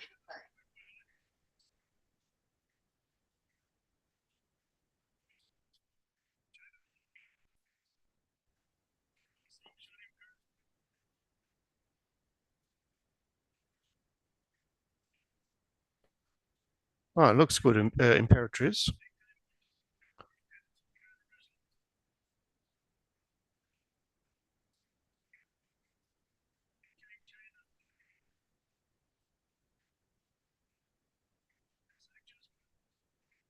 Right, she's in a pocket there, Imperatrice. How did he do that, J-Mac? So Imperatrice is trying to get out her. Espiona can't get a run. Sunshine in Paris down the outside.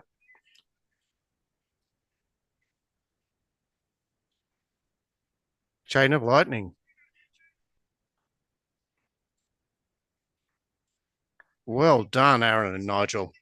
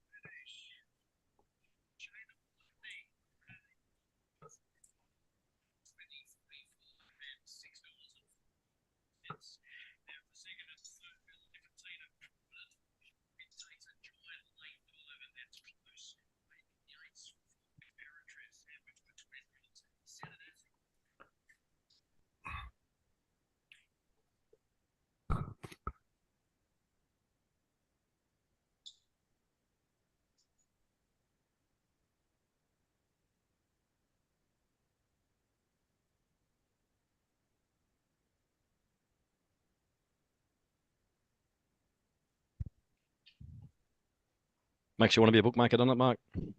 Oh, well done, Nigel and Aaron. They've basically nominated it. No, done well.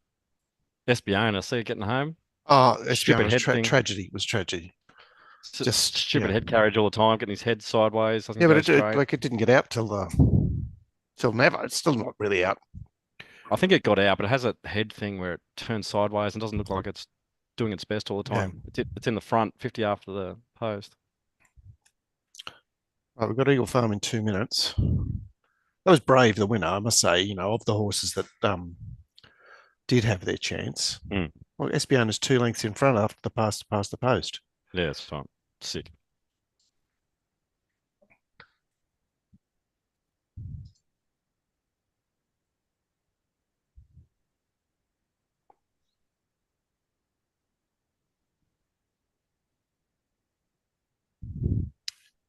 Gee, Willow, he rode with a lot of intent there on Bella Nipotina. Yeah, I didn't expect it to be there.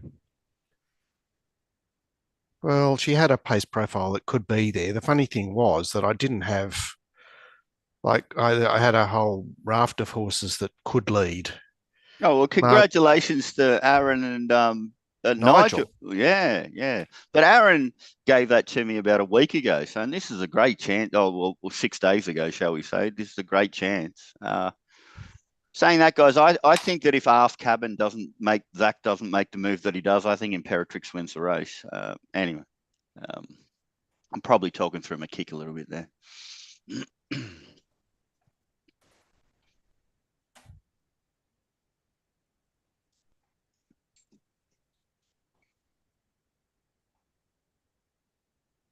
And coming up to Eagle Farm. And okay, we've got some good plays here, guys. Backing number 1, Dark Harmony, around $9. And we're laying 2 horses, and I love Nick's lays. So he's laying both 19 and 22. He gives them no chance. So let's see if we can get those 2 beat and get 1 up and have a triple collect.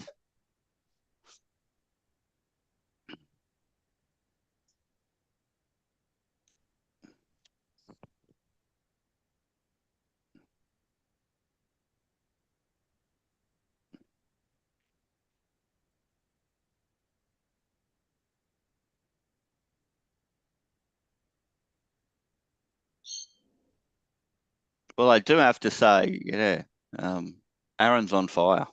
He's had some nice hedges get up.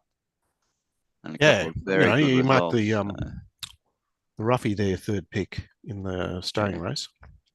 I told him he was the 3rd best analyst I've ever known. And he said to me, what can I do to become number 2? Because you're obviously number 1. You got to always think you're number 1, even on days like this. Hopefully we get a good yard comment for Sione coming up in the next at Caulfield.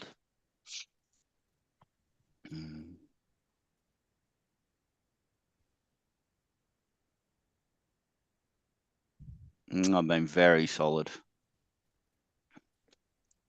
Right, Aaron's back. Come to get his congrats.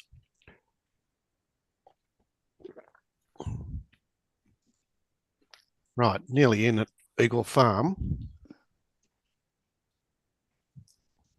Lightning, you start. Yeah, well in, mate. Well in. Just tell me that there's only 2 chances in this next at Caulfield, mate. Buffalo River and Sione, and that'll make me a happy man. 2 chances only, Buffalo River and Sione. And if you... There's one right down the bottom. Racing Eagle Farm. Mr. Maestro, I had a keen on here, but yeah, I've gone good bets on those 2.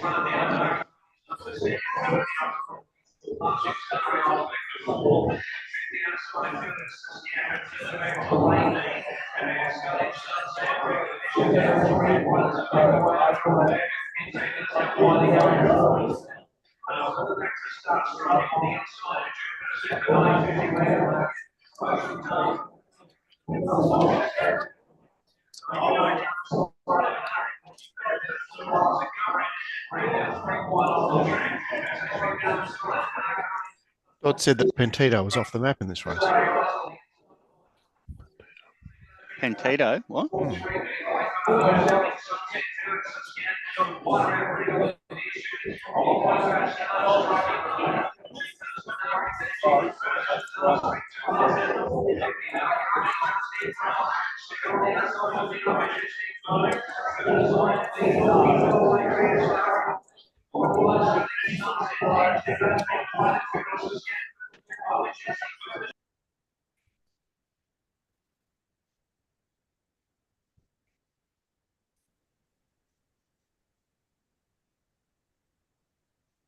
That was one of the lays, wasn't it? Yeah, well, that's a strip out.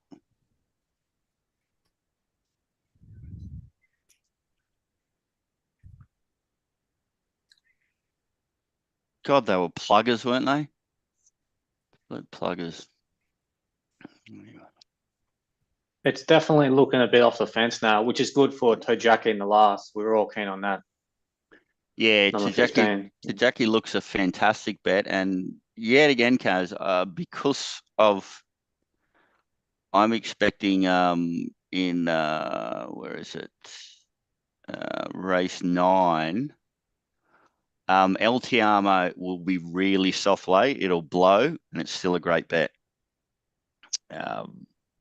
Just my little, when you love the wet, you can be in inferior ground and safe ground. Little Pearl, and you don't need to rush into the price. We'll get like over $8 late. So.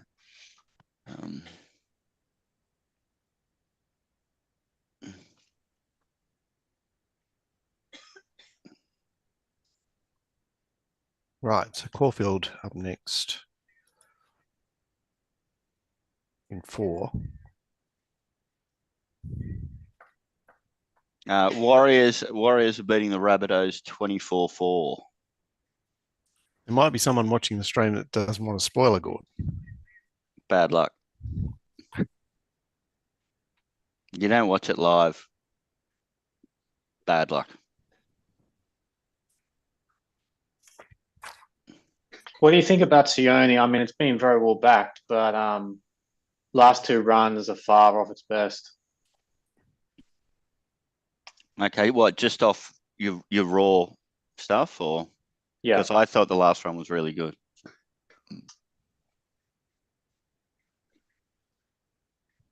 Aaron's talking away. Hasn't realised he's on mute. Well, I think, yeah. I was trying to tell you all right. No, it was held up. Had to check the heels first up. It always improves the legs second up.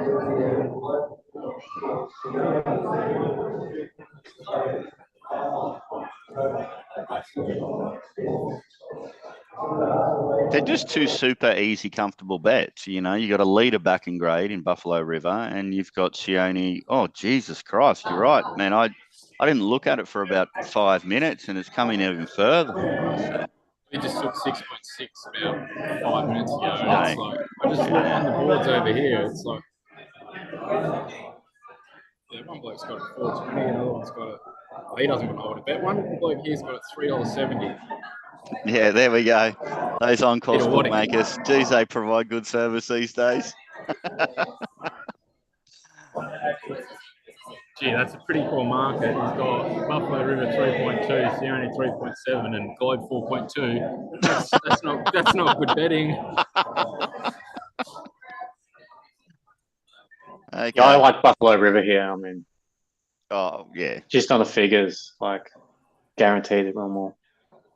Hey, Aaron, how's the 12 look? It's Mr. kick, Maestro. and I suggested to have half a unit on it at 80s. So I reckon it looks fantastic. Started 12-1 first up last time against Buffalo River. Now it's $95 on the fair. Yeah. It's a bet for sure. It was first up off issues, like a longish break. It's about 9 months. Yeah. Yeah, had 231 days last time first up. Ran okay. If it does that again, it's a massive chance.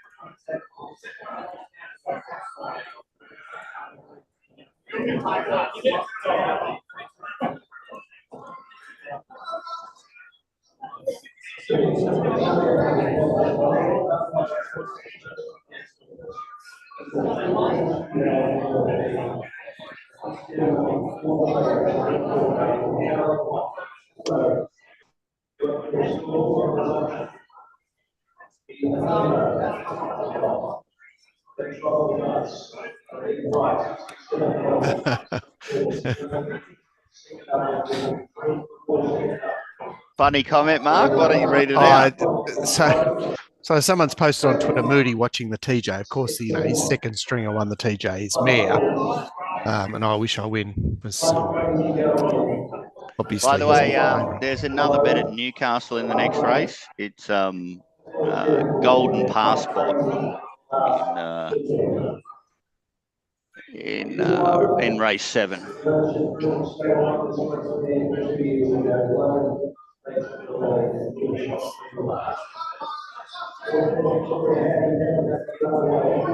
Okay, the track is getting slower, although They did. That was a bit muddlingly run, that TJ Smith, racing at Caulfield. Globe. Is that Globe that's pinged out? Oh, Edison. But he grinds, doesn't it?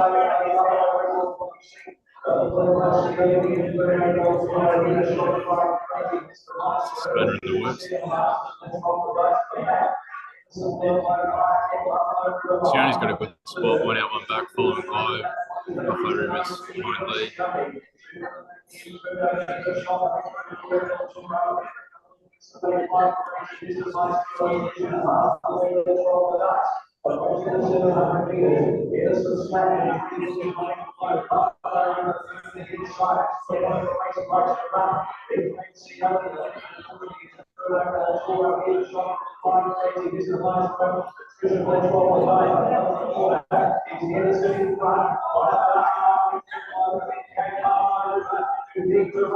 Sneak it out on Buffalo River here.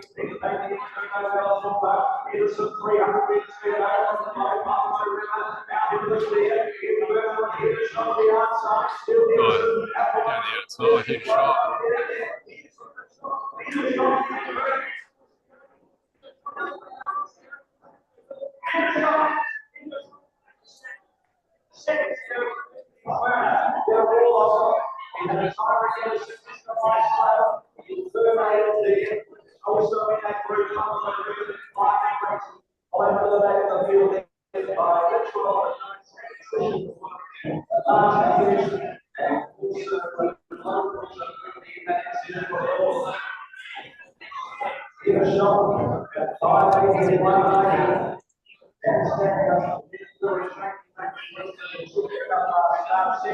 Right.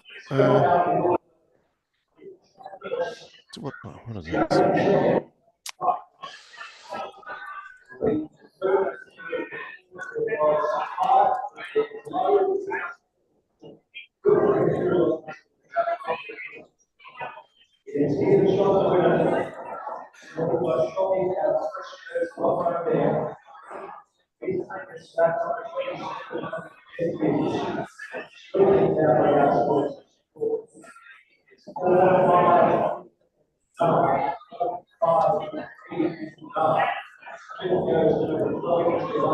Hey, Aaron.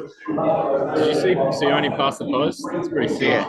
Yeah, so what did you just hit a flat spot? What happened there? You know, because you tear up your ticket on Buffalo River after after the start. I believe she did pick up in the lead. Yeah. Yeah, Sioni was 6 lengths in front, past the post. Maybe we Really just weird. went one start too early. No. Yeah, we'll see.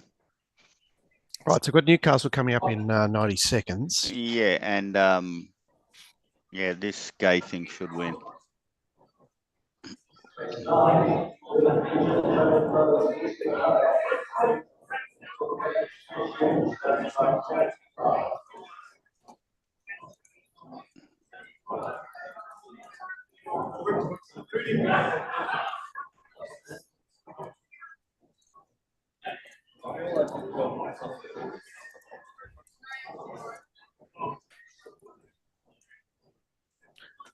Golden passport.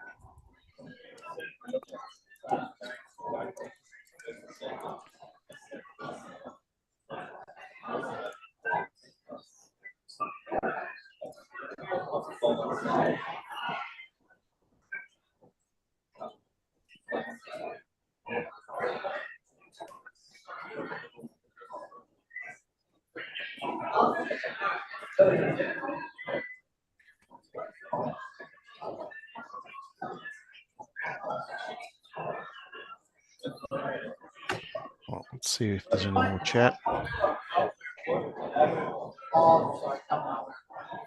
Body's alive, something.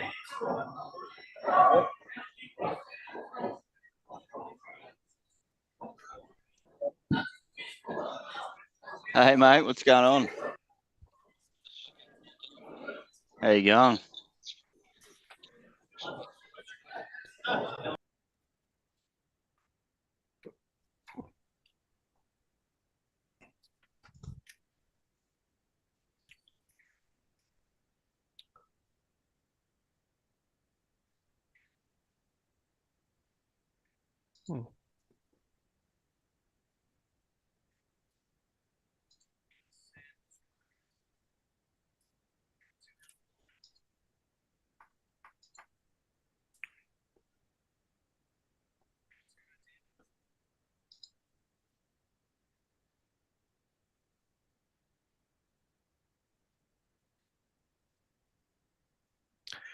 Gordon in his happy place at Newcastle, about to jump.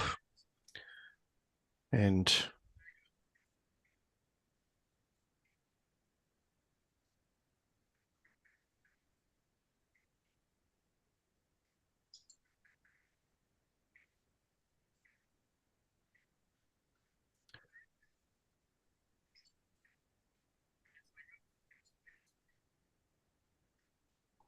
eventually found the lead. They had to go, they had to break 11 to get there.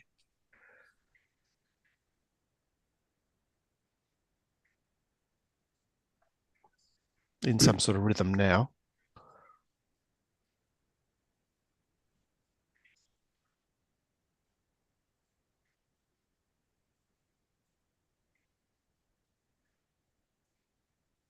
I'd be a bit anxious.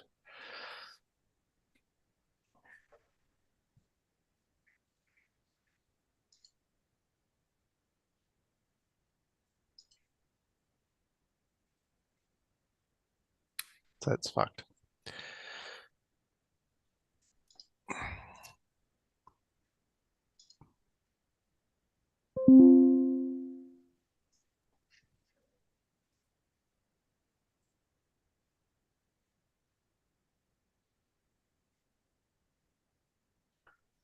Right.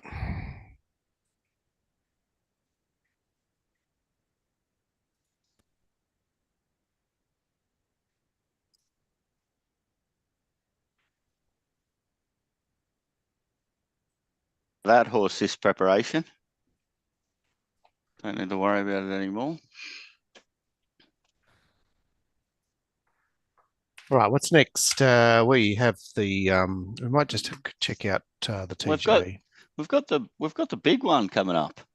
Yeah, but it's 12 minutes. It's 15 minutes away, so it will be 15 because they won't start on time. Dodd's backing Lady Laguna in the Donny. Aaron's backing Another Wheel. I'm backing Another Wheel. Nigel, who have you backed? I'm going to back Another Wheel. I haven't had any bets on the race yet, but yeah, I was thinking just two horses, Another Wheel and Lindemann. Yeah. Yeah, so I Lindemann caught my eye here, Nigel, and I'm trying to rationalise the race last year, where he went forward, and he was cooked like very quickly. I mean, I feel like his win last start was better than his win the Rosehill Guineas last year, but I mean, it's too early to tell, but I mean, he beat Carlapore by 5. I get it. It's a strong. I mean, it's a high rating race. So beats Carlapore by 5 and drops 9 kilos. I mean, it's a good litmus test for how bad that race is. I mean, even if it wins, you could argue, I don't know. I just think there's those two very positive variables are enough for me to have something on at 20s, whereas I wouldn't have backed it at 20s on a heavy track. Yeah. Now it's a soft 6. I'm happy to have something on it at 20s. But it would take a very good ride for it to win. Oban Boomerang is quite solid in the market. I was, because no one's paid much attention to it because it's first up, obviously, and no one really likes the Golden Eagle form either. But does it fit in there? I mean, I suppose. Oh, yeah. You asked Kaz about that one. So you got the floor, Kaz, Oban Boomerang. I backed it in the Golden Eagle, but I mean, it hasn't done anything since then, so it's very. Of course, it hasn't. It hasn't run since then. It was Yeah, bias assisted and it beat Pericles. Yeah, but it didn't. That's a bit of an illusion because Pericles was just up on the speed. Like, I mean, it was a very slowly run race, and this horse had to basically, just followed it through, didn't it? Yeah. I mean, I was comfortable to get rid of it on the heavy track. Now it's just a soft track. Yeah, I mean, I don't hate the back what I'm asking, Kaz, is like, how do those figures at Japan line up? Like, I agree with Nigel about the Wheeler. It's age improvement, so like they don't measure up, but it might have age improvement to come through. Okay. Yeah, which you have to speculate on, don't you? Let's just saying all that, yabber away about all the horses you want. Another wheel, Jesus, just put it on. Keep putting it on. Right, I'm just gonna. I'm really keen Celestial Legend here. You guys? Oh, okay. Have any opinion on it?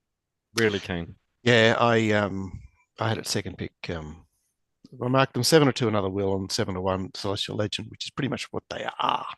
Yeah, you want to be in the first 6 to 8. That's the sweet spot, being in that Goldilocks zone back there somewhere. You want the horses to go too hard in front, and you just peel out off them, and then the back markers you get right back struggle to run you down. Celestial Legend gets in a perfect spot here. It's going to sit just behind that leading bunch. It's just going to peel out, and I think it wins. What is your pricing, Sooty? Like, what have you got Celestial Legend, and what have you got another wheel? Oh, I've priced it very aggressively, good, because I bet off the price. So I've got Celestial Legend around the 2-1 mark. What? So what price have you got another wheel, Sooty? Oh, I've got it 8-1.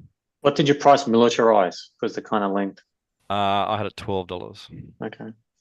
I mean, Celestial Legend is much better placed than Militarize, based on the runs together.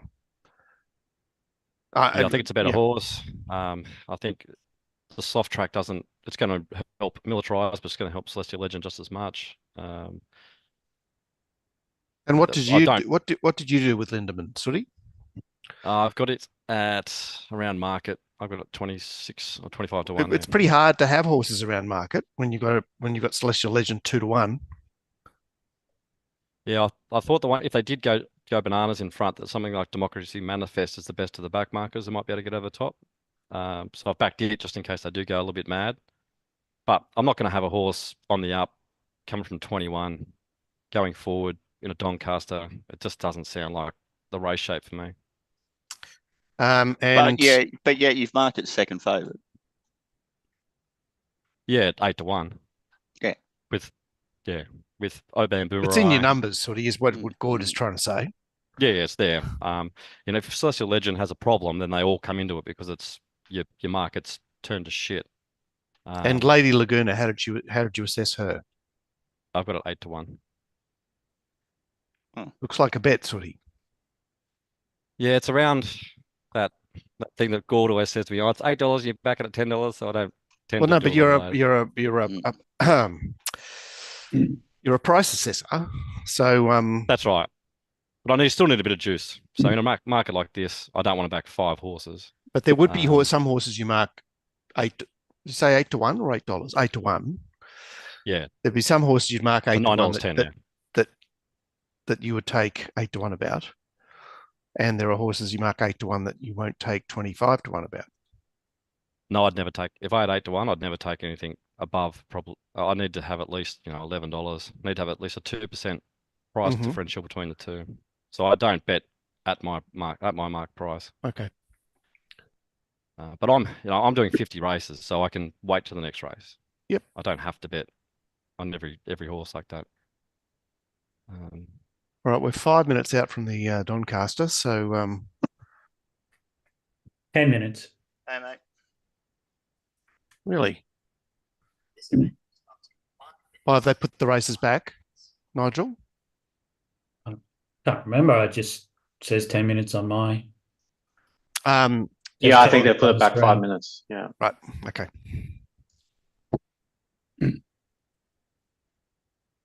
All right. Well, let's just watch this TJ then while we're waiting for Gord to come back to harass us.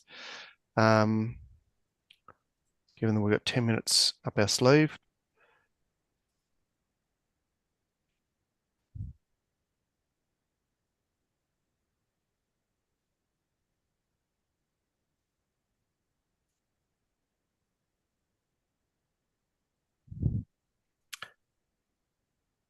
Right, so Marzu jumped best, but Bellin and Patina given a very positive ride out of the gates. Coal Crusher is urged forward. Imperatrice just handy under her own steam, and Chain of Lightning zooms up, or slides up the inside. Magic Time on the rails behind her. Aft Cabin caught out wide. I Wish I Win in between horses, and the red colours would be. Can't pick it out. Sunshine in Paris back in the field on the outside of Willinga Beast, and Espiona is underneath. Wing slides underneath Willinga Beast, and out the back there is Buenos Notches.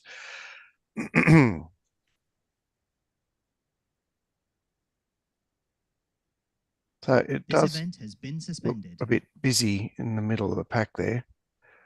Yeah, Nash trying to follow him through on Espiona.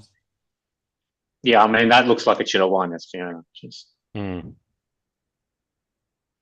Well, you don't know, because when she gets out, she doesn't like to savage the line. It looks like a little one.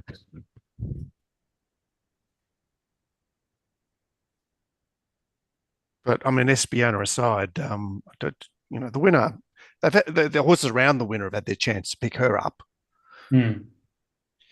Yeah, I Wish I Win probably had the easiest run in the race presented. Kind of was never getting there. Yeah. And what do we say about Imperatrice?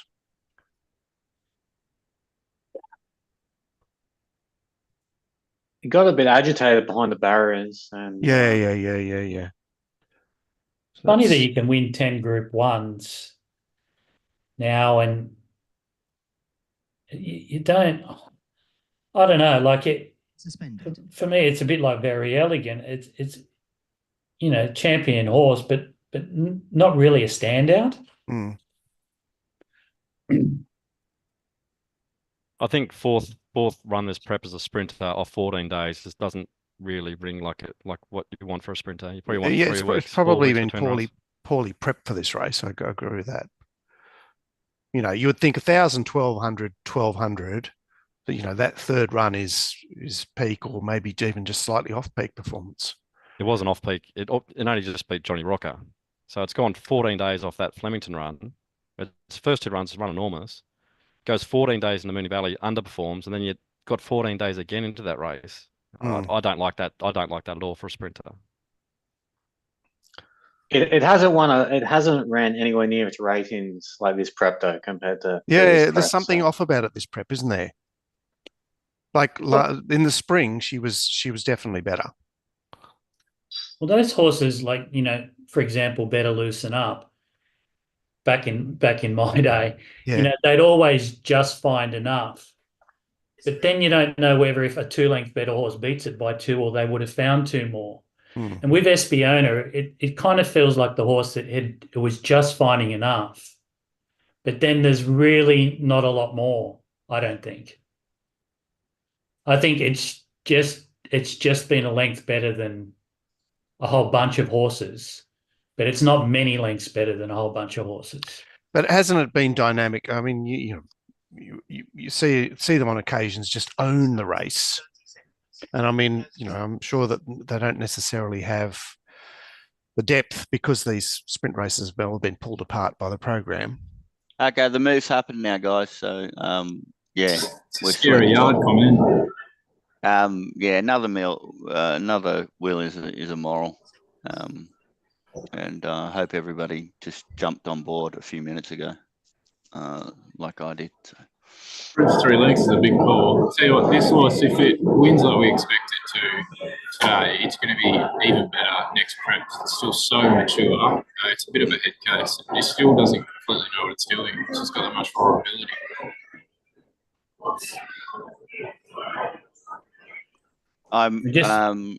And sort of, I mean, I know you don't care because you're like me, you just back your own stuff. But it's quite interesting that Glenn didn't even put Celestial Legend in his numbers. I don't think he's a fan, is he? he might have poxed that whole race, which you can do. You can go two ways. Yeah. I've poxed every other horse out of the race except for Celestial Legend. Yeah.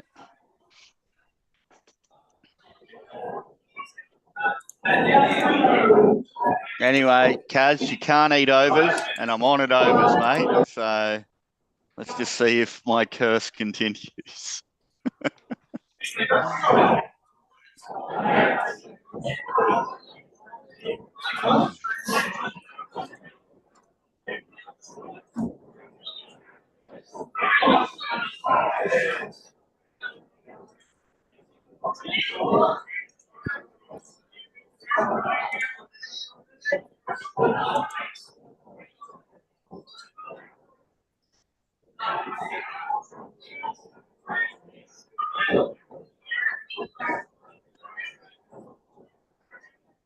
Okay, so who's bet? We know what Sooty's backed. Anybody else on? Aaron, I'm sure you didn't bet in this race. I'm on another wheel and back playing Laguna and Boxing Manifest as well. Beauty. Kaz, have you backed anything? Yeah, I backed Militarized when I thought it was going to be a super heavy track. So I'm on 4, 12, 18, 19. Another wheel just to break even. Beauty. Nigel, did you get on another wheel or did you miss the price? I took 420. Yeah. Slightly. Well, I missed the price, so I'm not on. I could have been on if I had thought there was the race was on 5 minutes ago, but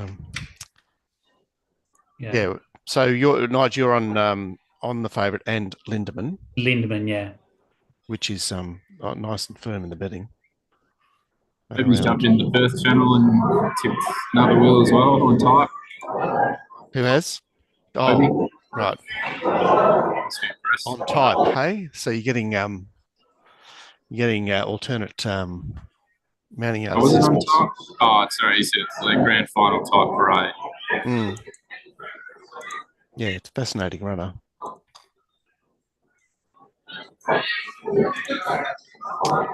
Right, so we're 2 minutes out from the Doncaster. Come on, another wheel. Kids need to eat.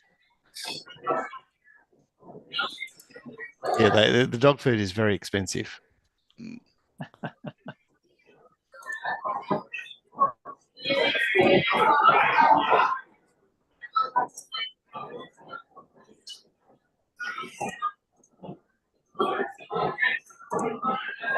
Dodd says that $26 about think about it is mental. Longer, you reckon? He says, I've had so many bets here that whoever wins, I lose. Well, I can tell everybody that one of his bets of the day is coming up at Eagle Farm in race 8. So I will release. Actually, I better release now because by the time the Doncaster jumps, we could be stuck for time. Yeah, Dodd is super keen on number 13, Red Top. Obviously, he's shot better than currently available, but he really likes it. And I have it on top as well. And the other one I was going to play around at long odds is number 2, Dark Dream. So I was 13 from 2 at next in Eagle Farm.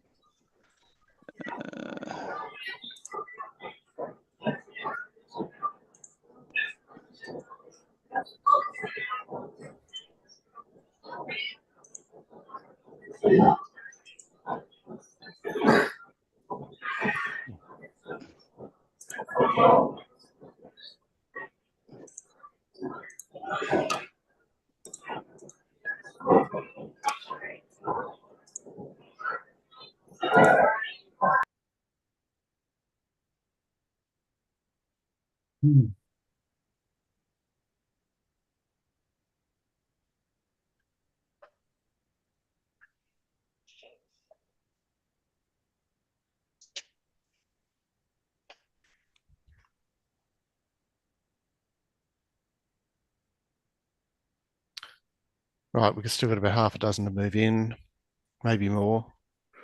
Can't see.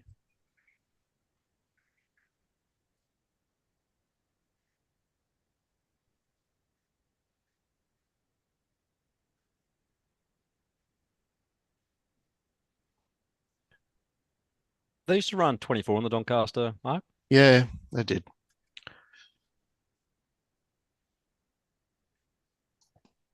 Can't they fit in the parade ring? Probably not. 14, Pearson goes in. Right. All set.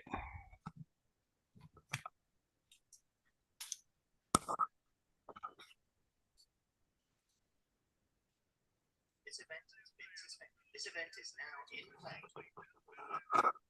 Molly Burke, she's good at getting them out the gates.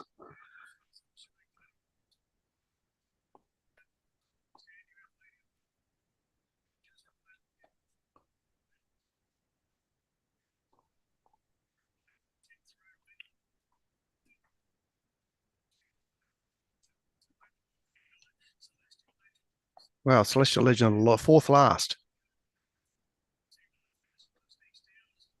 Yeah, that's not ideal. Right, so it went 10-4 to the 1200, 11-1 to the 1000.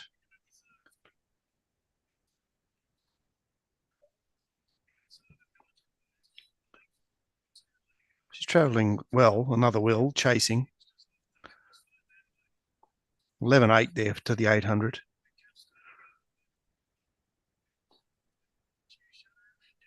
They're going a bit faster than they drop anchor.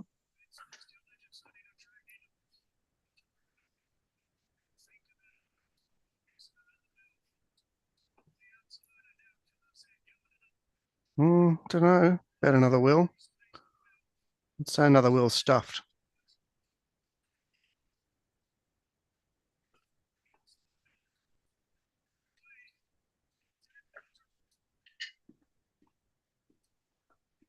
Celestial Legend.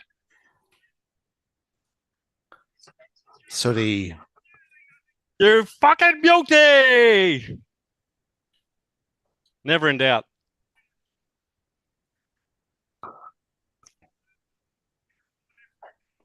Did Militarize run second? No, I think the 3 Fuck. didn't it?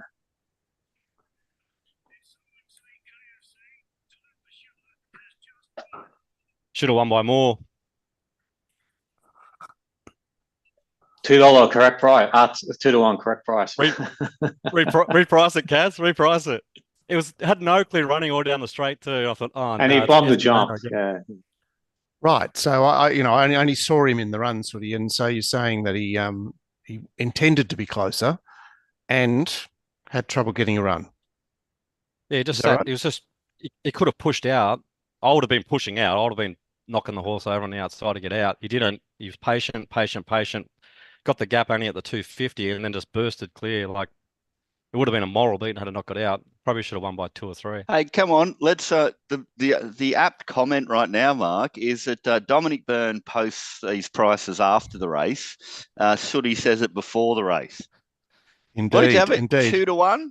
2-1 there, Sooty. 2-1. I got it wrong, Gord. It should have been maybe even money.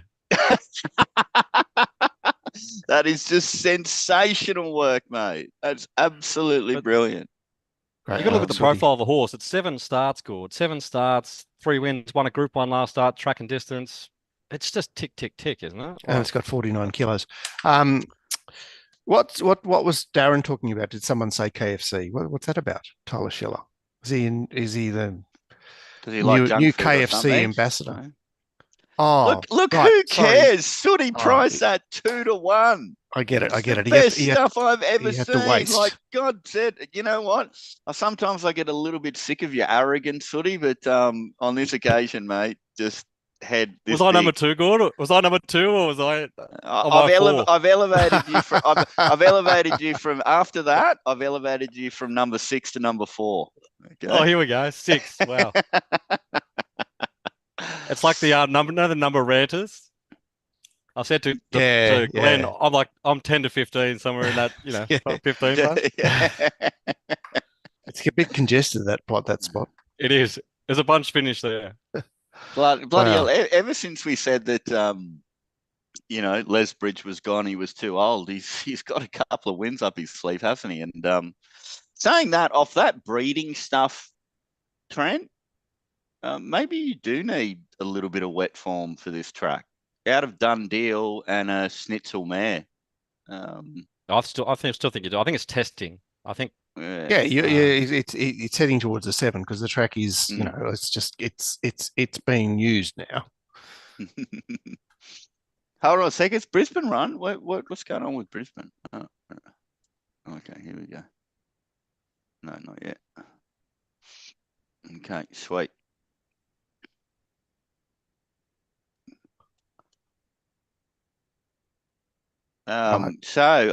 Sooty, do you want to tell me why you think that you're better than Nigel? I don't think I'm better than Nigel because Nigel has 24 hours head start on me, so it's a lot harder for me. You don't need a head start in situations like the last race, right? Well, do you want to touch on what happened with Combat, mate? You want to give us the gist on that? I think everybody would like to know because they were so excited about a new betting product, and for some reason or another, it didn't work out. What's the story there? Yeah, Jake did a fantastic job. Come up with a new idea, which I thought was, basically the next Betfair, and we got some support. Guys like Kaz and the pros jumped on, and the arbors jump on. So if the pros and arbors are there, everybody should be there. But it's just hard to pull the rec punter away from, the coupon betting and the deposit matches and that type. So we just didn't ever have enough rec punters to do it. So we got to a point where the model was, we could make a little bit of money out of it, bust our asses, do the admin, play within the regulations, do that, bust our asses, and maybe make a small earn out of it. It's like, do I really want this? So the next point was, do we do some marketing? Do we do big push? Do we go out there? Do we get some hats? And well, you've obviously got a hat, mate. So. Yeah, it's going to be a reminder. It's going to be a reminder forever. It says, punting, doing form and winning on punting is much better than doing any kind of business or any kind of admin or anything like that. So you get worn down by the admin of it, and bookmaking is one of the most exciting things you'll ever do. It's so good. But then when you have to go and do your tax, do your all your entries every week and do the admin to it, and you go and send an email out and you've got to check 24 pages of bloody regulations as to what you're going to send out. You just think, oh, why I couldn't be stuffed. So, Jake, the product was fantastic. Obviously we had some issues. We kind of got to a point where we could have invested heavily in tech. There were some issues around the security of our tech that we needed to square off. And we could have gone and paid 20 grand a month for tech and then had to go 7 days a week. And I was like, just put it in the bin. But I think it was a brilliant idea. Jake did a fantastic job. It was brilliant working with Jake. But you need that support of the rec punters. And if you don't get that, you just don't get that cream. And then you're just battling guys like Kaz all day, which is fun, but it's testing. It's like the track. Not very profitable.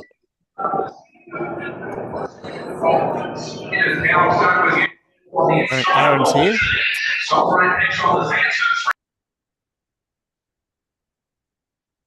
Hold on, we're off. We're racing in Eagle Farm here. Right. So what are we cheering here? We're cheering Dark Dream and Red Top.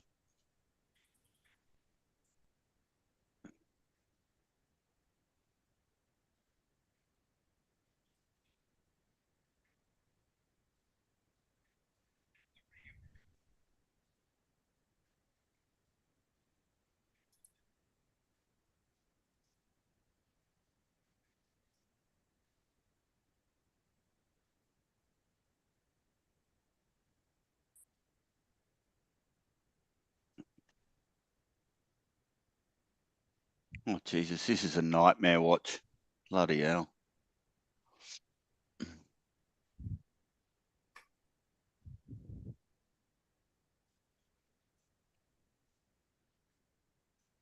So has it got home? No. Red Top is just like it was. Red Top. Red Top. I'm looking at Red Wave. Yeah, it's Red got Top. checked a number of times. It was Dodd's bet of the day up there in Eagle Farm. So. All right, Caulfield in 5 minutes. Aaron's busy.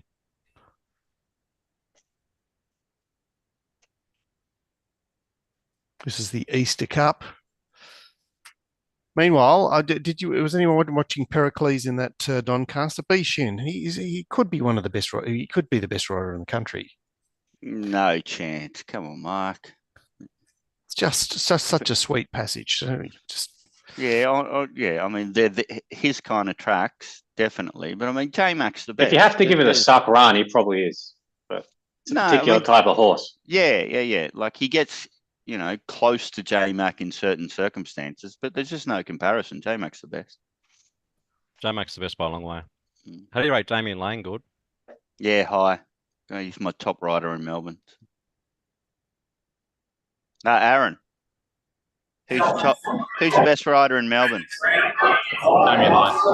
Yeah, there you go. And Zara, when he is there for a reason. Focused. Yeah. Yeah, what are you doing here? I've had a massive bet on first of all. Someone just put up 350. I'd go and take that again. I love it when a guy needs to run away to put another bet on. I think it's fantastic. I can't believe the improvement from last start. I was shocked that it won when I've got a lot of time for it. It was so big, and I was expecting it to look like this next start, not today.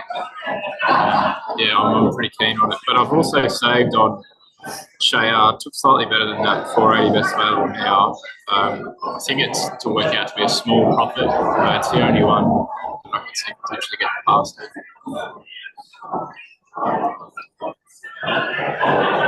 Berkeley Square paraded well, good, but I've had enough of it. No, please. Enough. Well, the Ruffy liked future history. Still got a bit of improvement to come, I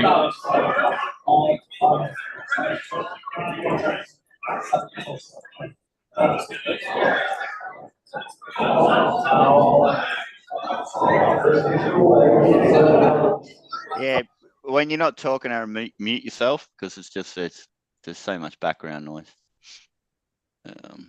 Yeah, I'm really glad to hear that because I was very keen on First Immortal, and the wrap from the yard, I mean, sort of explains the blow, and so I'm happy to back that again. Beauty.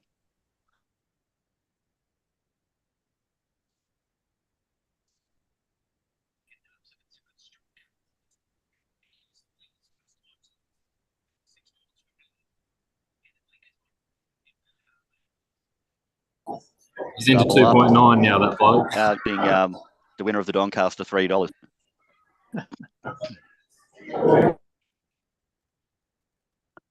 Okay, it's nearly 5 o'clock, so I can have a drink.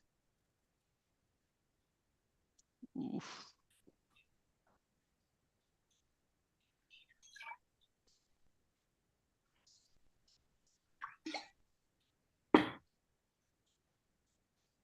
So, Kaz, what price did you take First Immortal? I took the first price I took was $2.95. So, no, you're averaging. I was surprised. It's not going to start like $2.50. I mean, obviously they're back in 11. Like that's fine.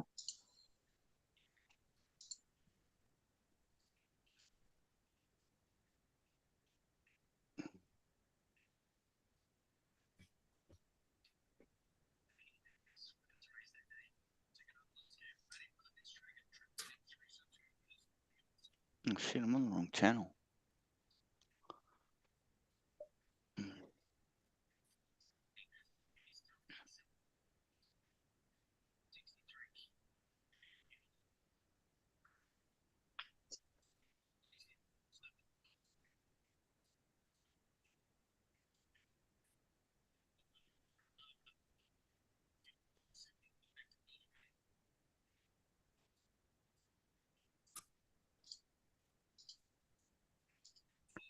Okay, now one of our, I mean, it's after the events happen, but he's a very honest man. He's a pro that specialises in Brisbane. He got the first 4 in the Doncaster. Anybody know what it paid? You can tell me what it paid. But obviously, Oh, he's you want me to taking look me it out up? to he's taking me out to dinner. There we go. Next time I'm in Brisbane, which will probably be in 2035. 23,000 super tab. Oh, okay, sweet. One ahead, yeah. Well, he might have even had it a couple of times.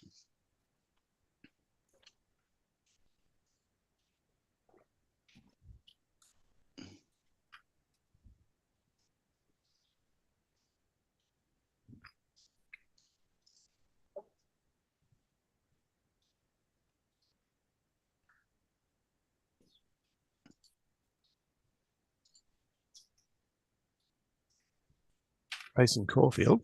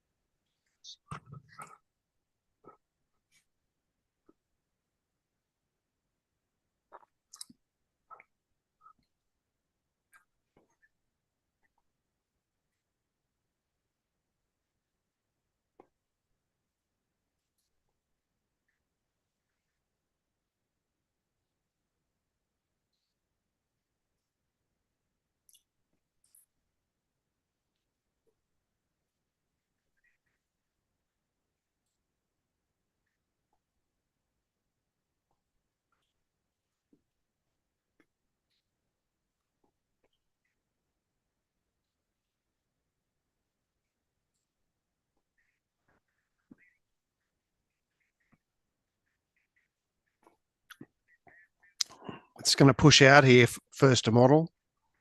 Oh, no. Hang on. Pulled the stick on for first to model. It's stuck in a pocket.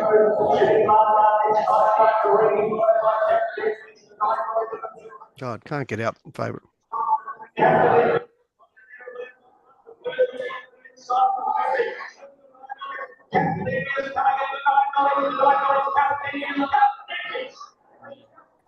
Shin off, J-Mod on.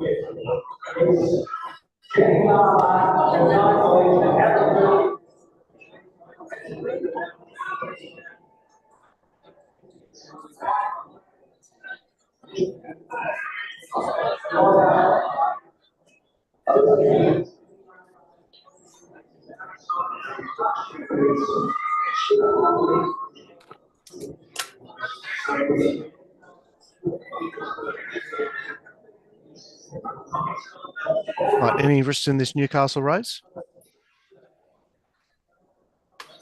Take that as a no.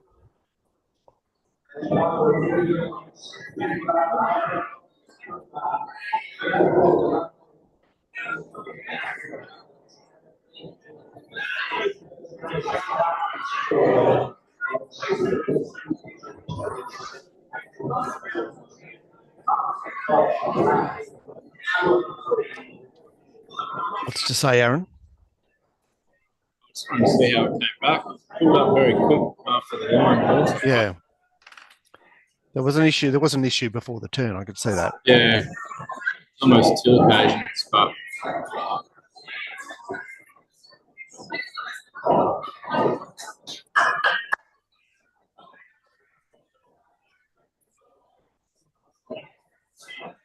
Have we lost Nigel? No, he's just watching a replay of the Easter Cup. Likes to be on top of things. So I'll just replay the Doncaster where they've gone out very fast. In fact, thinking the back straight is in better nick than the rest of the track.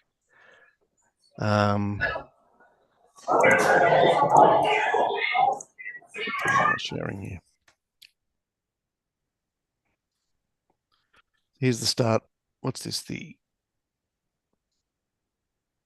Doncaster start. Doncaster? Yeah.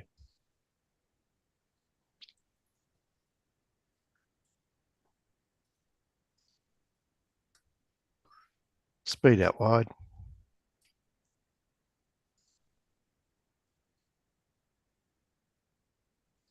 So you can see the winner is third, fourth last in your picture here at the moment.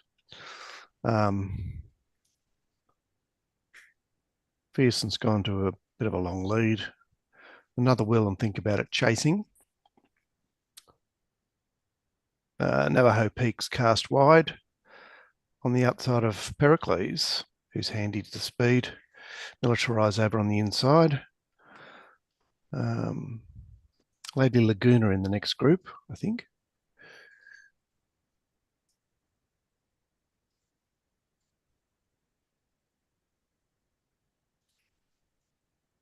And Tyler Schiller just starting to look for picking his way through the field. He's swung quite wide.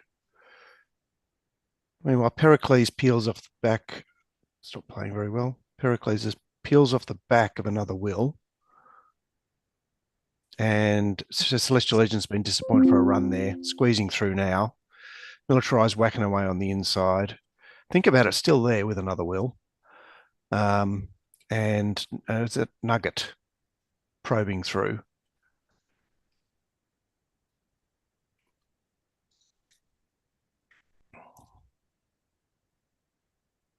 We don't need to see you, Les. Give us some action. Oh, don't want that. Doesn't look like there's any head on.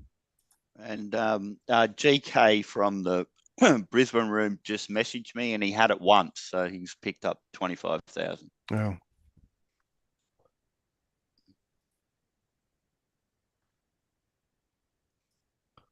So I've got them going 12 lengths above in that race. It's obviously a pretty fast pace. Might have been a blessing going back. Yeah, certainly. That helped.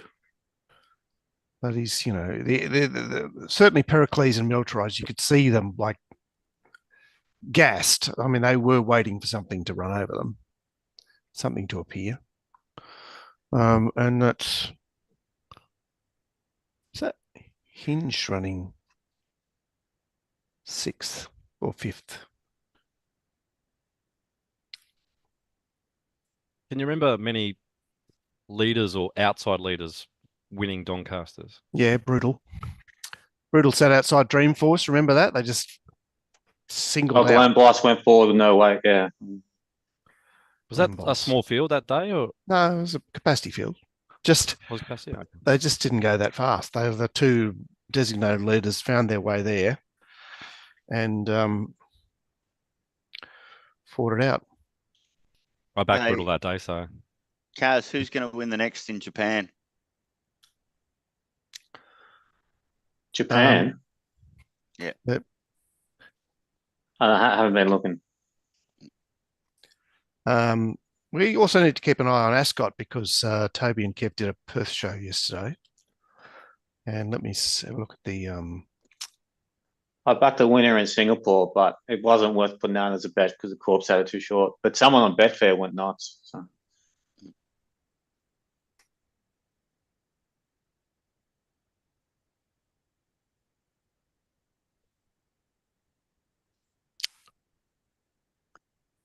Okay, Sooty, what are your prices for Randwick Race 9? Got Riff Rocket $2.50, Tom Kitten $6.30, Seal Wolf $6.30, Cap Ferrat $12.70, Gambari $10, Immediacy $18, Wymark $42. Noisy Boy, Mark. 31. Oh, you and Mark. I think we should have a $1 billion bet there. This is $1 billion bet, this one. I tell you what, which price interests me there, Sooty, is Ganbare. Yeah, I was doing it more on a bit more of a hotter rail. Wet, really wet, struggling to make ground. They just crawl around and it kicks on. I don't know whether that's necessarily the right shape now. So I could probably ease that slightly. I've backed it, but it has got out. Obviously, people can see the same thing I have. Yep. So I don't know being barrier 1 going forward is the best spot in this. But I mean, there isn't, yeah. So weird things happen. There isn't actually much speed in the race. No, but weird things happen. So it's Wymark I thought was the weak link, but I respect what you're saying. Like it's your lay. I get it. Yeah. So I've gapped it. I think Riff Rocket's the best horse, and I think if it gets even, like, it wins. 2400 is probably not its pet distance, but I think it's by far the best horse. Yeah, and you're not getting on, are you? So no, I'm not. So I'll back Gambare. It might get a soft lead and it might win, but it's not. These aren't my types of races. Tom Kitten, could you back it? Yes, it's nearly $8 on the fair. Yeah, if I got 10, if I got out a couple of points, I could back it. I think Riff Rocket's one of those horses that needs to get a bit of luck. It's got the best rider in the world on it, because we know Ryan Moore isn't the best rider in the world. I agree, he's the best. I agree, he's very good. And he's 0 today as well. I mean, he hasn't that many rides. J-Mac rode Wits End, disappeared. He rode Stormboy, rode I Wish I Win, and he's too fat to ride in the Doncaster.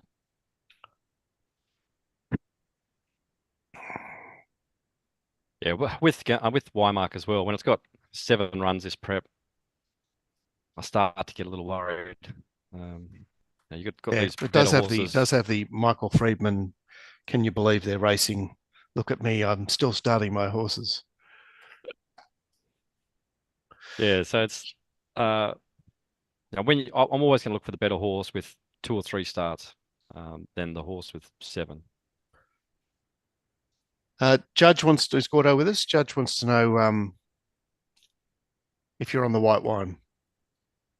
I waited till 5 o'clock and it's now 5:08, so I am 8 minutes before drinking time, which means I'm going to start off with a bang and I'm going to go straight to shots of Grey Goose. So that's vodka. I'll be drunk in 30 minutes.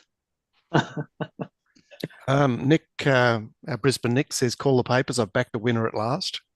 Yeah. I think that was in the Donny. Yeah.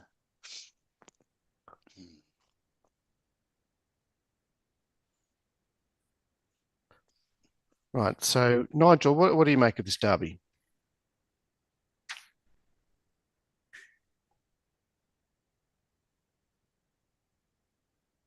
Oh, hang on. He's muted. Yeah, sorry, Mark. You're very right. difficult. I was against all of these horses because I liked Zardosi. Yeah, okay. So you got left with nothing.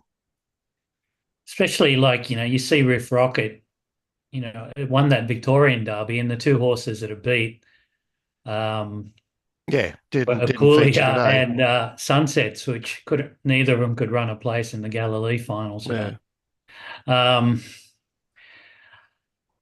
I'm just, I'm often forgiving of the outside lead position. So out of the Rosehill Guineas, I'm going to back Immediacy.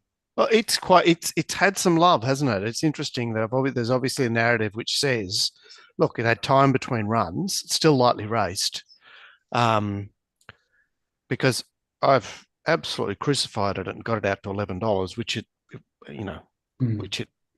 is. So, yeah, okay. So you're forgiving of you saying that Immediacy had excuses.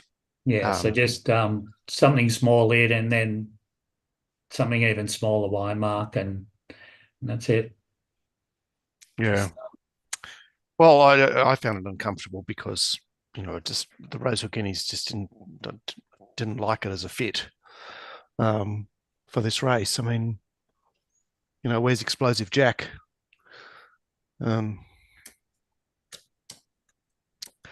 Glenn saying that someone's in love with Hooligan Tommy, back to taking 220 for the place for a big result. Yeah, Harden Eastern Suburbs Pro. Hey, that is that an oxymoron? No, it's not. I mean, most people come from there. Hey, Nigel, what do you think to Sooty pricing the winner of the Doncaster $3? Is that pretty impressive? Oh, of course, yeah, absolutely. I had to say something, guys. It's a bit of fun. It's a bit of fun. And by the way, what was the price Wednesday, Nige? Sorry, what's that? What was the price on Wednesday for Celestial Legend? I think it got from 650 out to 850. Yeah, so it was priced up relatively short. Is what you're saying? Yeah, and then it just held that price. And yeah, probably in a point late in betting today. Okay, everybody in the chat room, cheers. I'm on the bodies. You've been served. Yes. And by the way, I mean, I've got to, like what Sooty did in the Donny was absolutely sensational. So, man of the match so far. And you even found a way to find that beautiful blower in Newcastle. Yep. Well, at your urging, Scott. Yeah, I know. You led him to the water. You can thank me for that one, mate. Get yourself a beer. Cheers, guys. I did back Manal too, but I didn't say that one. I do apologise. Which one was that, Sooty? Manal. Oh yeah, Manal. Yeah. You can't go doing Dominic Burns and talking after the race, mate. You got to release beforehand. Yeah, that's fine. I know. You were all talking about. I couldn't jump in, so I'll stick you in the dinosaur bracket if you do that again. No, I did price it above the price I took, so I did like both ways there. So I'd really like Aaron's opinion on this race, Aaron, because you've obviously these horses pretty well. Saying that, guys, everybody's had enough chance to bet from Glenn's Mounting Yard Mail stuff, and he is super keen in this race, and he's 3 from 2, and he's backing them both. And it's an interesting yard comment because he is still not 100% convinced about Blue Colours being back. So Tom Kitten must look sensational. So it could be an interesting runner. Aaron, what do you got here, mate? I'm back in the 4 and the 6. I mean, you see a Cup Ferrat. I think Cup Ferrat's been super hidden. Both first and second up would have had a stack of improvement, and then I thought there was a lot of merit in that last start behind Roof Rocket. I thought it would appreciate going up to 24, potentially more than Roof Rocket did. It looked a little bit plain. And then immediately, a different horse since I chucked the blinkers on. That win here at Caulfield, the Autumn Classic, was just super. And then again, to Nigel's point, what a horrible setup for it to have the first run in Sydney and still be pretty strong. So it's not going to get that same horrible match position today. So I think they're both about 16, 17. Yeah, it's interesting because although you haven't found all the same bets, there is consensus about the form that was done on it. I do have to say, I had clearly had Zardozi on top, and I didn't bother redoing the race. So I got no opinion. Yeah, I've backed. I agree with Glenn. Number 3. Cheer Wolf. Yeah. And what's the narrative, Kaz? It's just like a battler of a race. So I mean, I think it should handle the conditions. Yeah, I mean, he's actually a jockey like at this price range in this sort of race that I think is actually a big advantage. Mm-hmm. Fair enough. And have you done anything, Mark? I am on Tom Kitten. I'm on Wymark. Oh, by the way, you should have put it on with Sooty, Mark. He would have given you. He would have given you overs. Combat's closed. We don't do that. We don't have WhatsApp groups where friends can come and bet. Good. We don't do things like that. Okay. Well, everybody should. Sooty's got a bookie's license, Gord. Yeah, but I don't think if we did that on this show that would be ethical. So we never would do something like that. No. Let's see if there's. And what do you mean? In another 15 minutes, we get to see the Panthers own Manly as well. Just got to get some money on here. They'll win and cover the line. because they've got the best Penrith's fullback going in very well. best fullback in Australia, Dylan Edwards. Sooty. So what On the price? Tom's the fallen Panthers? away. Like, how could anyone else win? I know it's. It looks over already. Right, was still milling around behind the gates in the derby.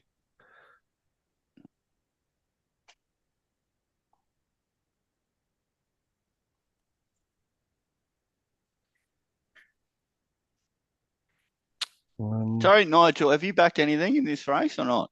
Oh, no, you like Zardozi like me, and so you haven't done it? Or Yeah, immediacy immediacy. and why Mark? Well, there should be some good banter after this race because there's some differing opinions here and some similar opinions. It'll be fun. Okay, what is it? Now it's 5:16. So time for another grey.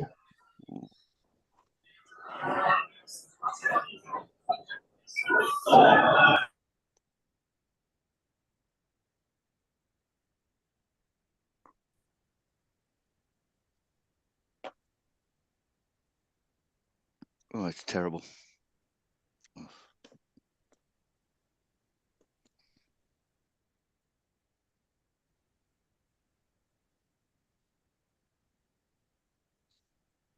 So races 6 and 7 in Perth are the ones to focus on. Racing and the derby.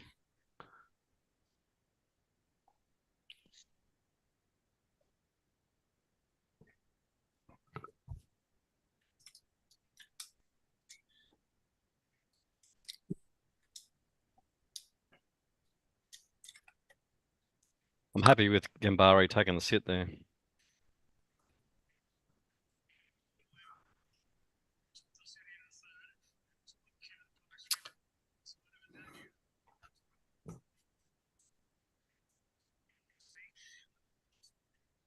Right, I reckon mine 13-2 have gone there already. over on the side, Allison Road side of the track after a 12-4 split.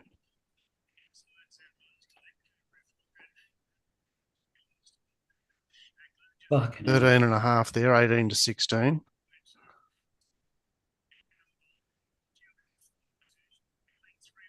Right, so Gay's Ruffy's going forward.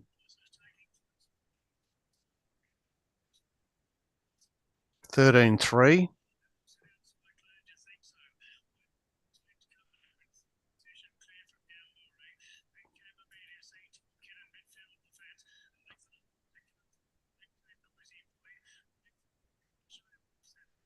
Trail Wolf a long way back.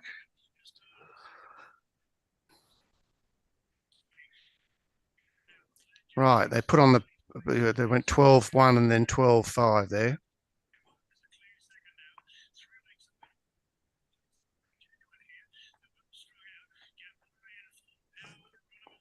Yeah, so Tom Kitten has put himself in the race. J-Mac building up the revs on the favourite, but a fair way off them. Wolf, like, maybe lost his spot a bit. I think J-Mac looks confident here. Why Mark Sooties?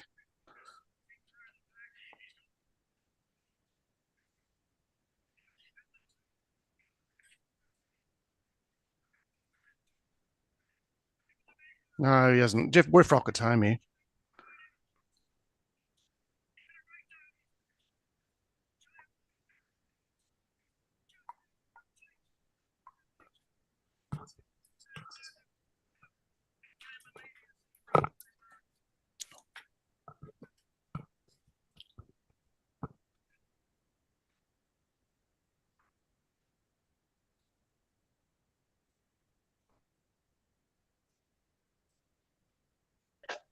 Just let me know when Mark finishes, Mark. I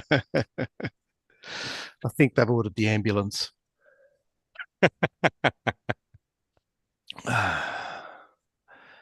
Darren made that a lot more. I mean, I suppose it was relatively close, but I mean, it just appeared that Riff Rocket was going to win all the way down. I thought it was a time when Seawolf was going to go straight past it.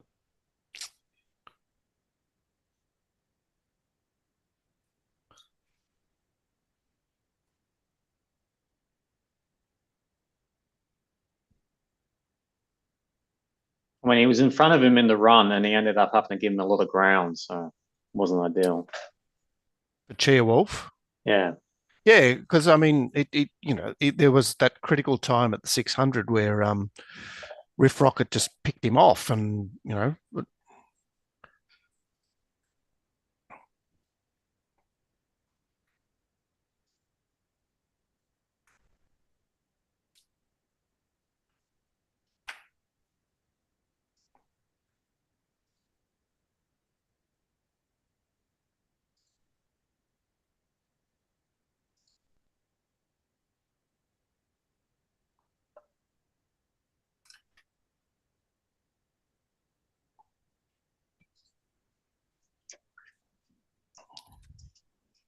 I would have rather seen Joe win a derby than Chris Waller.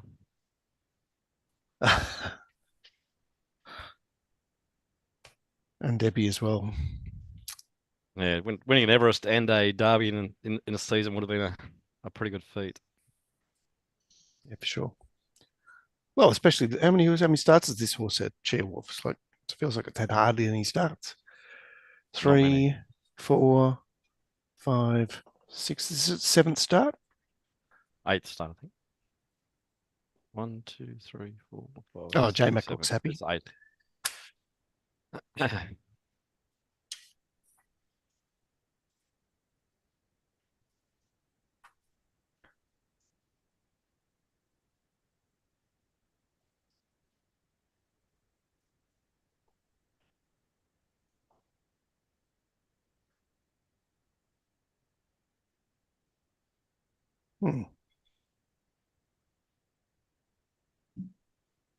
How many horses does Debbie have? I don't know. You don't see her colours that often, but I mean, I suppose she's in other things.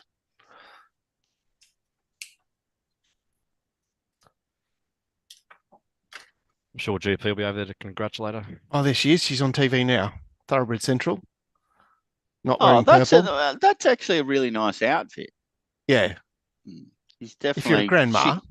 Well, she's listened to Glenn, and she's up the clothes, which is a good thing. Okay, so we're about to go in Brisbane shortly, and I'd reckon Debbie'd have to own 50 horses. Oh wow! So less than you, Nigel. Yeah, but she's a multi, isn't she? Jackingham's daughter. Well, typically, if you have 3 or 4 good horses, yeah, you've got you probably got 40 or 50 hopeless ones. Yeah. I mean, is that what you're moving up to, Nath?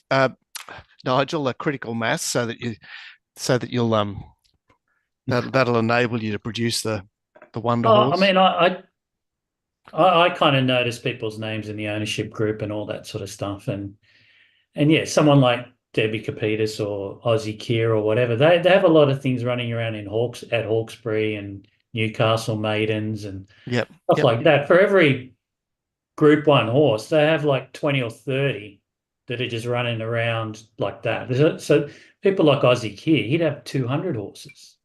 Yep.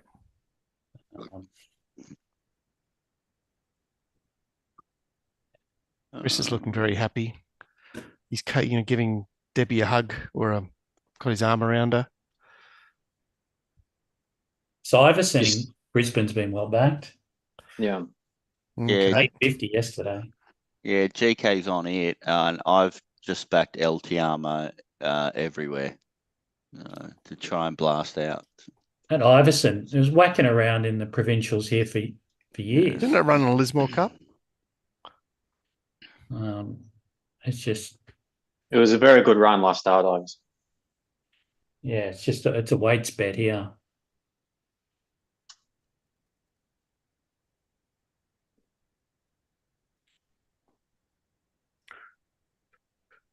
No, have you found a bet here, Mark? Is that why you brought up Newcastle? I didn't like that race. No, that's a long gone, that race. I just hadn't moved on. Yeah, so here we go. If this lobs, I'll get out. And if it doesn't, I've had a terrible day.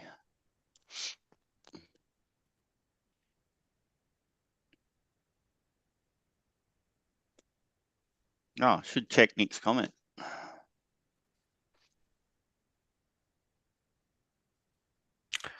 Geez, there's a few here, isn't there? You know, Hyde, Holstein, Mahagoni, Yeah, so Elatiama. Nick has 15 on top, Iverson.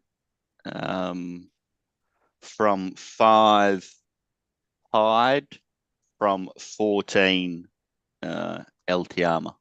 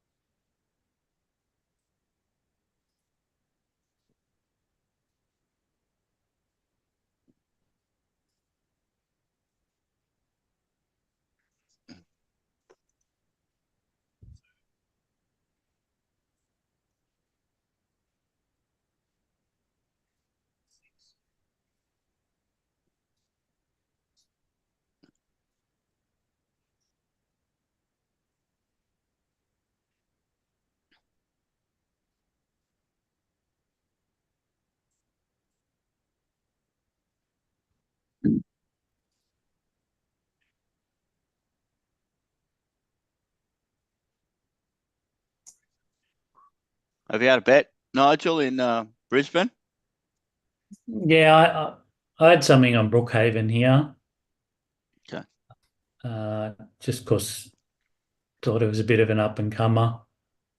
But yeah, take a good ride.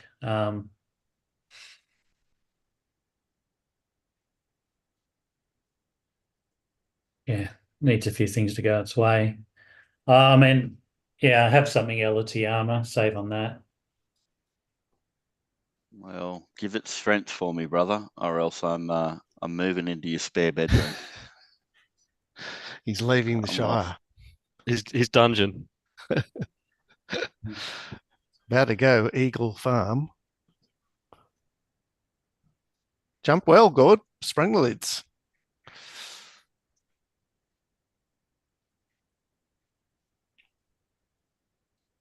Going to take a trail here, I think. Still holding the inside.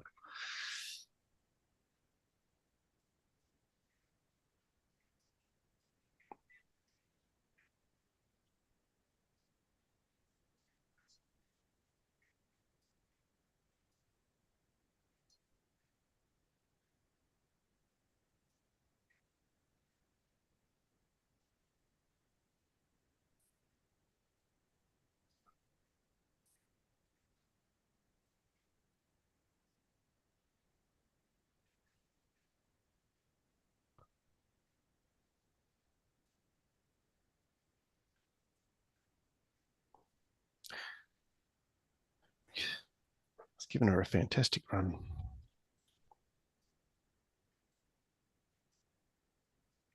Just needs to get a run here.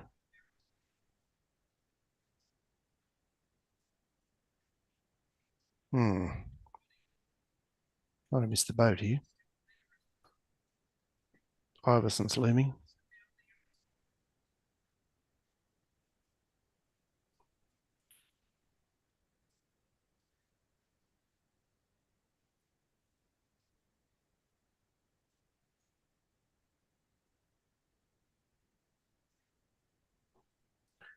Very plain.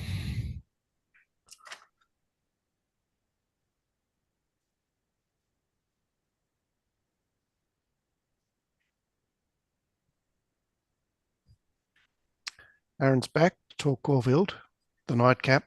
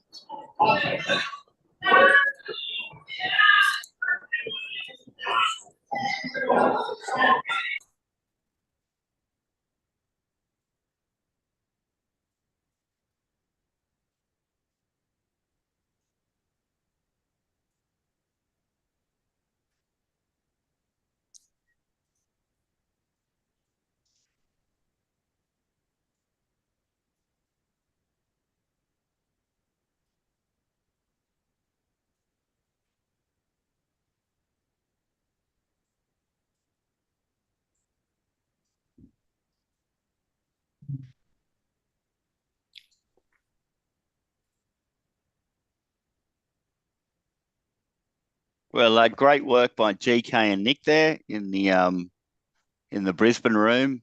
Declared it, got on it really good odds, and Christ, didn't it win like a good thing? Did. Third up. Yeah. So who trained it? David Pfeiffer had it in Sydney. Heathcote's only had it for 3 runs. Aaron, what do you got, mate?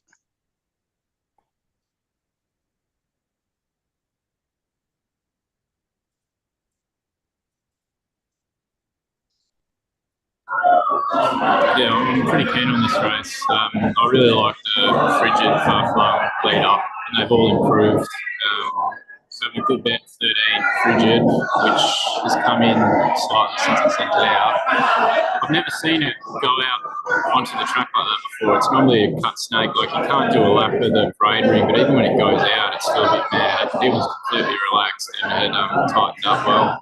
And then the 1 and the 12. The 1 hits them to frigid, like best pre-parade manners it's had. Peak fitness, still got good strength.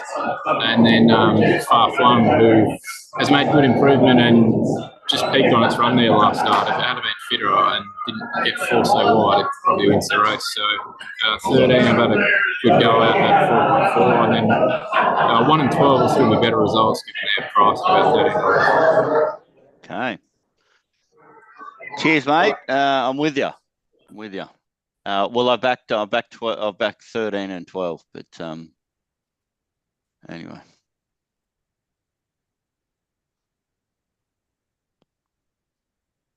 Kaz, have you had a bet here?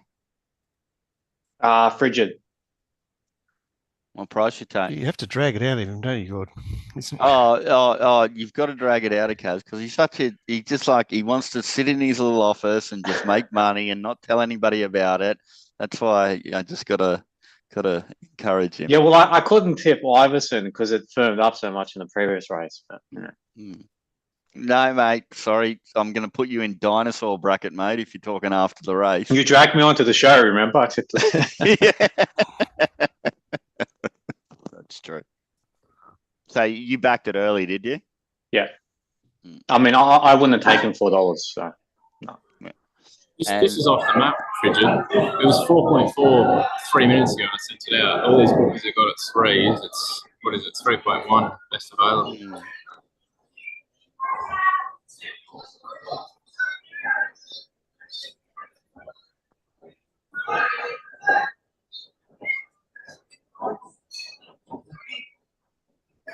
And Mark, how are we going in Ascot?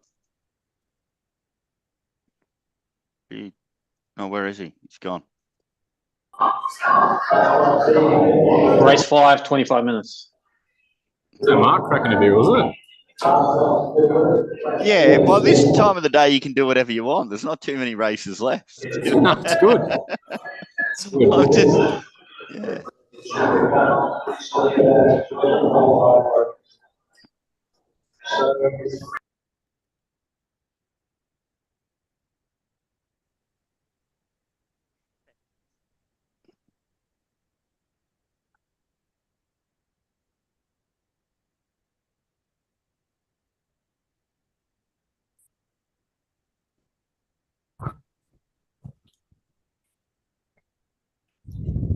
Shorty, are you going to recommend a bet, mate, or what? Or do you just back one winner and then just go, that's it? I'm just going to sit here and say nothing for the rest of the afternoon. Shits and giggles. I had the 4 main races I did today with the quaddy in Sydney, and the other stuff's just shits and giggles around it. I've had right. So you've got something for us in the PJ Bell, I do actually release race. So we'll look forward to that shortly.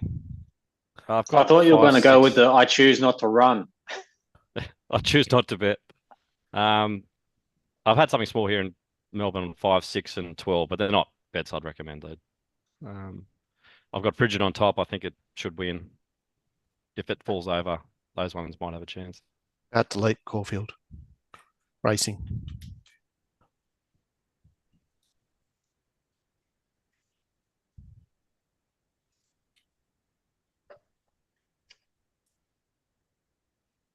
Good spot early, frigid.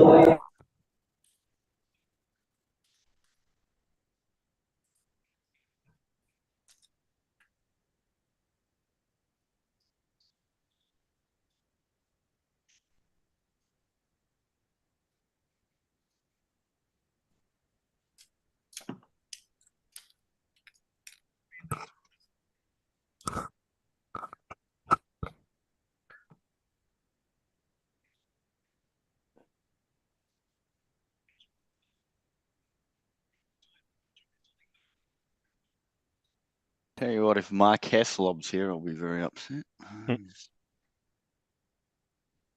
Jeez. You move now. He might do us again here, more. Right, coming around them.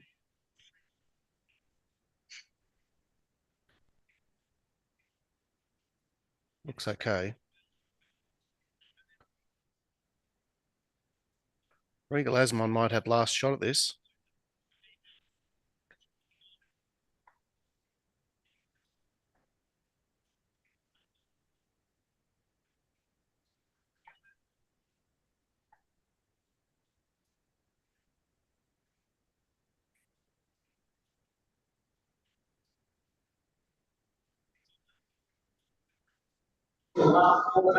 Second, third, fourth. Fuck it up. Came through the same race.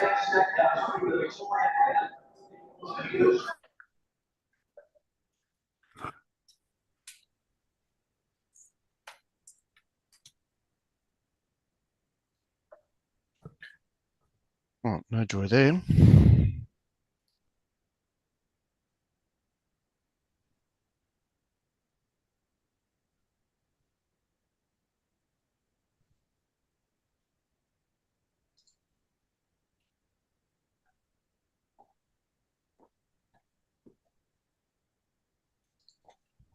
Hey, Kaz.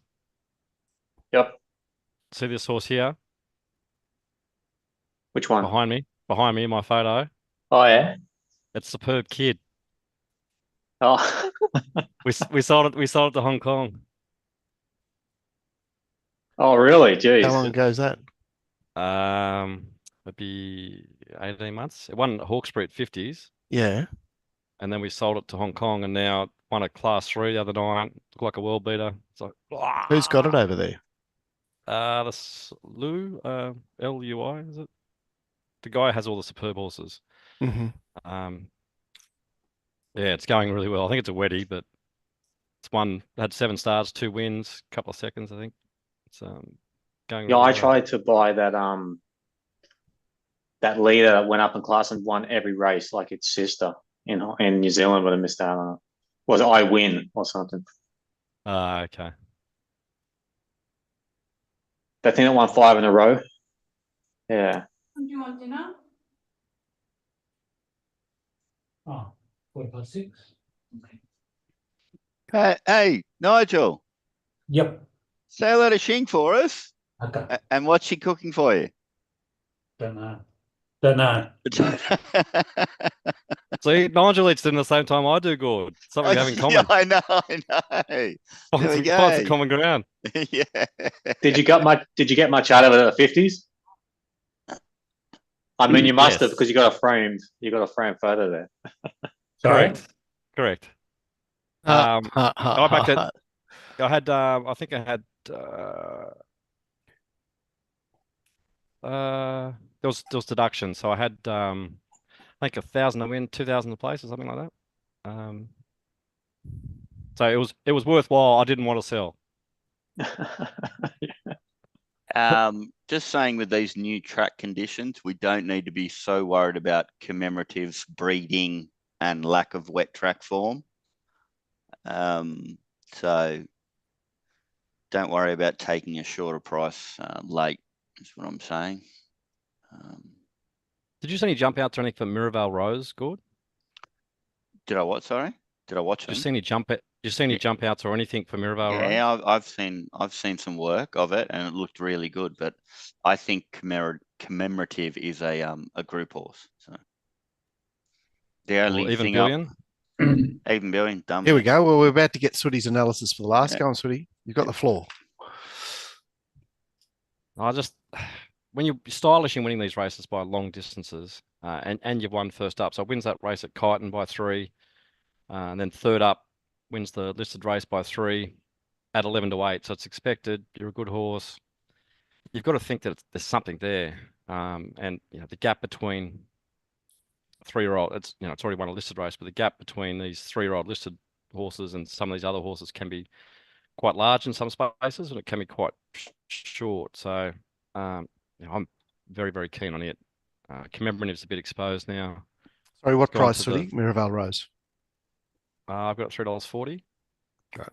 Commemorative exposed. Yeah, it's 5 runs score. That's exposed for you, isn't it? Yeah. It's yeah, it can be a good horse, but I think they both have potential. I think Miraval Rose might be a better horse. Yeah, it's neither way is proven yet, but off my eye, the 12 is a better horse. Panthers are up already, and Dylan. Surely they were no odds scored. No, they were decent, Mark. Yeah, there was resistance. People, because there's some good players back with Manly, they were overplaying it.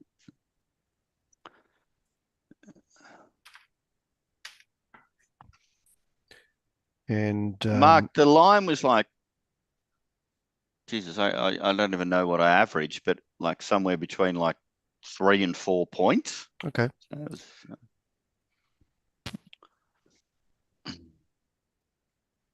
Penrith are just so good at just choking sides. Even without Cleary, they put them down the corner. They defend really well. You're just always rucking it out. Nigel, this last race in Sydney, thoughts? Yeah, I prefer Miraval Rose as well. So yeah, it's my main bet, and just a small bet, French Endeavour. Okay. Geez, what's going on with all these Mexicans, eh? Aaron, we might as well bring you in there. Nigel's just suggested a couple of Mexicans. What do you think?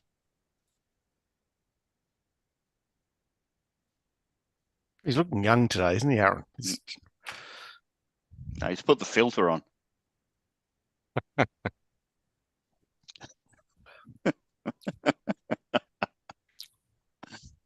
Aaron.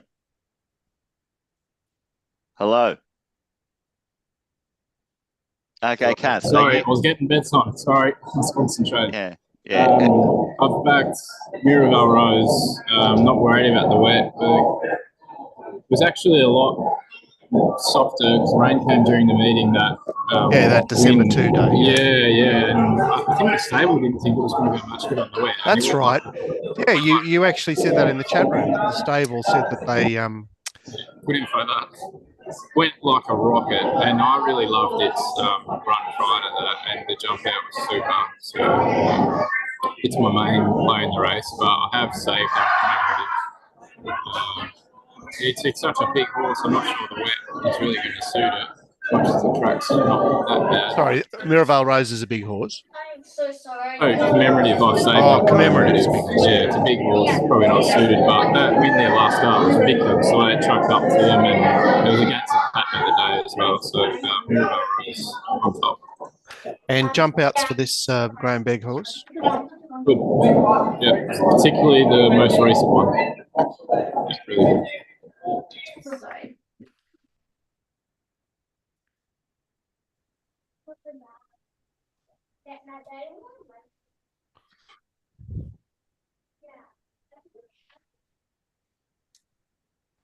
Right, so we're awaiting the yard from the Glenster.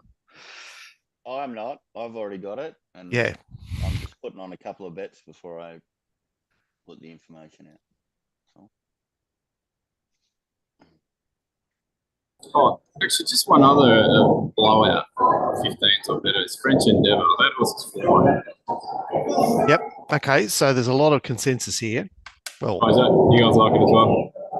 Nigel's on French Endeavour, and Nigel, Sooty, and yourself with Miraval Rose.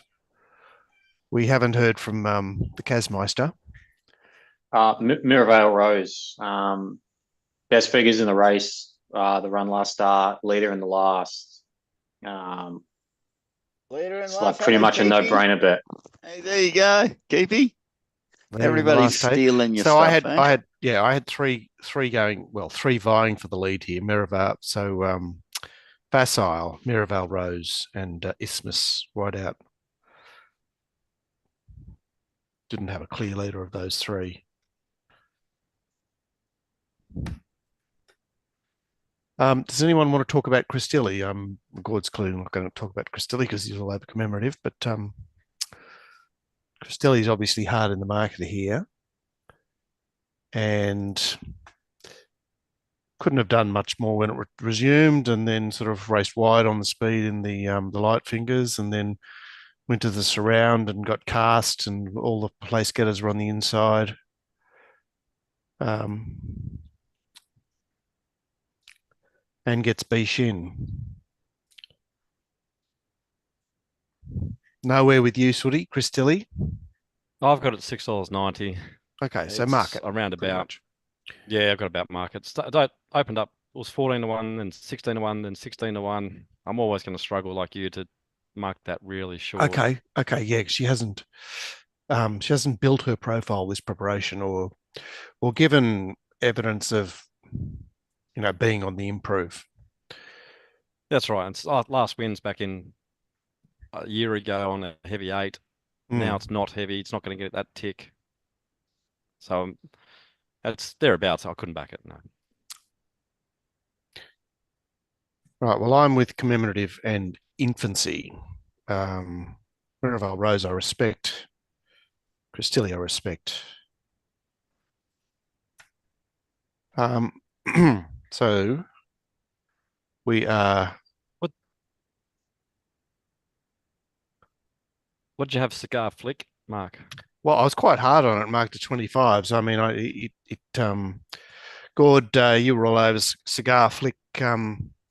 First up, she's trialled since, hasn't she? Yeah, I mean, I'm not going to knock taking 25s about a pink myth. That's always a reasonable play. Saying that, I couldn't care less. I think it's a match race. Which one is better, commemorative or Miraval? We don't know yet, but as I say, I'm leaning towards 12. And Glenn,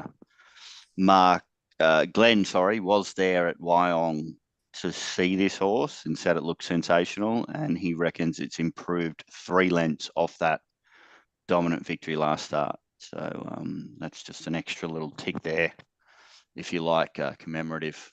Saying that, it's kind of disappointing that he reckons that number 6 Miraval Rose looks absolutely primed as well. So, well, he loves Graham Begg. It's like he's got a bromance going with Graham Begg. Yeah. But I mean, we've got a couple of New Zealand suffixes there for Miraval Rose. But I think that's less important. The way the track conditions have been this afternoon. So how close are they to a start here?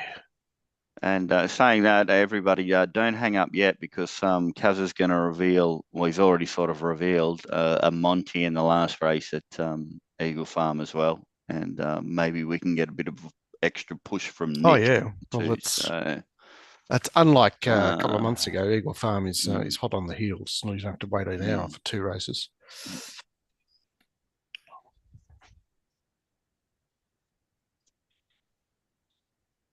Okay, I'll have $1 billion with Studi, Nigel, and Kaz and Aaron. So I'm betting. I think they're saying that you don't have enough credit left today. I've only got $4 billion there on the line. What was the GP and Gord $1 billion bet today? I don't know. We haven't done one for a while, have we? Yeah, no, we did one on the show yesterday. I'm sure it's in the hard copy. I'll look it up. What was Sooty and I? Didn't Sooty and I bet $1 billion? Huh? Yeah, Miraval Rose. Oh, was this race, was it? Yeah. Okay, so we've got $2 billion on it. Oh, no, you double up, have you? Yeah, Sooty's one of those few bookies that'll lead you on twice. Yeah, it's right. Yeah, it's right. Sweet. The market's saying commemorative. Just milling around behind the start there. There's not much happening.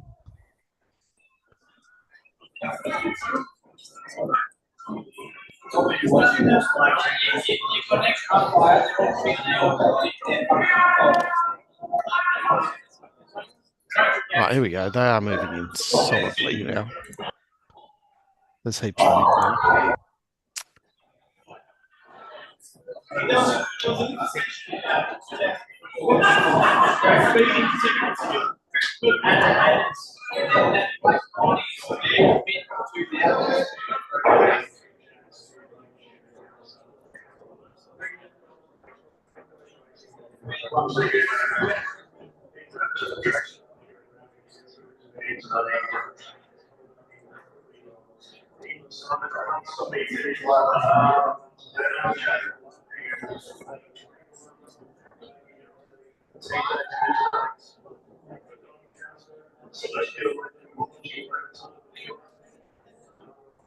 Late firm for Mirabelle Rose. Nice. Do you like to see that, do you, Sooty? I do. Why is that? When your horse goes from 5 to 8, you know what you're going to get served. Your horse goes from $5 to $4.40. You know that it's going to be trying.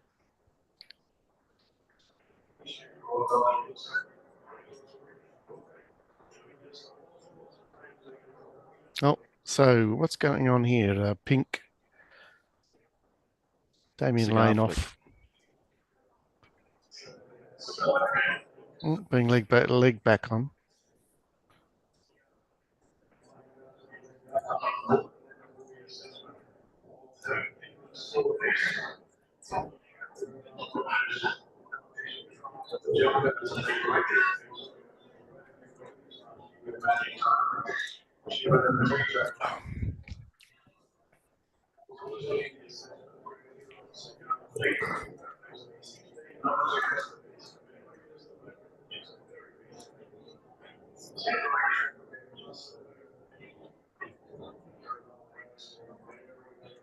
He's off. What are they doing now? Waiting for turnover to increase. No, the vet is having a look at cigar flick.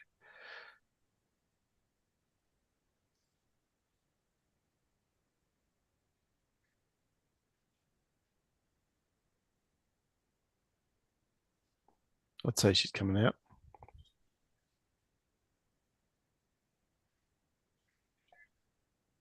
Backing out number 9, which is Facile.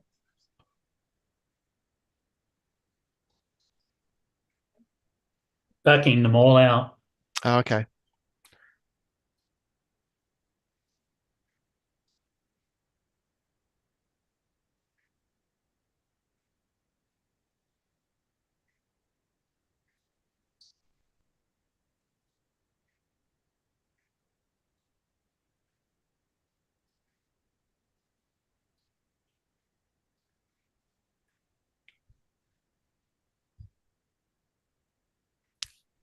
They're going to replay it or something.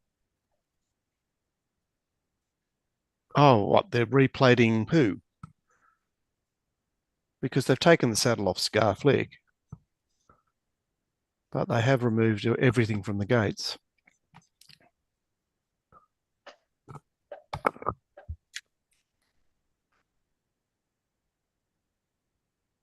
It's a weird one.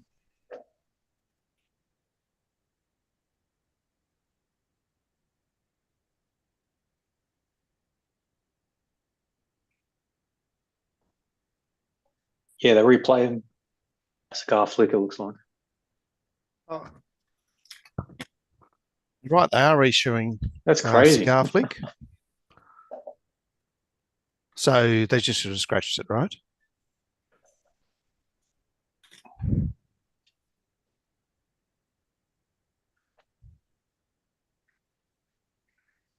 I don't know. What's everyone's opinion on something like that? Scratch? Well, you've got everything loaded, and in order to start, the horse is not fit to start, as in it's not in starting condition. So I'm happy to wait. I don't if I had think a you- horse. Huh? If I had a horse, and I had to go. I went down there to watch my horse race, and then it threw a shoe as it pulled it out, and then they Yeah, but scratched it. I'd be filthy. but isn't it the same as hitting its head in the gates? It's like, well, it's not That's fit going to to affect start. its performance in the race. the having no shoes going to affect his performance of the race, and you can fix it. You can't fix a head knock.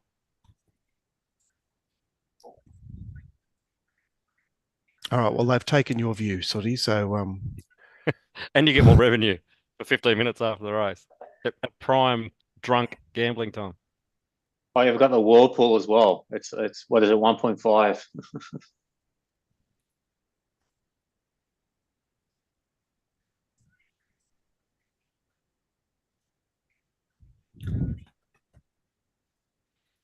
So we're still racing on the synthetic at the Gold Coast. Is it completely cast, the new track? Well, it's been terrible the last couple of times, hasn't it?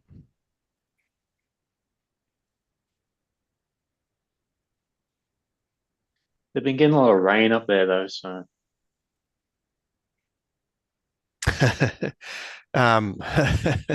Someone's just written that Chris's farrier has been paid off to delay the races and increase the turnover. Horses with no chance of winning, turning up to the gates, the barriers with 3 shoes on. We're not out of the realms of possibility. Yeah. So when would they be plated for the day's races? What, first thing? no, they're already done. No, I mean, that's what I mean. When they're plated at home, aren't they? They're racing. Yeah. Gee, that was fast. What happened there?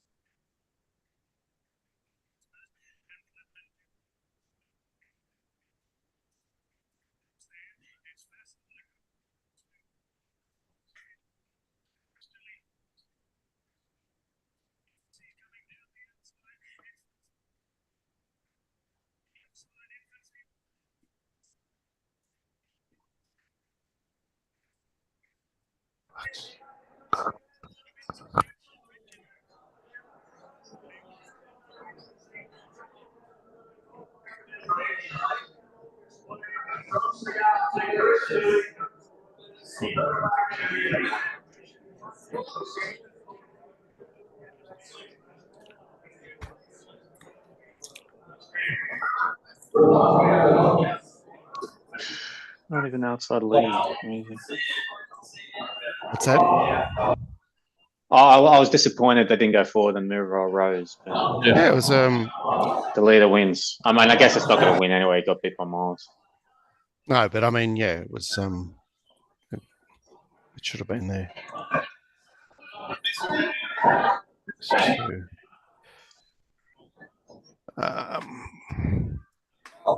Right, one race to redeem ourselves.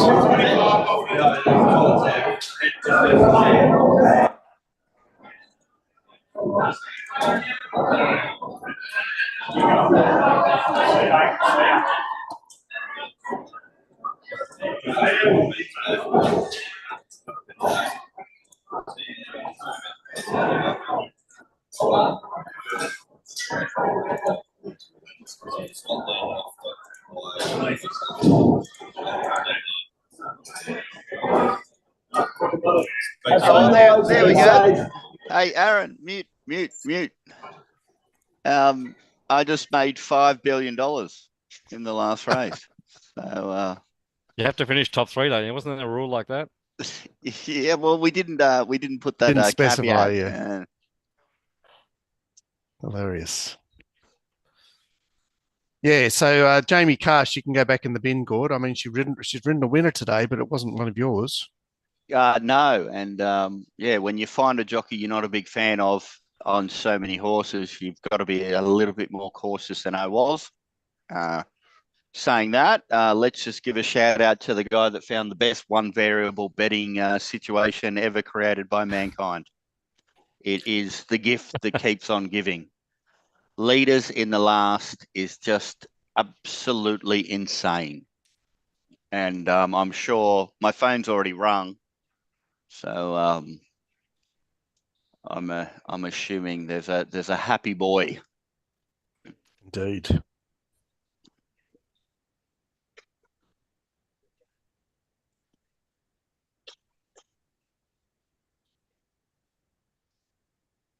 We're just waiting for this mounting yard mail to come through from Brisbane.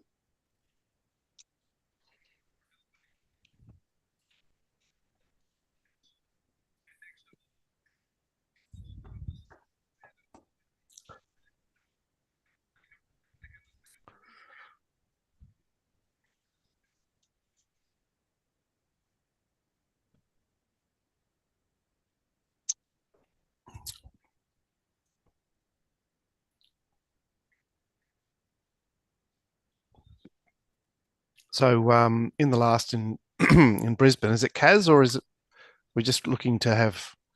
Yeah, Kaz, tell me why you like Tojikai. It's a weighted special against the one. So I mean, they put up one favorite. I mean, it was very obvious that like 15 was going to start ahead of that. If you watch the replay of the last run, you see it's super strong through the line. It gets in here with a lightweight. I mean, I thought it was a better run than Bubba's Boy and Outlawed last start. They're the main dangers here.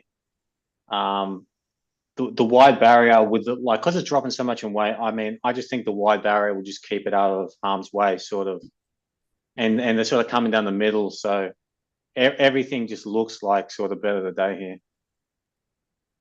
Okay, well, from the yard we have number 15 on top, Perfect Parade. So not that Perfect Parade isn't the name of a horse, guys. It is his comment about how it paraded. Fabulous.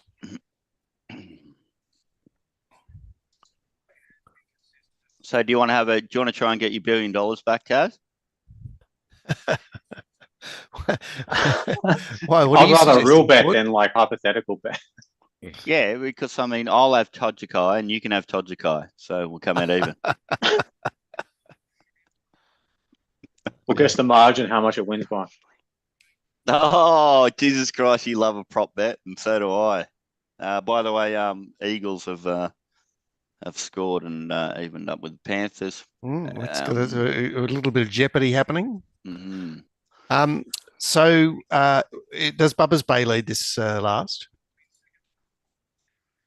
I think it does, doesn't it? Bubba's Bay lead. So does leader in the last apply to Eagle Farm as well? It's only Sydney, Mark.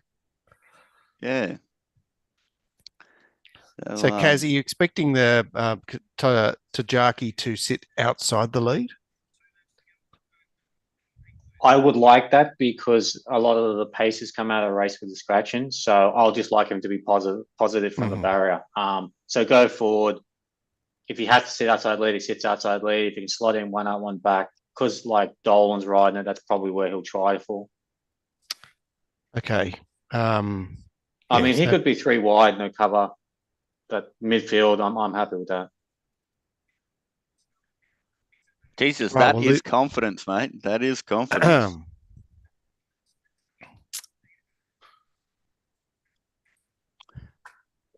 And do you have a winner? It's cut up a bit the inside of the track. Like it's not like they're racing on on a 1 lane high or anything. And do you have a winner for me in race 12 at Japan, mate? I haven't looked at you, but there's no Japan today. Singapore. Sorry. You know what? I get mixed up with my Asians. No, they do Japan on Sunday. That's why you see it on Sunday.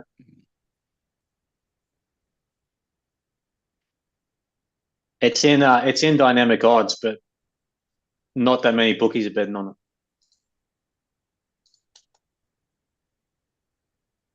So he'll be back, guys. Sooty, last race of the day before I let you get to your dinner. Have you had a bet in Eagle Farm? Oh, I'm just following Kaz. I'll have something on him. Sweet. Nigel, have you had a bet in the last? Yeah, I'm going to back Outlawed. Okay. Look, I was worried with Jockey that he'd settle last on it, but that's just my gut feeling. What, because it was ridden that way last time? But I mean, it has a pace profile generally, doesn't it? I'd have this as more of a 14 or 1500 metre horse. I don't think it has the pace to lead at 12 from the outside barrier. If he's not going to try and lead, is he? It's just Bubba's Bay's drawn 7. It's drawn 12. Not many jockeys that go out intending to sit 3 wide on the pace, though. Like, I most of the time from these sort of barriers, it's either you go forward or you go back, and back means last, go forward means lead. Yeah, well, the ratings to WinMap just has Bubba's Bay a clear leader, and Jockey the second fastest horse in the race. It's got to get across roll up and maximum output. Right. Are you expecting Outlawed to be ridden with some intent to hold its position from 2? Well, I mean, Jockey settled 8th of 9 last start over 1200. From barrier 5, this time it's. Yeah, I know what you're saying. You're looking at it this way, let's say, look, I think Outlawed will be about 3 lengths in front of Jockey and Run. That's the main reason I'm backing it. Yep. I'm hoping they look at over 1400. I'm hoping they look at the weight and that kind of incentivizes them to go forward. Oh. I think you two should have a prop bet, not about the result, but about the map position. No, he might be right. Well, it's okay. You can still have a bet, mate. Jeez. Yeah, it's just an opinion. Yeah. You want giving Mullane a chance? Yeah, I know it's promised a little bit, but apparently there were some issues I found subsequently after its last start. Yeah, I've put it in the bin. I've kicked it out of bed, but the way I'm going today, wouldn't pay much attention to that. GK has unloaded on Tajaki. So there's a man on fire. On fire. Right. Did he get back to you how many times he got the first 4? Yeah, he got it once. That's still sensational punting. Well done. So that was Nugget. Did Nugget run 4th or 3rd? So the first 4 was Celestial Legend, Pericles, Militarize, and Nugget.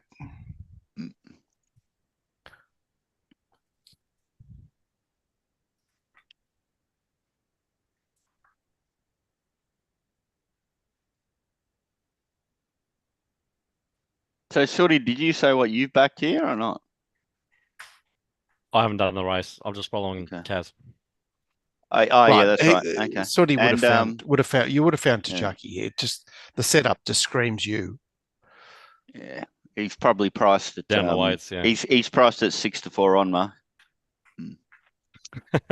By the way, guys, I'll send you my bank details. So if you could just transfer that $1 billion, $2 billion for you, Sooty, and $1 billion from Kaz, Nigel, and Aaron. I'll shoot you the bank details. Okay, so I understand. You're luckily I won 7 billion on the Doncaster side this week. Yeah.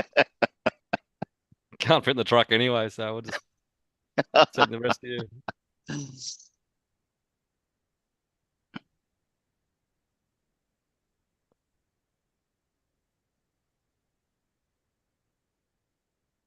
You've just been running late all the time in Brisbane today, haven't they? Sure. So Sydney. Hey, Aaron, what do you say about sweat on the chest? Well, if it's near like the reins or something, like the flank sweat's the one that I don't like because there's no contact with anything unnatural. It doesn't touch the saddle or anything like that. It's the sweat in the spots where it's not touching anything artificial that I pay more attention to. And a gear. Yeah.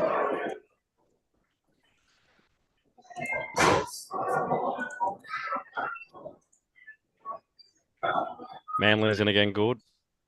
Ooh. That was a massive call on that knock on there.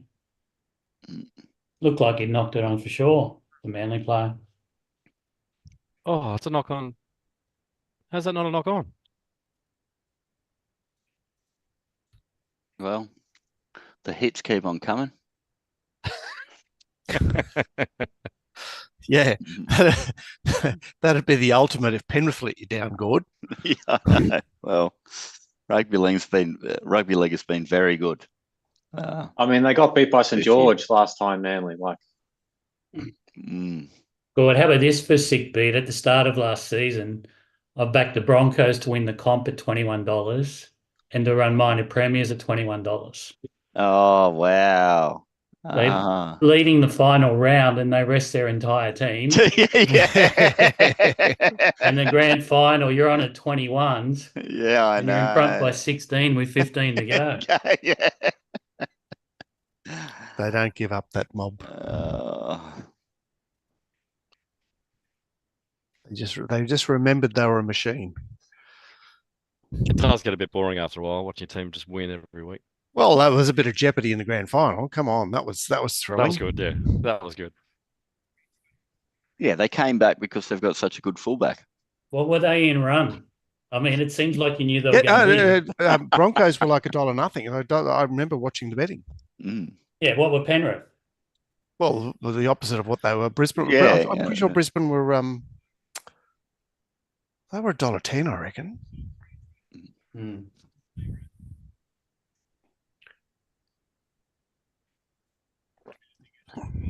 I backed the Bulldogs at halftime at $1.02 last night. Oh no! Oh wow! Well, I mean, you had a scare then, Nigel. You had a scare. Tedesco and their halfback were gone. Yeah. 26-0 in front with a man sent off. And there was another guy sent in the bin for 10 minutes, Nigel. And then that's when they started scoring tries, the Roosters. It was madness. They were 26-0 in front with their two of their best players out and 12 men. And I could get $1.02. So I just took it. Well, I can't remember where I was talking to Kaz or Aaron before it, and I was like... It was me. You told me you were going to back the line, and then you didn't. And then I rang you, and I said, this is fucking hilarious. It's gone from +10 to -30 when Young got sent off.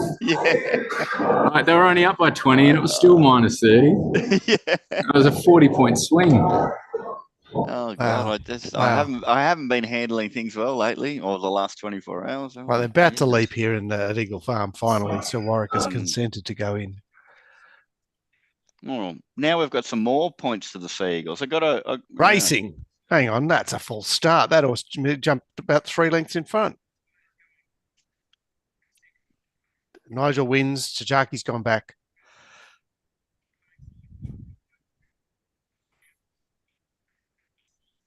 And wide too.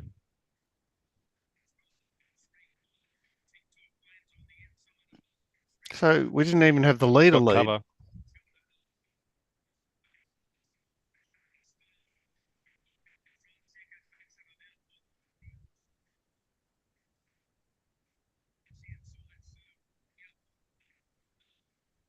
He's sort of confident on Jockey, isn't he? Yeah, it's trucking up behind him. He needs to get a spurt on. Yeah, it might have missed the boat here. That's gone.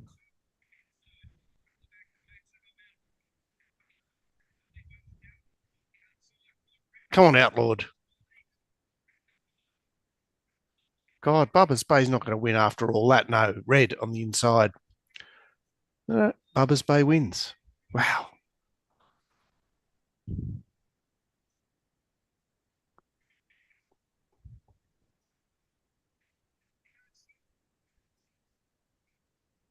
Yeah, it's well, I mean, I suppose that's a really good example of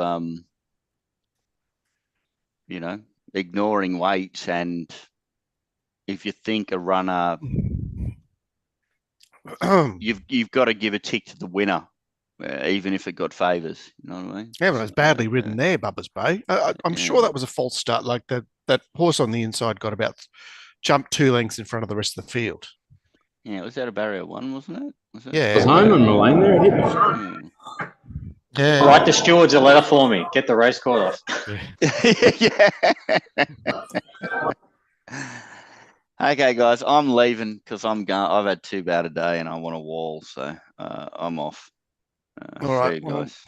Sounds good. Thanks to everyone for being part of the live stream, which I'm sure we'll do again. A pretty big day to engage with each other and